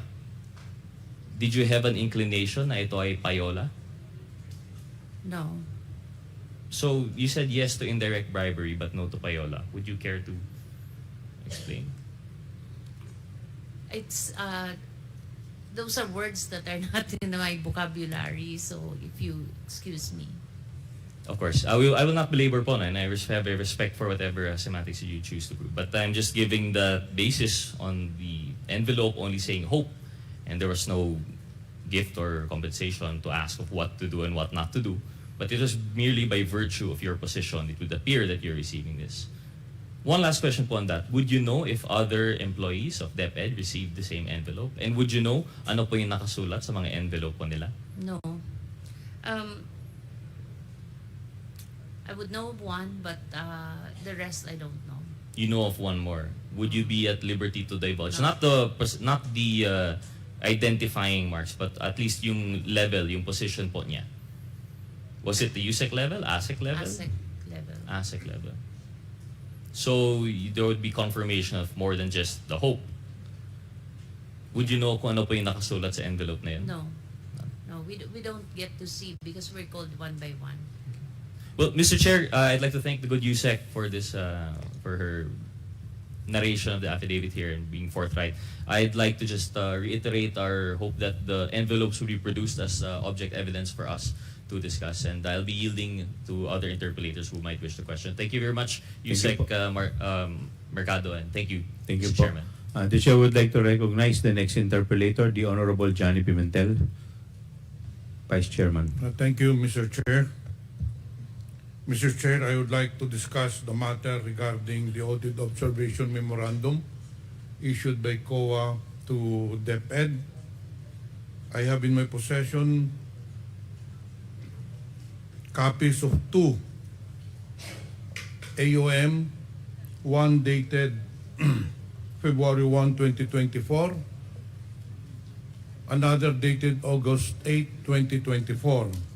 Now, the OM was sent to a certain Mr. Eduardo Parda, and this was received by Sunshine Parda on August 9, 2024.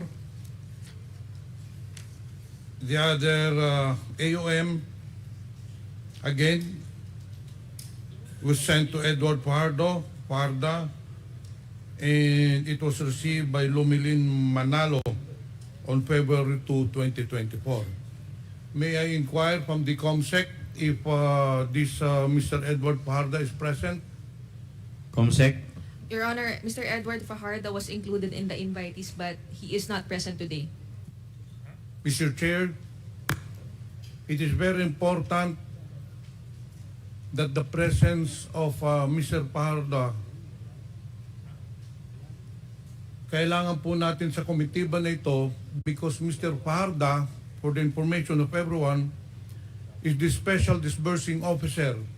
And this person is the one who made the cash advance of 75 million pesos.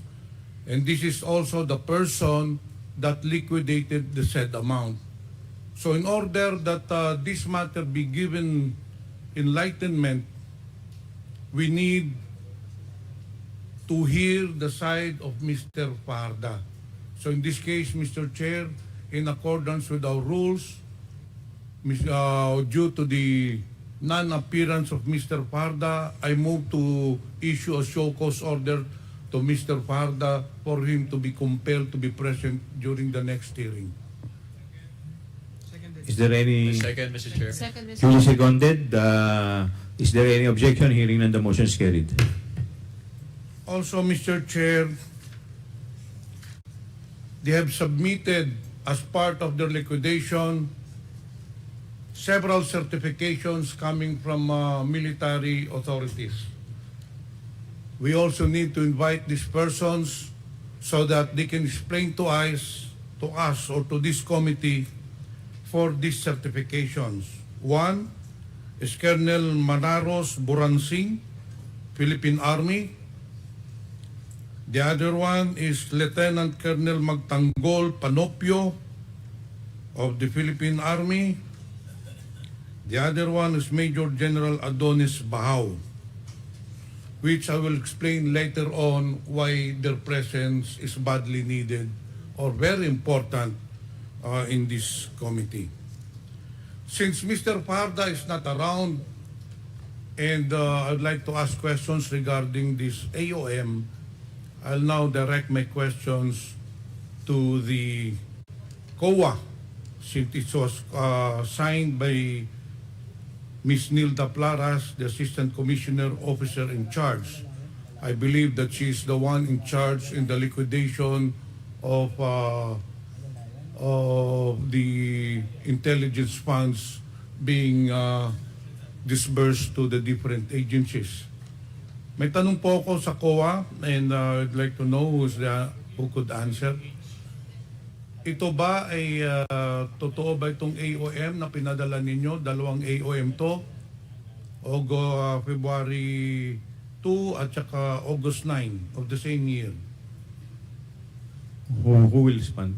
Attorney Gloria, please respond. Mr. Chair, yung isa po ay February 1, 2024 and yung isa po ay August 8, 2024. Ang tanong ko po, attorney, Received po pala ng August 9. yes. Ang tanong ko po, attorney, ito ba ay same subject matter? O different AOMs tong pinadala ninyo? Magkaiba po sila, Mr. Chair. Yung isa po ang covered na period ay July 12 to September 29 of 2023 and yung isa po ay February 20 to June 29 of 2023. But this pertains also to the same cash advance of 35 million pesos. Dalawang cheque po yun. Isang 37.5 million and then isang cheque na naman 37.5 million. Ito yung sa first AOM, hindi ba? Tama po, Mr. Chair. Okay, itong sa pangalawang AOM, ano ba ito? 37.5 million din, Mr. Chair. It is for confidential fund po ng July 2. So magkano September ng total 29. natin lahat? 112 million? Or magkano total? So in short, 100 para lang maliwanagan tayo, no? So yung February 1, dalawang 37.5 million, hindi po ba? Yung August na 9 or August 8, isang 37.5 million. So nagtototal na po siya ng 107.5 million, ganun po ba? 112. No. Again, balik tayo sa arithmetic natin. Yung first na AOM nyo, dalawang 37.5. Ang tanong ko, kasi walang nakalagay dito, sa pangalawang AOM, magkano ang kinasa advance dito nung August? Sa pangalawang AM, Mr. Chair, 37.5 million po. So, 70 million plus 37.5 million, if my computation is right, totals 107.5 million, hindi po ba? Tama po, Mr. Chair. Pero sa inyong report, ang total na nakas advance is 112.5 million pesos. So may kulang na 5 million pesos yung... So ibig bang sabihin yung 5 million pesos na balance, walang AOM yun?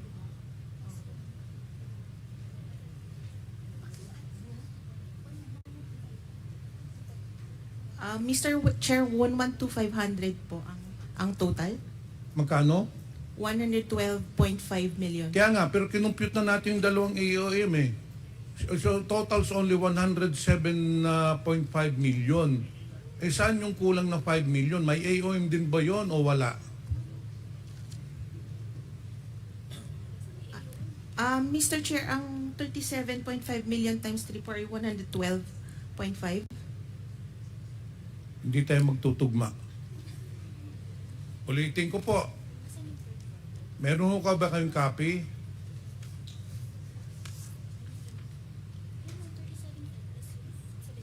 You know, attorney, this is a committee hearing. I think next time you should come here prepared. You should do your homework. No offense meant, pero para maliwanagan po tayo. Dalawa ho ang AOM ninyo. Ulitin ko po. Yung isang AOM ninyo is 70 million pesos.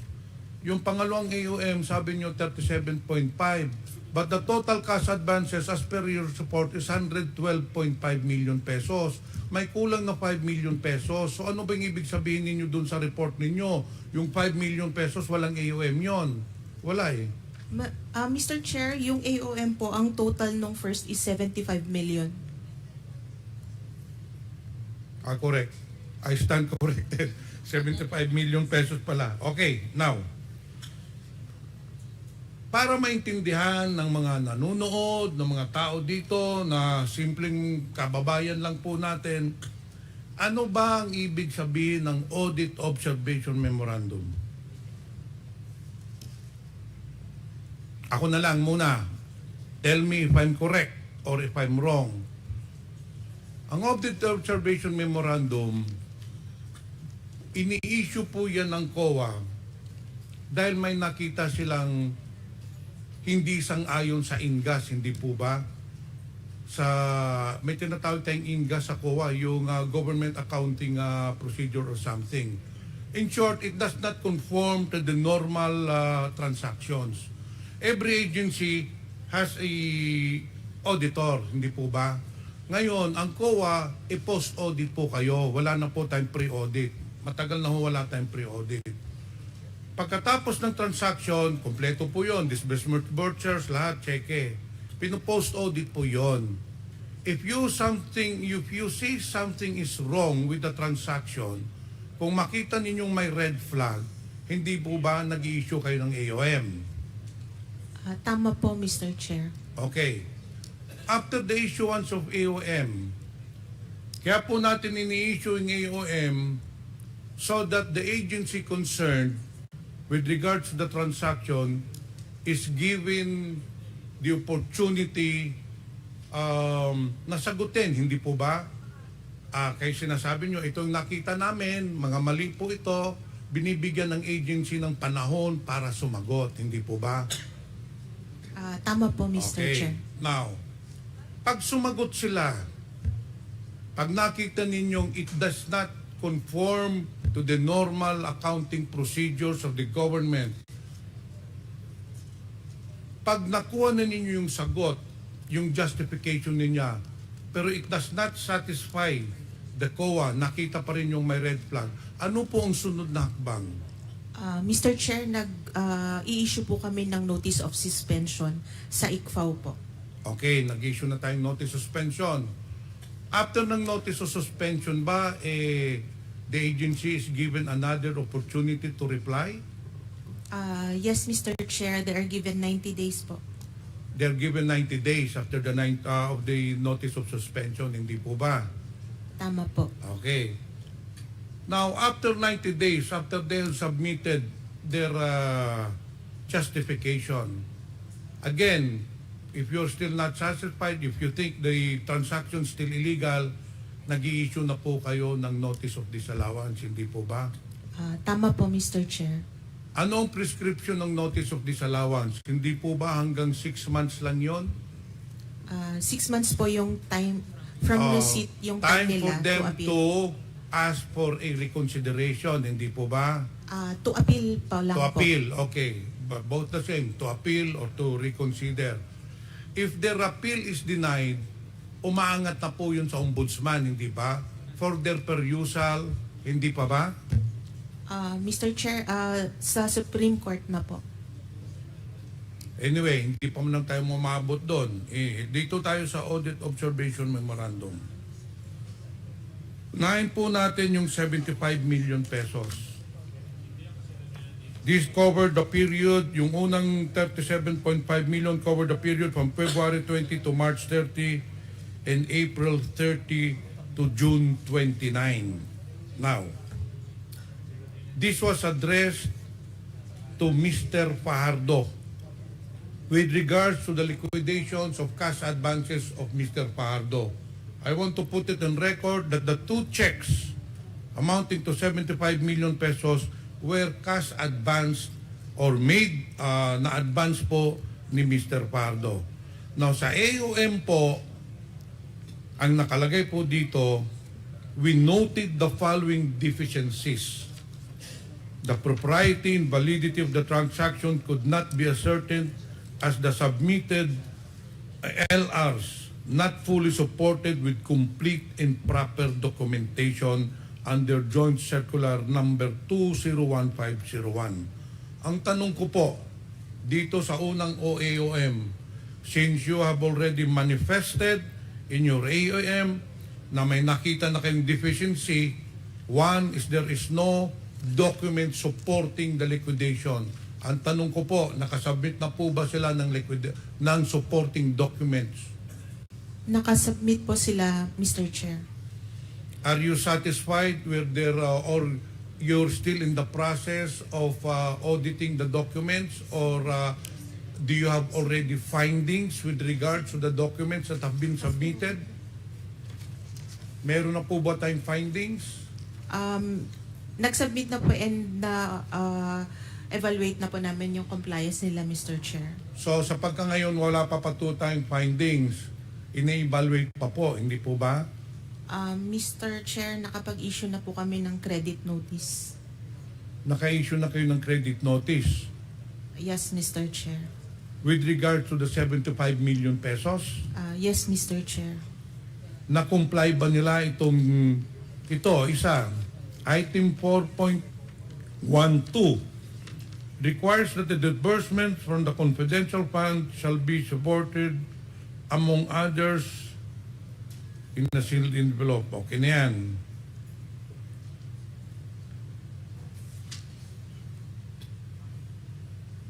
Dito tayo sa yung accomplishments. Yung counterinsurgency program, payment of incentives or traveling relative to the confidential operations. Did you also issue credit notice to this? Mr. Chair, the credit notice is for the entire AOM po. But why would you issue a credit notice when in fact, in accordance with the joint circular, it is very clear that intelligence and confidential funds traveling expenses are not allowed? Part of their compliance is they've explained that it was for actually for transport for operation expenses. So you issued a credit notice for the entire 75 million pesos? Yes, Mr. Chair. Okay, dito tayo sa pangalawa. Yung August 8. Again, the same findings. This is with regard to 37.5 million. May I know the status of this? Mr. Chair, as to the the AOM number 2024-171, we received their compliance on August 27, 2024, and the audit of the evaluation of their compliance is still ongoing, Mr. Chair. So you're still evaluating it? Yes, Mr. Chair. Ganun din po ang nakalagay dito. The proprietor sanction could not be ascertained as the submitted LRs were not fully supported with complete and proper documentation. Ito ba ay pinatutunayan mo na may mga dokumento na? Mr. Chair, may information po ako na nag-submit po na po sila ng compliance. But since ako po ang nagre-review ng audit, hindi pa po na-submit sa akin for review. Wala ba kayong nakikita dito sa findings ninyo na labag sa batas o labag dun sa joint circular? On paragraph 5, nakalagay po dito, the confidential funds shall be used only for confidential expenses, including purchase of information, blah, blah, blah, blah. Ngayon, ito yung analysis ninyo. Analysis of the submitted accomplishment report revealed that the amount of 2,540,000 pesos was used for the purchase of information relative to car loan scams whose victims are mostly personnel of the Department of Education. Ito ang tanong ko, sa tingin ba ninyo, sako pa ba ng intelligence fund, confidential funds, ang pag-purchase ng information para sa car loan scams? Mr. Chair, that is why it is in the audit observation memorandum po kasi wala po siya sa mandate ng DepEd and so wala din po siya sa allowed na confidential expenses. Yes. Dito rin sa ninyo, ito dapat talagang pagtuunan ninyo ng pansin. Kasi kayo mismo nag-issue ng AOM, dito sa paragraph 5, based on your AOM, sinabi na ninyo, these expenses do not fall under item 4.81 of the joint circular, nor are intended to support the mandate operations of the Department of Education as defined under item 3.9 of the joint circular. Thus, Mr. Chair, very clear, the same should not be charged against the confidential fund of the agency. So very clear po, kayo na po nagsabi na hindi pwedeng i-charge itong pag-purchase ng information with regards to the car loan scams. Ano ba ang koneksyon ng purchase information supposedly for intelligence gathering para sinasabi ninyo na para sa hindi madala yung mga bata, mga estudyante, hindi ma-influence ng mga NPA. Wala namang NPA dito sa car loan scams So this will be noted and hopefully you will really be diligent in your issuance of, because as for me, I am not an auditor, at trabaho ninyo yan, pero nakikita ko na ito, this should fall under the notice of suspension. Very clear ho yan, attorney. Kailangan ho i-suspend po yan because it does not fall within the mandate of the operations of the Department of Education, and it does not conform to the joint circular of the DLG number 201501. Ngayon, Madam Attorney, dito mo naman po tayo.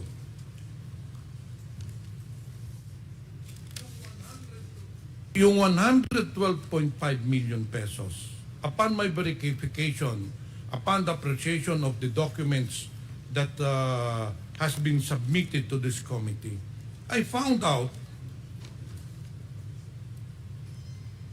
most, if not all, of the 112.5 million pesos were used in the Youth Leadership Summit. Doon po ginamit. Ano ba itong Youth Leadership Summit? And that is why we need the presence of Mr. Parda. Kung ito ba ipasok doon sa joint circular.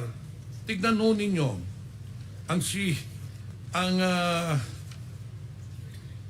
Sinabit lang liquidation nila is certification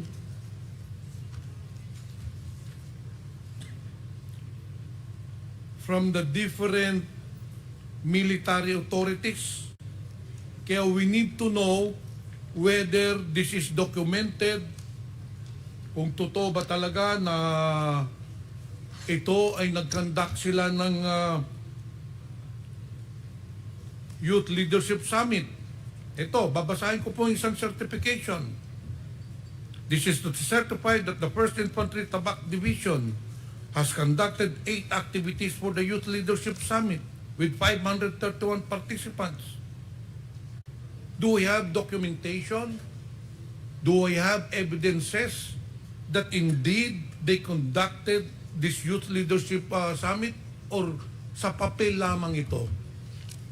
Because we have no way to verify whether ginawa po nila ito. Patapusin lang ho ninyo ako.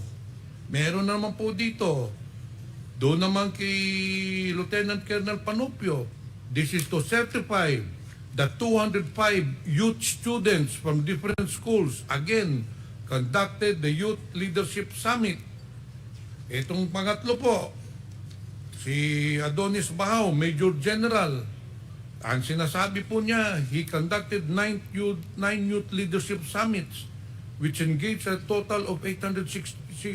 Yun lang hong ginawang liquidation. There is no supporting documents. Do I have pictures? Do I have receipts? Siyempre, kung youth leadership summit yan, kailangan may resibo. Lahat sa pagkain or what. In fact, for me, ordinary person ako, this does not fall within the utilization of the joint circular. Very clear po dun sa joint circular. Ano ba itong Youth Leadership Summit?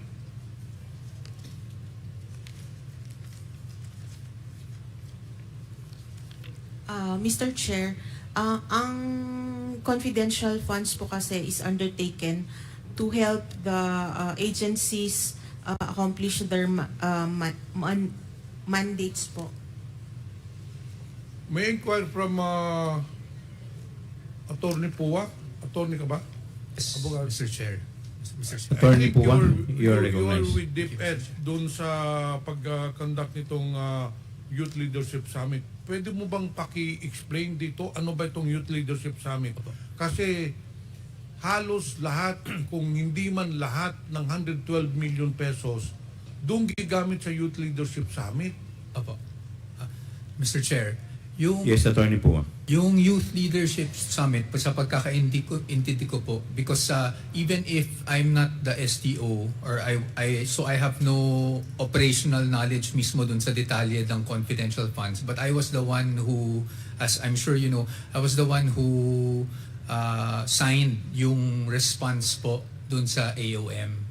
So, yung pagkakaintindi ko po doon sa certification sa ginawa nila, yung Youth Leadership Summit is not something that DepEd conducted, but actually yung mismong nag-certify po from the AFP. They conducted advocacy or awareness programs against insurgency in those certain areas. Yun lang po yung pagkakaintindi ko based on the documents. Kasi po yung response ko po ng DepEd doon sa AOM, we prepared it based on the documents that were available, depending kung ano po yung finding ng AOM. Mr. Chair, kahit na confidential fund po yan, that is still taxpayers' money. Kasi ginagawa po natin ang budget every year, and then lahat po yan, yung budget po natin, na nagpopondo po na yan, ay taxpayers' money. Mr. Chair, you can just imagine, Youth Leadership Summit lang ito, and the government spent 112 million pesos. Kahit kayo naman po siguro, mga auditor kayo, kung sino mang mga tao na nandito ngayon, napakalaking halaga naman po ang 112 million pesos para sa Youth Leadership Summit. E pagpalagay mo na lang, ang Youth Leadership Summit, 3 araw, 4 na araw, ay based dito sa certification, 200 participants. Magkano ba ang pagpapakain ng 200 participants? Yung isa, 800 participants. Abay, kahit na 3 buwan sila mag-hotel, hindi mauubos ang 112 million pesos. Kahit na 1,000 pakainin nila kada araw, hindi mauubos ang 112 million pesos. And that is why this committee would want where the money went, because it is very clear, this is just on paper. Pero ang totoo po niyan, may pinuntahan ho yung 112 million pesos. Alam niyo ho yun. So, Mr. Chair, the key person to answer all those questions is si Mr. Edward Parda. Siya ang nag-cash advance, siya rin ang nag-liquidate.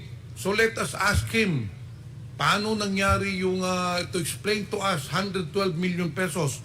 As far as I'm concerned, there are only 3 certifications here.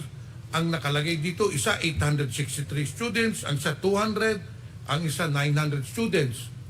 Pagpapakain lang ng almost 3,000 students, uubusin ba natin ng 112.5 million pesos? So that is why, Mr. Chair, I will reserve my question, but as a layman, as I've said, we are not COA, we are not auditor, but very clear po, malaki ho ang mga katanungan na dapat sagutin ng DepEd party dito sa 112.5 million pesos. Thank you, Mr. Chair. Thank you, Congressman Johnny Pimentel. Yes, you have a manifestation, Congressman Swansing. Yes, Mr. Chair, thank you very much. Mr. Chair, my apologies. I would need to move to the plenary for the budget deliberations. But before that, Mr. Chair, I would just like to quickly go back lang po to a query that the committee has with regard to the some data that we need from COA with regard to the Office of the Vice President. Mr. Chair, in September 10, 2024, when we had our second deliberation on the proposed budget of the OVP in the Committee on Appropriations, Mr. Tomawis here and as the team lead of the audit team was there, and we requested for specific data on the details on the rental expenses for the head office, the satellite offices, and the extension offices. As per checking with the committee secretariat, Mr. Chair, COA has yet to furnish this committee with the said information and data. So, Mr. Chair, if we may ask Mr. Tomawis and the team from COA for this information, Mr. Chair. Mr. Tomawis, would you like to respond? Mr. Chair, with regards to the question, we can furnish the copy. When? Do you have it now? We have the details. You have it now? Yes. Okay. Mr. Chair. Comsec, could you please get a copy of the documents as requested by Congresswoman Swansing? Mr. Chair, may I ask Mr. Tumawis if this has also information on the size of each of the different satellite offices in terms of square meters, Mr. Chair? Mr. Chair, yes, as to the satellite offices, as to the square meters of each rentals of rental of office spaces, there are square meters And based on finally, the contract. and the third information, Mr. Chair, do we have information as to when the Office of the Vice President started paying the lease for each of these properties? Mr. Chair, as to the commencement of the lease, there is also the period when the lease commences. Are you satisfied? Finally, Mr. Chair, just to clarify, so just to make sure, this includes data on the head office, the 10 satellite offices, and the 2 extension offices, Mr. Chair. Actually, the data is from the previous admin 2022 and also the central office and the satellite offices. Mr. Chair, you mentioned 2022, or do you have information on 2023 as well? Year 2023? Our information, Mr. Chair, is from 2022 up to the 2024. Which month in 2024, Mr. Chair? Up to July 2024, Mr. Chair. Thank you very much, Mr. Chair. I'll request the ComSec to furnish this representation with those data. Thank you very much, Please Mr. take Chair. note of the manifestation of If I may Congresswoman Swansing, clarify, this ComSec. pertains only to the details on the office spaces. And the other particulars such as those lease of vehicles, property, plant, but then we can only provide the details on the office spaces. Yes, Mr. Chair, because from, as you mentioned before, Mr. Chair, Mr. Tumawis mentioned, so in, for example, year 2022, the total rent expense was at 52 million. 2023, it's at 53.5 million, but that includes like different types of rentals, Mr. Chair. So will the data shared with us by COA segment that as to the different types of leases?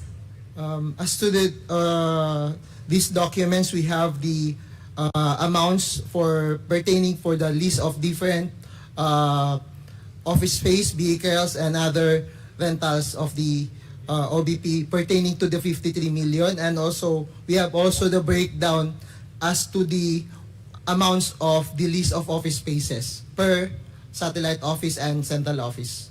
Thank you very much, Mr. Chair. I will peruse the documents shared by COA. Thank you very much, Mr. Chair, for the opportunity and for making time, Mr. Chair.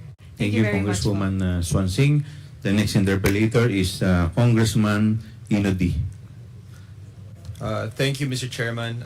Mr. Chair, if I may just quickly go back to USEC Gloria, since she's here with us this afternoon, Mr. Chairman. Yes, continue with your Firstly, Mr. Chair, I would just like to say, ma'am, that based on your affidavit and based on the testimonies that you have given, seems like, based on my judgment po, you're someone that really stands by your principles. Someone that has a strong moral compass, given sa mga pangyayari nga na ito, sa inyong mga binanggit sa inyong affidavit, you mentioned that in paragraph 6 that you were just asserting, you firmly asserted that the procurement must be implemented and conducted in strict adherence with the rules. And with that, Mr. Chair, kasi nakalagay din po dito sa inyong salaysay, sometime in October 2023, the likelihood of a bidding failure for the DepEd computerization program became apparent. What do you mean by that, ma'am? Paano po naging apparent na mag-failure po yung bidding? Yusek Mercado, you're recognized. That's kasi a 2022 money. I actually don't get involved in the bidding process because ako yung nagre-review sa taas. But I get feedback from the chair and the other members on what is currently the status of the bidding process, and the report is that it looks like it's going to fail. Only one or two. I don't Due to recall what anymore. reasons, ma'am? Ha? Sa inyo pong nakuwang impormasyon, No, base- I'm not privy to the reasons because that's a bidding committee function. But it's usually not complying to the standards of the procurement law. So yung qualifications, etc. Yes, etc. yes. So dito rin po kasi sa inyo pong meeting nung lunch po na yon, when you were approached, as you mentioned, by Attorney Munsaya, sabi niyo po kasi dito na mag-uusap-usap na lang para hindi masayang yung 2022 budget. Ano po ba yung interpretation niyo dito? That's an old money kasi. It's a 2022 money. But it was only bidded in 2023.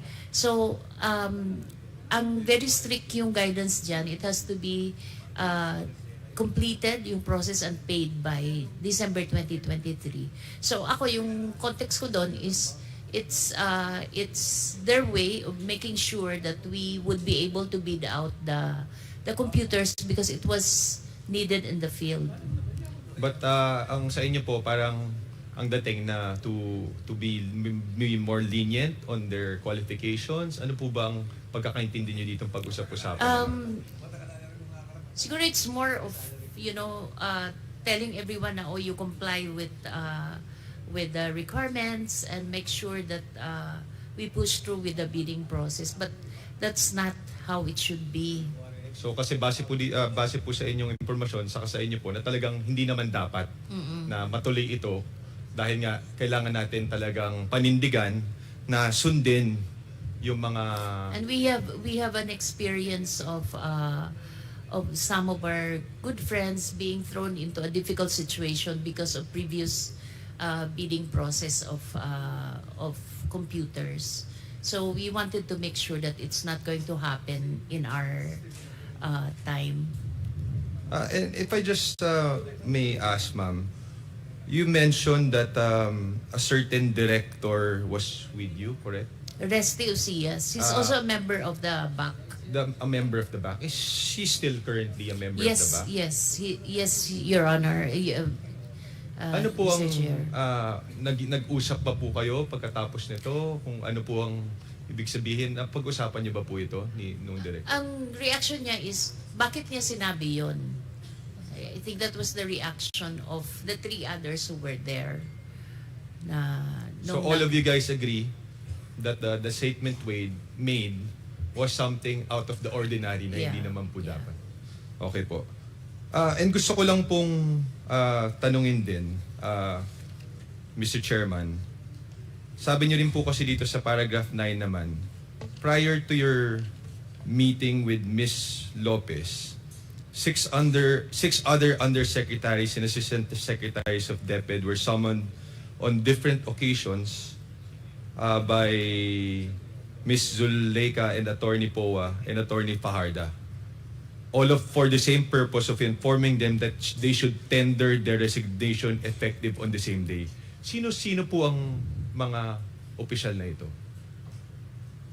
Base po sa inyong recollection. Or can you just provide this committee later on, ma'am? Kung maalala nyo po? Or do you have I can because I'm the HR. Okay. I must admit it's a very difficult thing to hear these things kasi HR ka and you don't know anything about them leaving.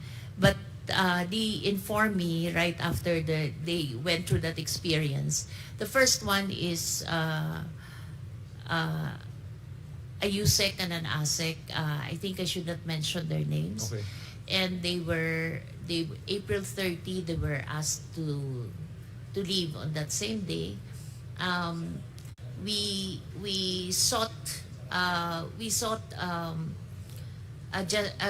actually sought for reconsideration of one of them because he was a CESB awardee and his CESO 1, so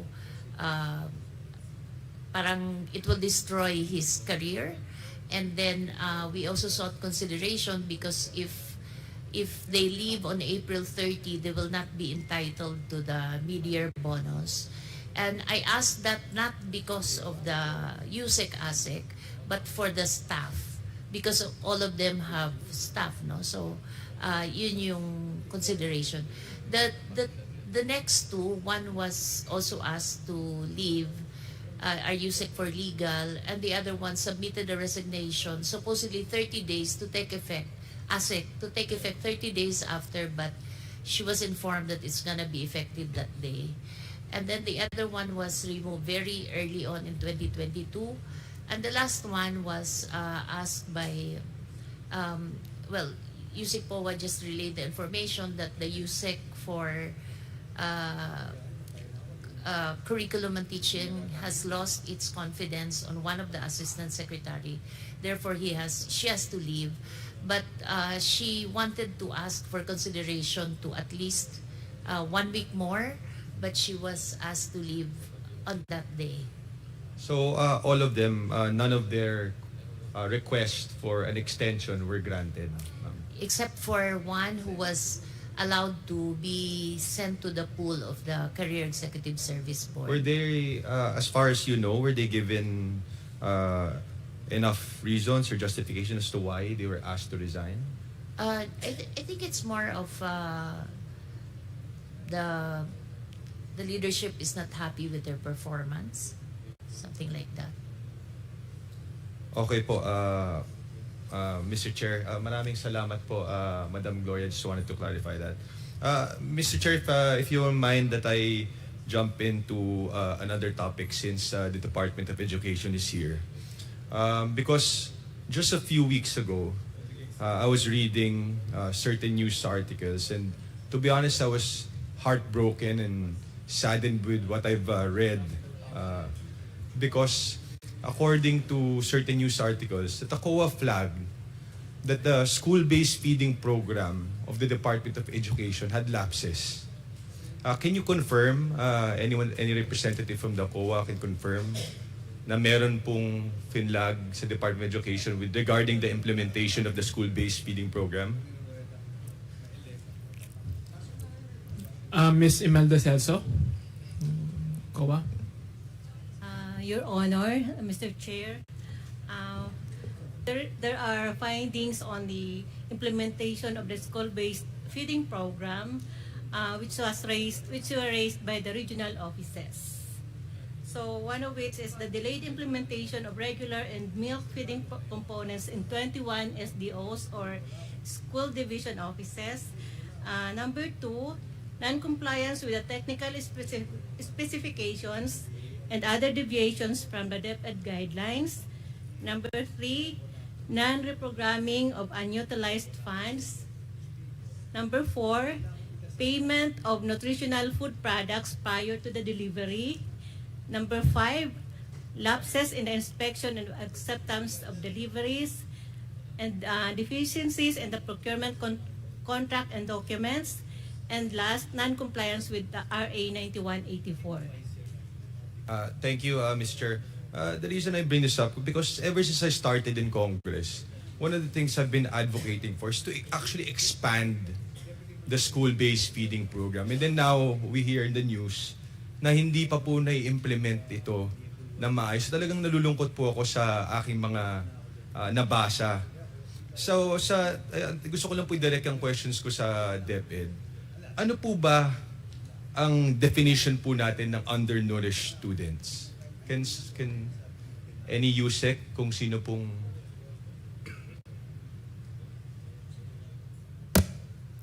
Mr. Chair. Go ahead. You are? Assistant Secretary Dexter Galvan. Okay, go ahead.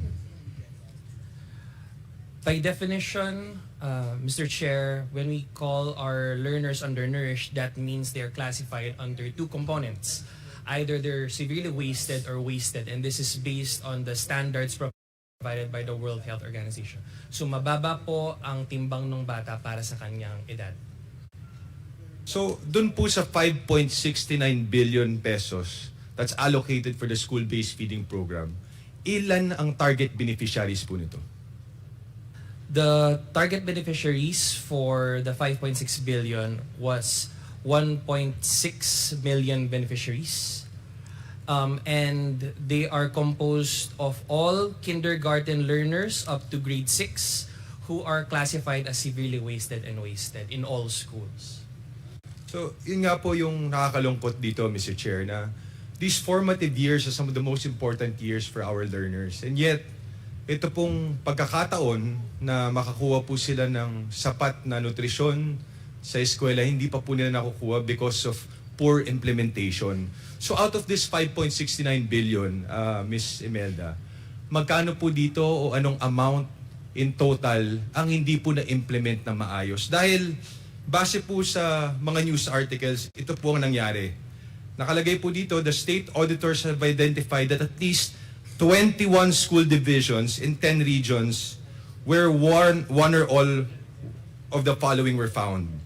Merong mga panis na pagkain, merong mga amag na yung mga Nutriban, may mga insekto, unhygienic yung packaging, again, delayed yung delivery, hindi na naibibigay ito sa tamang mga estudyante. So napakaraming lapses no pag-implement nitong programang ito. So out of the 5.69 billion pesos, Ms. Imelda, how much of this was poorly implemented o hindi po na-implement na maayos?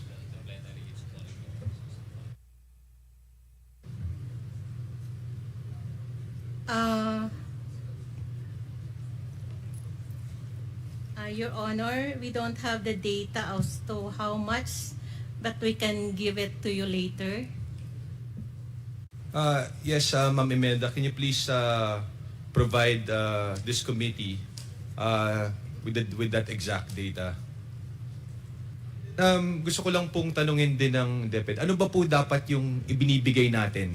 Base po sa ating batas, ano po yung dapat na ibinibigay sa ating mga kabataan, sa ating mga learners? Mr. Chair, our learners are provided with nutritious food products or hot meals, and this is accompanied by milk. So for our implementation for that particular school year, that would be for 120 days of food and hot meals, and for the milk, it would be for about 43 days. So, do the suppliers go through a certain type of certification, accreditation? Kasi yung mga, imagine sa probinsya na Aurora, may mga insekto na, yung mga Nutriban na tatanggap nila, pagkain na natanggap nila. So, how does the Department of Education go through the accreditation, inspection? Ano po ba, paano nyo ini-implement itong programa na ito? At the beginning of the year, Mr. Chair, we conduct a supplier mapping to determine what modality of food delivery will be conducted, whether this would be nutritious food products or hot meals, as well as the milk. The milk component is coordinated with the National Dairy Authority and the Philippine Carabao Center. So we rely on their capability to provide us with their mapping, as DepEd is not an expert when it comes to, for example, milk mapping. And we use the findings to also guide our regional and local focal implementers as to how to proceed with procurement. I'd just like to highlight, Mr. Chair, that the school-based feeding program is decentralized.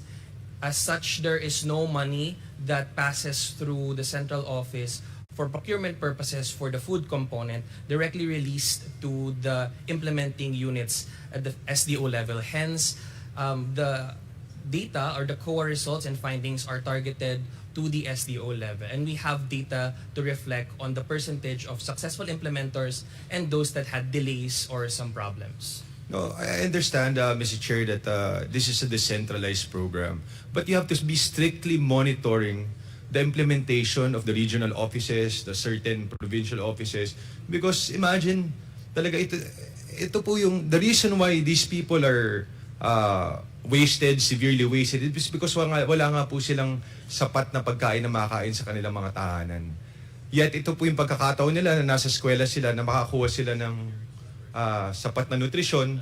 And we all know there's a correlation between how a student can be successful, how they can learn, kung hindi po sila nakakatanggap ng sapat na pagkain o nutrisyon. Yet we've failed all those students. Kaya naman po, Mr. Chairman, talagang this is really unacceptable. So we want to know, ano ba po yung mga hakbang na ginawa ninyo to address these implementation issues? Mr. Chair, on the part of the Department of Education, we are proceeding with early procurement activities to ensure that there are minimal, if absolutely no delays.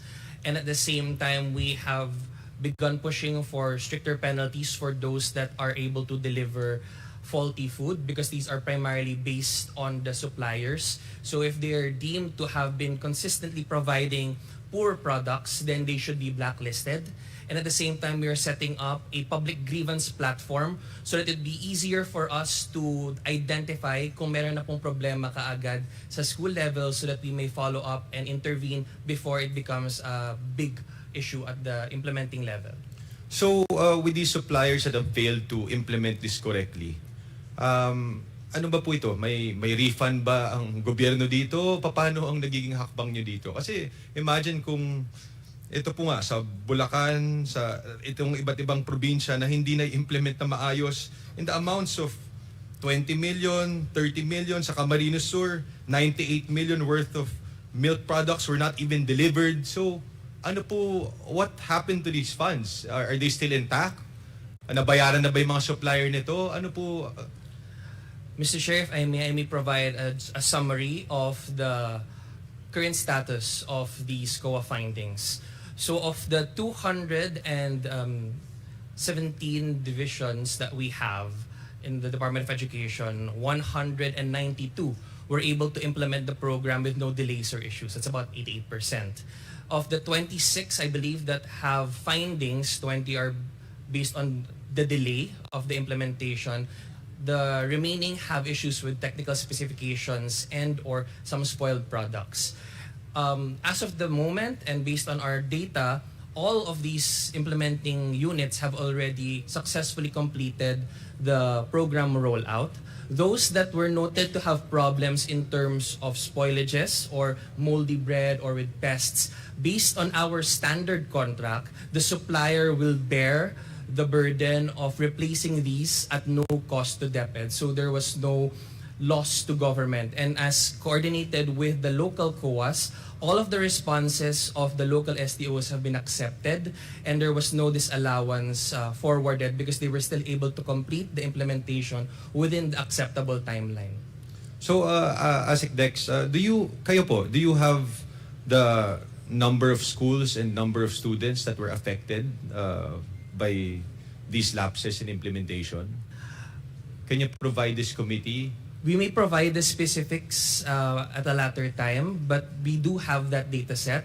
However, I may provide actually, Mr. Chair, the amount based on the data that we currently have of the food products that were affected, particularly the spoiled and the ones with moldy bread and pests. Based on our current data set, the amount of food products that were affected totals to about 32 to 35,000 pesos.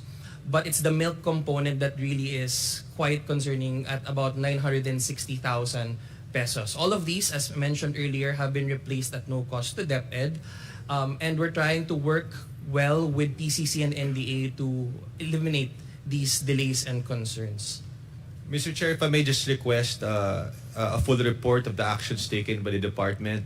Also, the suppliers involved with the implementation of these programs which were flagged by COA. And also, can we get a report from the previous years kung ano ba yung mga naging problema sa implementasyon? So, have we been improving? Have we been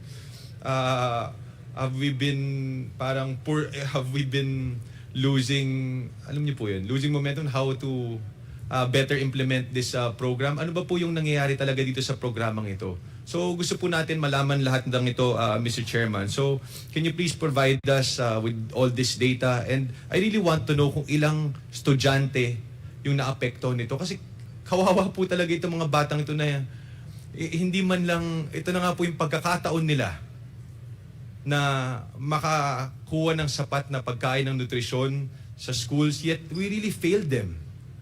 So this is unacceptable, Mr. Chairman. So please provide this committee a full report on these incidents, Mr. Chairman. DepEd, please wait to be recognized by the chair. Yes, you are recognized now. Dexter Galvan. Yes, Mr. Chair, the Department of Education will provide the full report. But to provide a bit of context, Mr. Chair, for the school year 2023 to 2024, the Department of Education was able to provide about 252 million meals to our kids nationwide.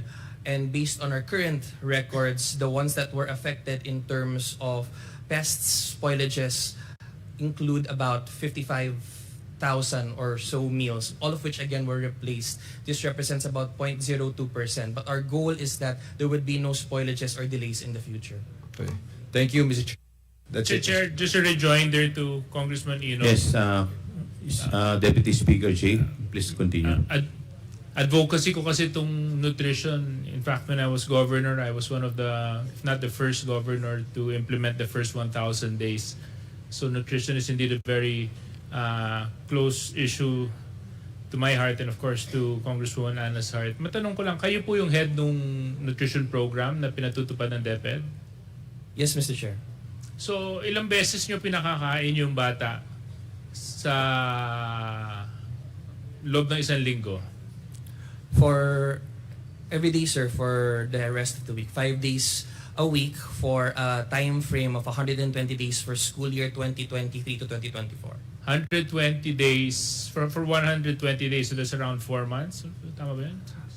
4 to 5 months, Mr. Yeah, Chair. 4 to 5 months. Tapos, paano yun na-determine kung ano ang ipapakain sa kanila? So each SDO is given guidance as to anong modality po yung gagamitin. Would we be going with nutritious food products that are based on the standards of DOST, FNRI, or hot meals, yung mismong kanin at ulam po? So wala kayong ginawang assessment bago nyo dinetermine kung ano yung nutritional lacking ng mga bata bago ipatupad yung programa? Prior to the implementation, the learners that will be included in the program are weighed. So that would be our inclusion approach, Mr. Chair. So tinimbang nyo lang? Yes, sir. And we plotted them based on the WHO standards. But you know that weight is not determinant of undernutrition, malnutrition, or overnutrition, correct? It's not the sole factor, Mr. Chair. But that is what you use. That is in accordance to the existing laws, sir. That is what you use. Yes, sir. So therefore, yung palang, I just want to ask, I think we should really look into this program, you and I, as both advocates of nutrition, proper nutrition for children, because I think not only was there a wastage in the fund utilization as seen by COA, but I think down to the implementation, down to what is being given to the children, mukhang hindi rin yata sapat at nararapat yung naibibigay sa kanila. So maganda matingnan din po natin ito. I just want to thank Congressman Ino for that excellent topic. Maybe we can look into this further. Salamat. Thank you. Yes, the next interpellator is Congressman Isidre. Magandang hapon po sa lahat, Mr. Chair. Magandang hapon po. Kanina po nasa opisina ko po ako nung naririnig ko po yung testimonya, nakikinig po ako sa testimony ni Yusek Gloria Mercado. Narinig ko po na sinabi niya na nakatanggap siya ng sobrang may laman na pera regularly. At I'm actually disturbed kasi kung sinabi ni Yusek Mercado na meron pang isa na nakatanggap at malamang merong pang ibang nakatanggap, I can just imagine if this was done on regular intervals, say monthly, I can just imagine the total amount needed to sustain it over a year. And at 50,000 each, sabihin na lang natin may 20, may 50, tapos merong 12 months, may Christmas pa daw, di ba? Mr. Chair, I can just imagine, and it's quite disturbing, for this particular practice, even to use the language that even a small whim of this happening in one of the departments that we hold in high regard, the Department of Education, it's really quite disturbing. But just to give a better picture of how things are at the DepEd, Yusek Lo, you were Yusek for HR, right? Mr. Chair. Yusek Mercado. Yes, Mr. Chair. Yusek, can you walk us through the process that DepEd followed in the selection of USECs and ASECs? Kasi I remember at that time there was a heightened attention at hiring at the best and the brightest for DepEd. Would you share with us if there was an emphasis on appointing the most qualified and capable individuals? Mr. Chair. Thank you, Mr. Chair. Actually, that's why we all started out inspired, and for once we said that meritocracy is alive in the bureaucracy, because we went through a process of applications, being vetted, being in fact background check, and then the final search was a committee that asks specific questions. So if you're applying for a certain position, they will ask you questions around that. So it was, I think there were almost 1,000 or hundreds, I'm not sure, but we were informed that there were so many applicants. It was CES board that made the application, the search, the announcement, and it says if your career and you're smartest and the brightest, you can apply. So we did apply online, and then we received notice for interview, and then after a while we got a notice that you are hired as undersecretary for Bureau of Human Resource and Organizational Development. So that's how the process went. Mr. Chair, is this same process for the other portfolios? Yes. Given your experience in government, Mr. Chair, would you say this was something unusual for a government agency to go through this process compared to the other agencies that you worked before? Yes, that's why I said we were inspired when we started out. In fact, I recall I even posted in my day saying that meritocracy is alive when we were chosen. So when this string of resignations happened, Mr. Chair, as HR, have you ever, tried to understand why these resignations were happening? Were these resignations ever addressed or seen as a cause for concern within the department? It was beyond us, I have to admit, as the HROD and the parang nanay-nanayan of the Execom, every time someone is sent out, part of me dies off kasi they're also very close to me and they're young. These people are young. I know it will affect their careers. So even if this group tried to band together, they've been inviting me to join them. I could not because I wasn't able to do anything for them as the HROD. Mr. Chair, would it be fair to say that even if you're using the word resignations, these resignations were in fact de facto dismissals? Yeah. Because they didn't want to, but they have to because pride na rin siguro that they... And Mr. Chair, the decision to dismiss them was entirely the Vice President's decision as Secretary of Education. It was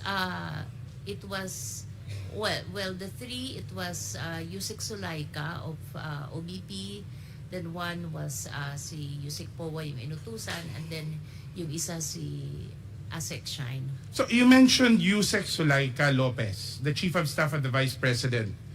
And at the time when she talked to this outgoing, dismissed undersecretaries and assistant secretaries, she was not part of the Department of Education, correct? No. So her role was really as Chief of Staff to the Vice President. Yes. Was this something usual for officials of the Office of the Vice President to intervene or to meddle in affairs of the Department of Education? When she was Secretary of Education, Mr. Chair? I guess that's the difficult part of the situation kasi you're OBP and at the same time your Secretary of Education. But it was unusual on my part to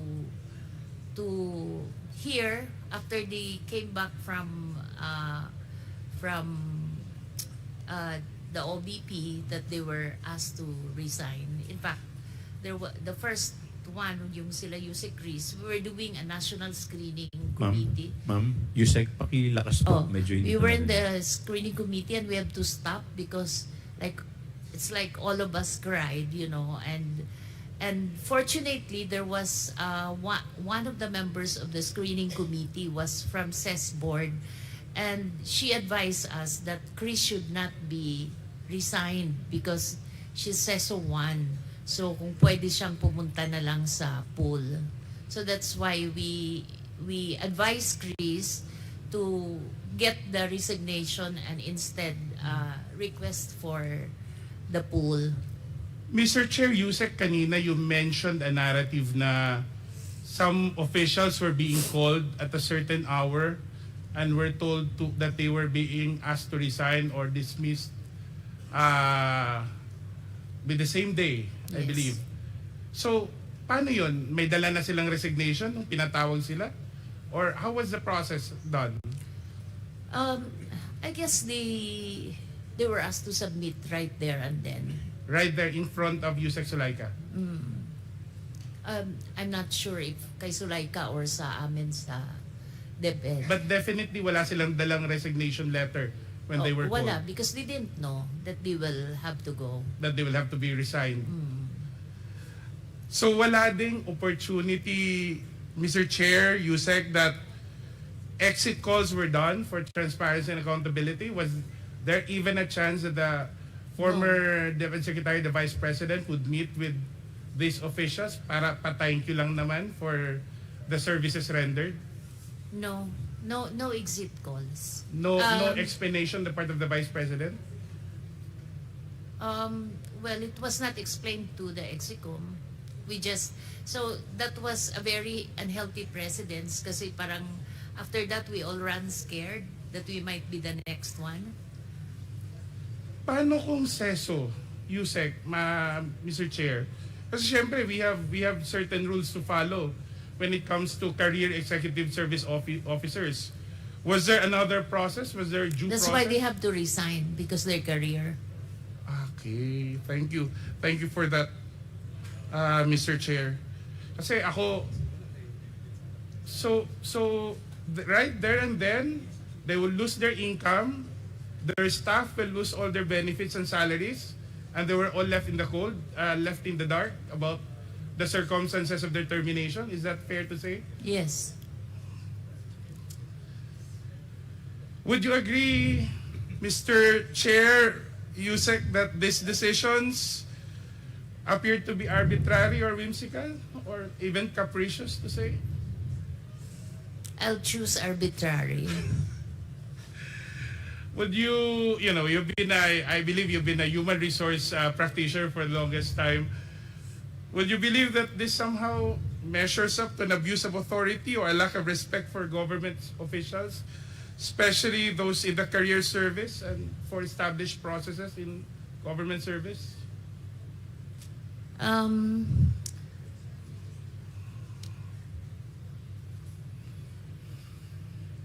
Maybe it's probably for her it's a decision she has to make, and as to what are the reasons, it's hard to speculate.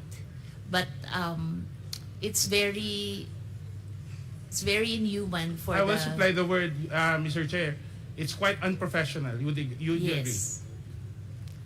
Or Now, I'd rather use the word Unprofessional. inhuman. Inhuman. Because you lost your income, di ba? Yung may pamilya ka Hindi lang naman inisip kung may sasaing Oo. mamayang gabi, no? Pagka uwi. Mr. Chair, would you know, Yusek Mercado, who replaced the outgoing officials? For the two in administrative services, it was General Menpin and General Baluyan. So that confirms the two generals on the invitation list serving as Yusek and Asek, correct? What specific designations they had again?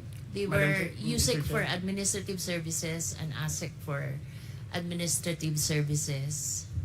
You know, we have so much respect for our men in uniform, Mr. Chair, Yusek Mercado, but you think having a general in the Department of Education would be something congruent with the mandate of the agency? Well, it's a decision that the leadership has opted to take, so we cannot question it. Now, considering this resignations, replacement of officials, and you know this, as we say, arbitrary style of dealing with human resource at the Department of Education, how would you characterize the management style of the Vice President when she served as head of your agency?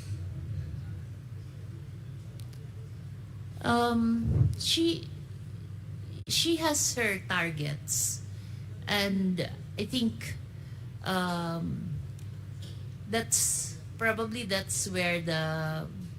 the disconnect is, because my sense, no, she has her targets, but she's in a different platform because ang orientation niya is local government, while as like policy process takes a longer one, no. Siya has to do it fast. I think she's been going down in the field, so mas nakikita niya yung problema. So she wanted it really, things to go very fast. But the policy process can take a little while.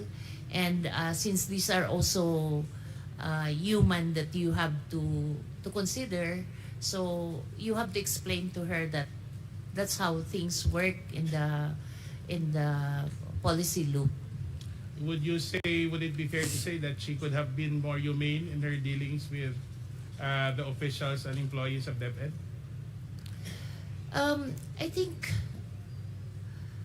humane is, yeah, but probably it's a context of she thinks that since we're the executive committee, we should, level up to what she expected everyone to do. The executive committee, Mr. Chair, is composed of the Undersecretaries and the assistant secretaries. How often did the executive committee meet with the Secretary of Education in person? I think we had a face-to-face mga few times, but most of our executive committee meetings are online, and usually she joins, but most of the time it's USEC POA who... It's USEC POA would Yes. preside. So next level of the USEC ASEC would be the regional directors. How often did the DepEd Secretary then had meetings with regional directors? I'm not... It's a man... Because there's an execom and there's a mancom. I'm not very sure. Maybe maybe Yusek Rebsi would know because he is the secretariat of the management committee. Yusek Rebsi Escobedo is also here. So, Mr. Chair, USEC law should be once or twice, or how many? Just estimation. Maybe quarterly. Quarterly. So she was DepEd Quarterly Secretary for... with USEC POA. With USEC POA, but with the Secretary of Education herself. I'm not very sure with the... But when we were there, she was attending Mancom naman, which was monthly when I was there. But I'm not sure after I left. So when you were serving at DepEd, she was attending or presiding over meetings with the regional director monthly, every month. For a certain time. For a certain time. So, do you believe that that kind of leadership that you had in the Department of Education affected the overall stability and the quality of leadership down the line? Yes. Do you think that the particular, you mentioned kanina, parang LGU yung perspective, no? That leadership style would be focused more on I don't want to use word, but that's the only way to describe it, partisan political interest rather than the welfare of the institution, the personnel, and ultimately the student that DepEd ought to serve. Do you think that's a safe, fair assumption, Mr. Chair? When I say LGU, I think it's more of a fast result than because she really goes down to the ground, to the school level. But So that fast result appears to be would require or sometimes result in a disregard for the career professionals in the department. Don't you think, Mr. Chair? yeah, sometimes. Last question, ma'am.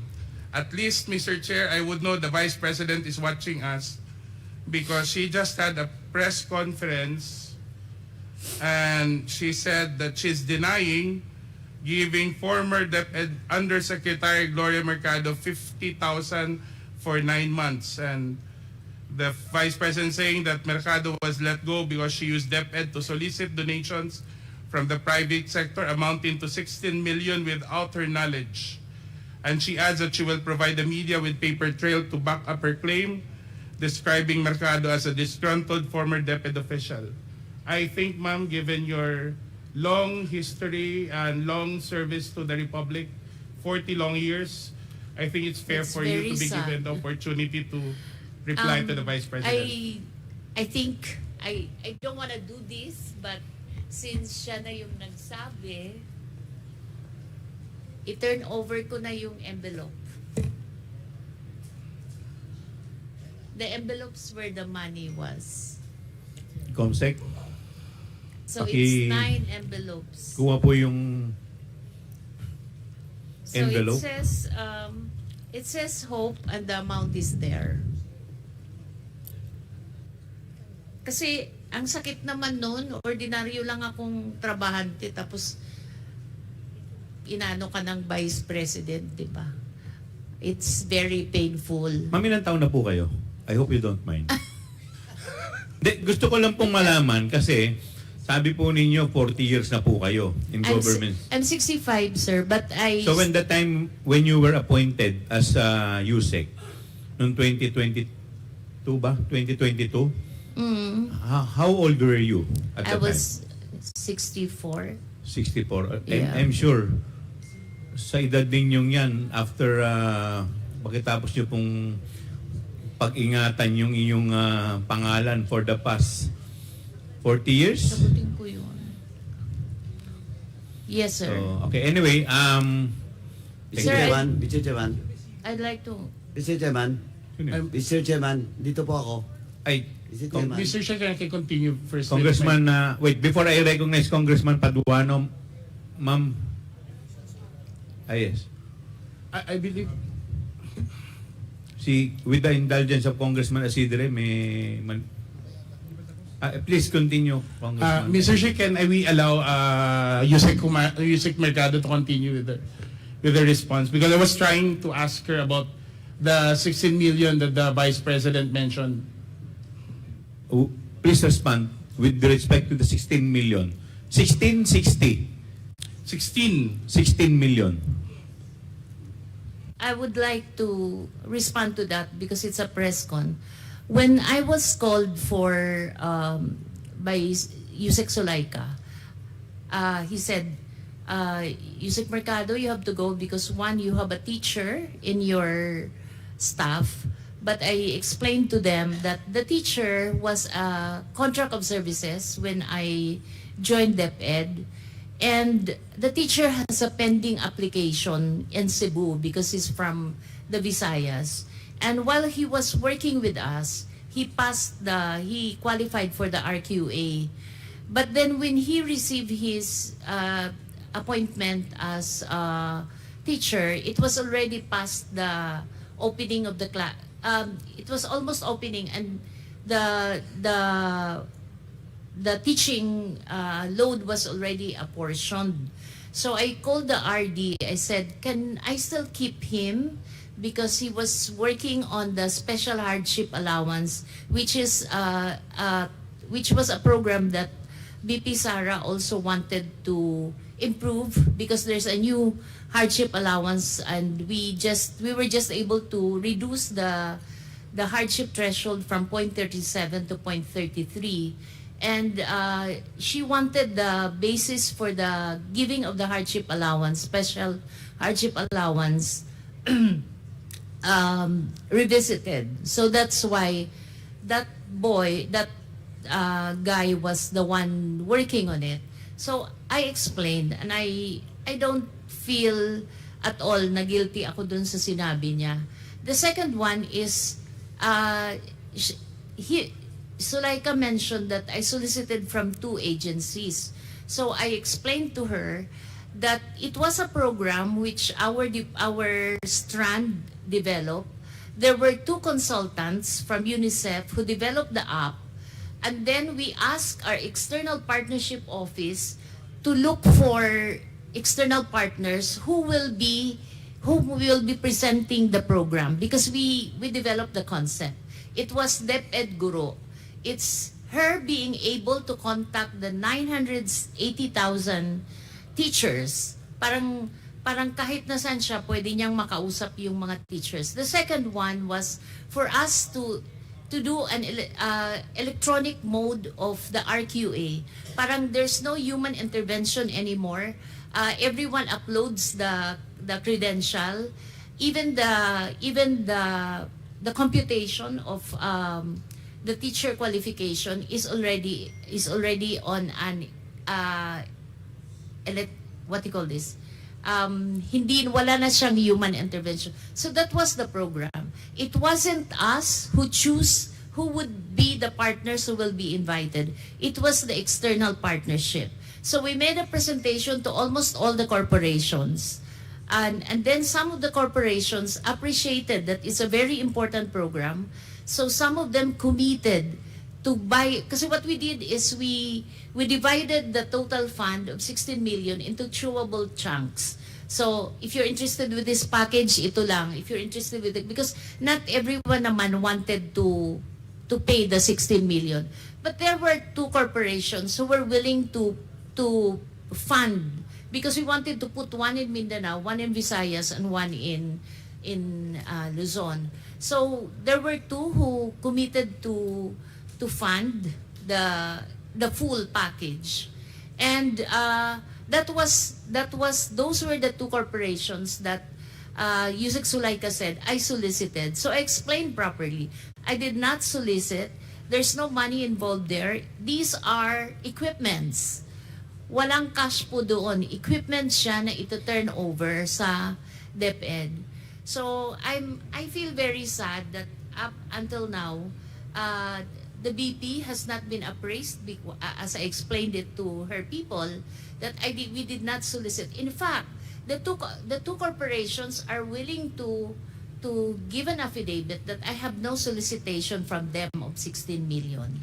So to reiterate, Mr. Chair, Yusek, first, this was a sanctioned DepEd project.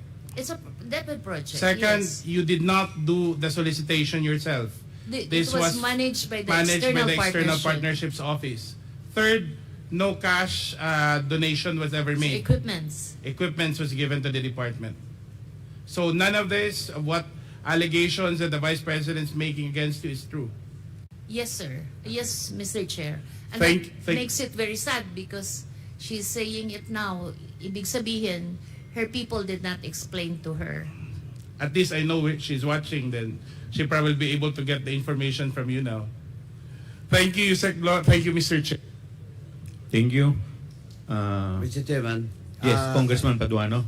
Ano na po, short interjection with regards to the envelopes that was submitted to this committee.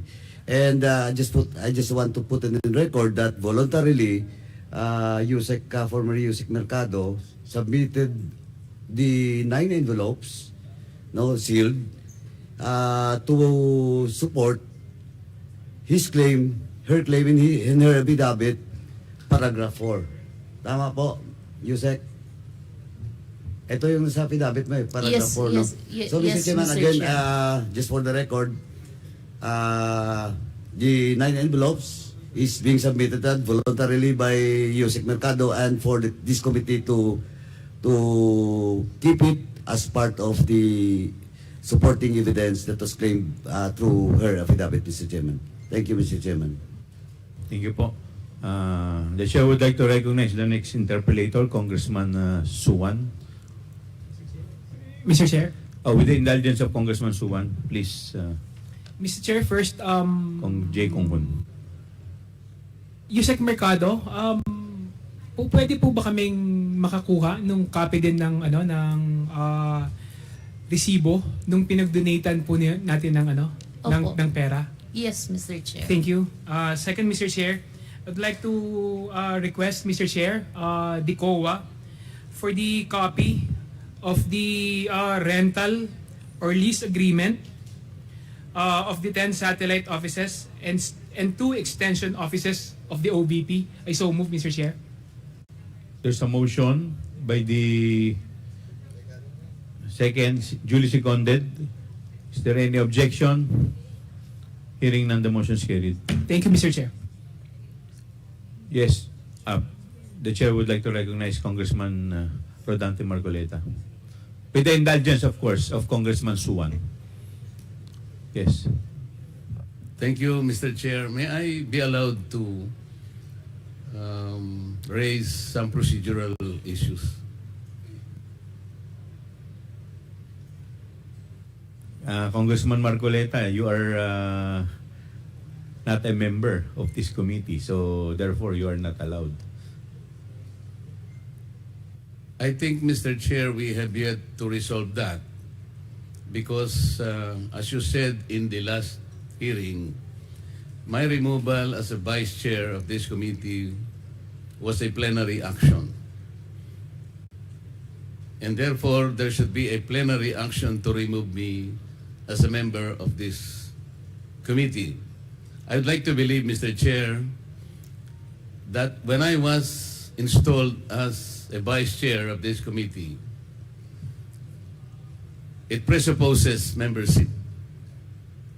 I am supposed to be deemed a member because if I were not a member, I cannot be appointed as a vice chair. The officiality of that is the position is only a privilege, but membership is organic. So until and unless that was to be resolved, Mr. Chair, I think you have to recognize me as a member of this committee because even if I admit or I will probably accede to you that I am not a member, kahit hindi po ako member sa committee ito, being a member of the House of Representatives, I have the right to make issues and to raise issues. That's why I'm asking your permission to do so, Mr. Chair. You can at any time make a manifestation. In fact, I've been recognizing you po. But with respect to the issue of your removal, the committee is not in the position to answer that. Maybe you can question the Committee on Rules. Sila po ang proper committee na po pwede pong sumagot. Yes, Mr. Chair, that is correct. The only reason why I answered you back because you said that I am not a member of this committee. I should not have raised that at all had you not said it. But may I continue, Mr. Chair, in raising some procedural issue because during the first hearing, I know that the very basis of this inquiry in aid of legislation was the privileged speech delivered by Honorable Valeriano. And I would like to make of record, Mr. Chair, although I was unable to do that during the first hearing, the privileged speech shouldn't have been allowed at all based on our rules. Our rules specifically states that no one can be allowed or avail the privilege hour if the concern he is to raise in his privileged speech principally and directly relates to a bill under consideration. At the time, Honorable Valeriano, Mr. Chair, delivered his privileged speech, the General Appropriations Bill was already filed on August 27, 2024. It took the floor on September 3, and therefore, any concern relating to the subject matter in the budget or in the bill should not have been allowed at all. And then, this morning, I saw the agenda, Mr. Chair. There was an additional agenda added in this committee, and this is supposed to be the manifestation raised by Congresswoman Luistro. And I saw in the notes that it was taken up as motu proprio matter, Mr. Chair.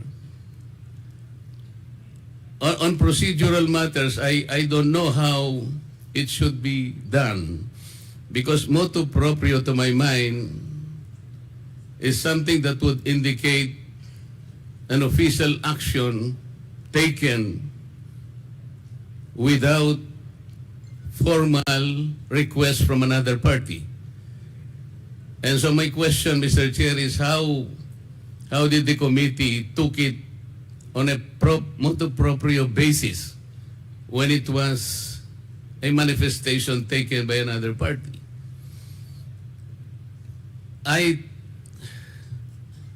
I see it a very unusual procedure, Mr. Chair, because this representation, I would like to recall that sometime in March 2024, delivered a privileged speech dealing on the same subject matter, and I think even more, I questioned the several irregularities pointed out by the Commission on Audit, specifically in 2017, 2018, and 2019, covering the audit report of COA in the Department of Education. In that privileged speech, Mr. Chair, I took note of the sum of something like 3.25 billion pesos of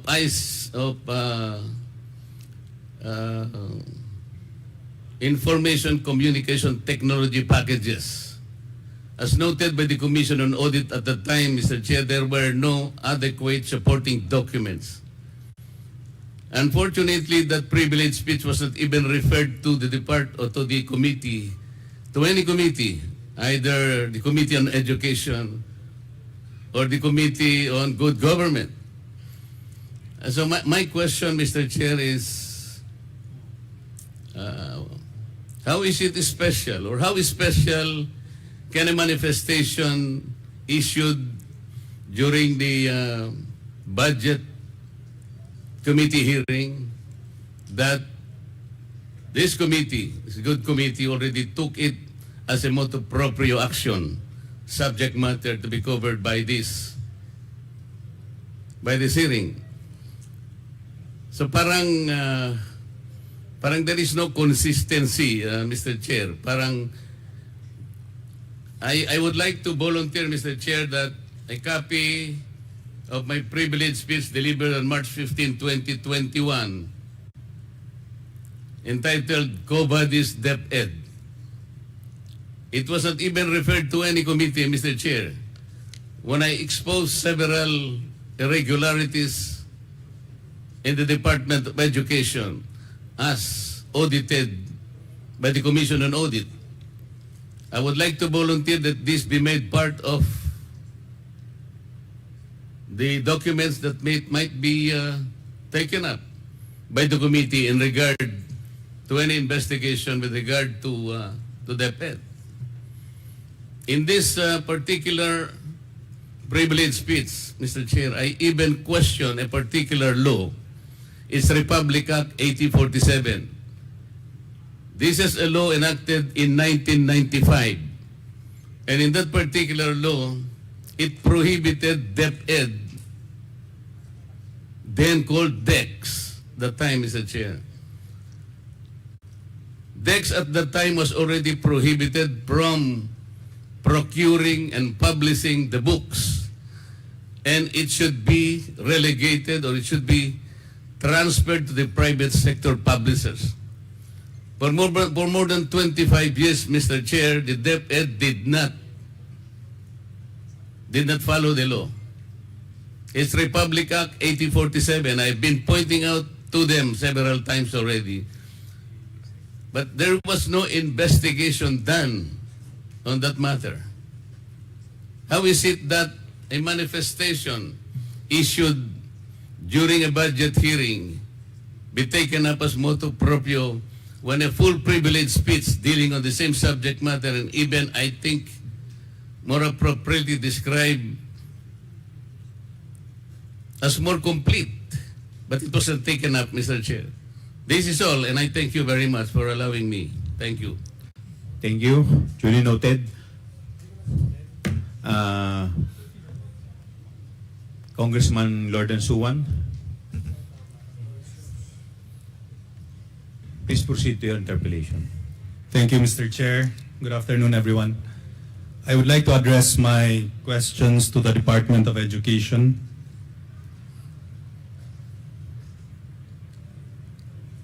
Is it true that the Department of Budget and Management Government Manpower Information System stated that the DepEd has 46,703 vacant positions out of 1,030,897 authorized positions as of May 2024? Is there such a report from the DBM?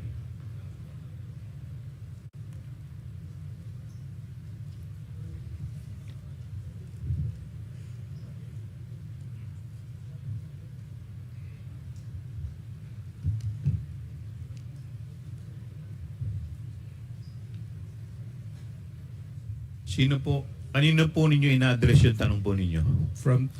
Well, I guess we could have the DBM answer it. The Department of Budget and Management Government Manpower Information System stated that DepEd has 46,703 vacant positions. Is this correct? Sino pong sasagot? Mr. Chair, from the USEC letter from DBM. Okay, So we're just pulling the record, Mr. Chair, so that we can answer exactly as far as the question is concerned, Mr. Chair. Okay. But before you answer, please identify yourself para po malaman, for the record. Yes, Mr. Chair. USEC. I'm Undersecretary Rolando Toledo. Okay. Mr. USEC Chair, Toledo, you are now recognized by the chair. Okay. Mr. Chair, as of April 24, the total authorized position of DepEd is 1,030,897, of which 95% or 983,351 positions are filled. So, Mr. Chair, yun po yung the latest as of April 2024. That's what we have, Mr. Chair. So it's not true that 46,706 vacant positions. Oh, it's true. You have how many positions were already taken? 983,351 positions, Mr. Chair. So would that mean that there are still 46,703 vacant positions? USEC Toledo. Yes, Mr. Chair. Before I recognize you, yeah. I understand, ma'am, that you're not feeling well. USEC Mercado, you are now excused. Pwede po kayong, sige po, para makapagpahinga rin po kayo. Thank you po. Thank you for your time, ma'am. Thank you po. Ma'am, sir, USEC Toledo, please continue. Okay. Mr. Chair, based on record, given that we have already the other position of 1,030,897, which is a filled-up position of 983,351, we have an unfilled position of 47,546, Mr. Chair. So I guess it's true. May I ask this for the Department of Education? In DepEd Memorandum Number 42 Series of 2024, the Department of Education Secretary Sani Angara ordered the department's offices to fill all vacant positions to ensure effective and efficient delivery of basic education services. And even the Education Undersecretary for Human Resource and Organizational Development, Wilfredo Cabral, noted that posts should be filled to ensure that the budget allocated for these items should be utilized within the end of the fiscal year. Now, my question is, how long have these positions remained vacant?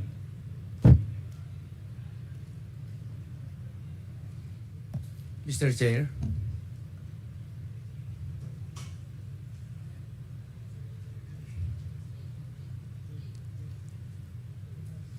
Mr. Chair. Yes, Yusek. Sino pong Cabral? Yes po. I am. Okay, you are recognized. Thank you. Good afternoon, Mr. Chair and Your Honors. These vacancies have been existent for quite a while, but I would like to clarify that out of the 47,000 mentioned, this includes all CTI items, hard-to-fill items, and that includes all other positions, both teaching and non-teaching. As to how long, this is a series of natural vacancies, as there are promotions, and some of which are newly created for a particular fiscal year. So, how many of these vacant positions were there as of December of 2023? Were there around 40,000 vacant positions as of December 2023? That's correct, Mr. Chair. We noted that as of December of 2023, there were already vacancies that we noted close to about the number.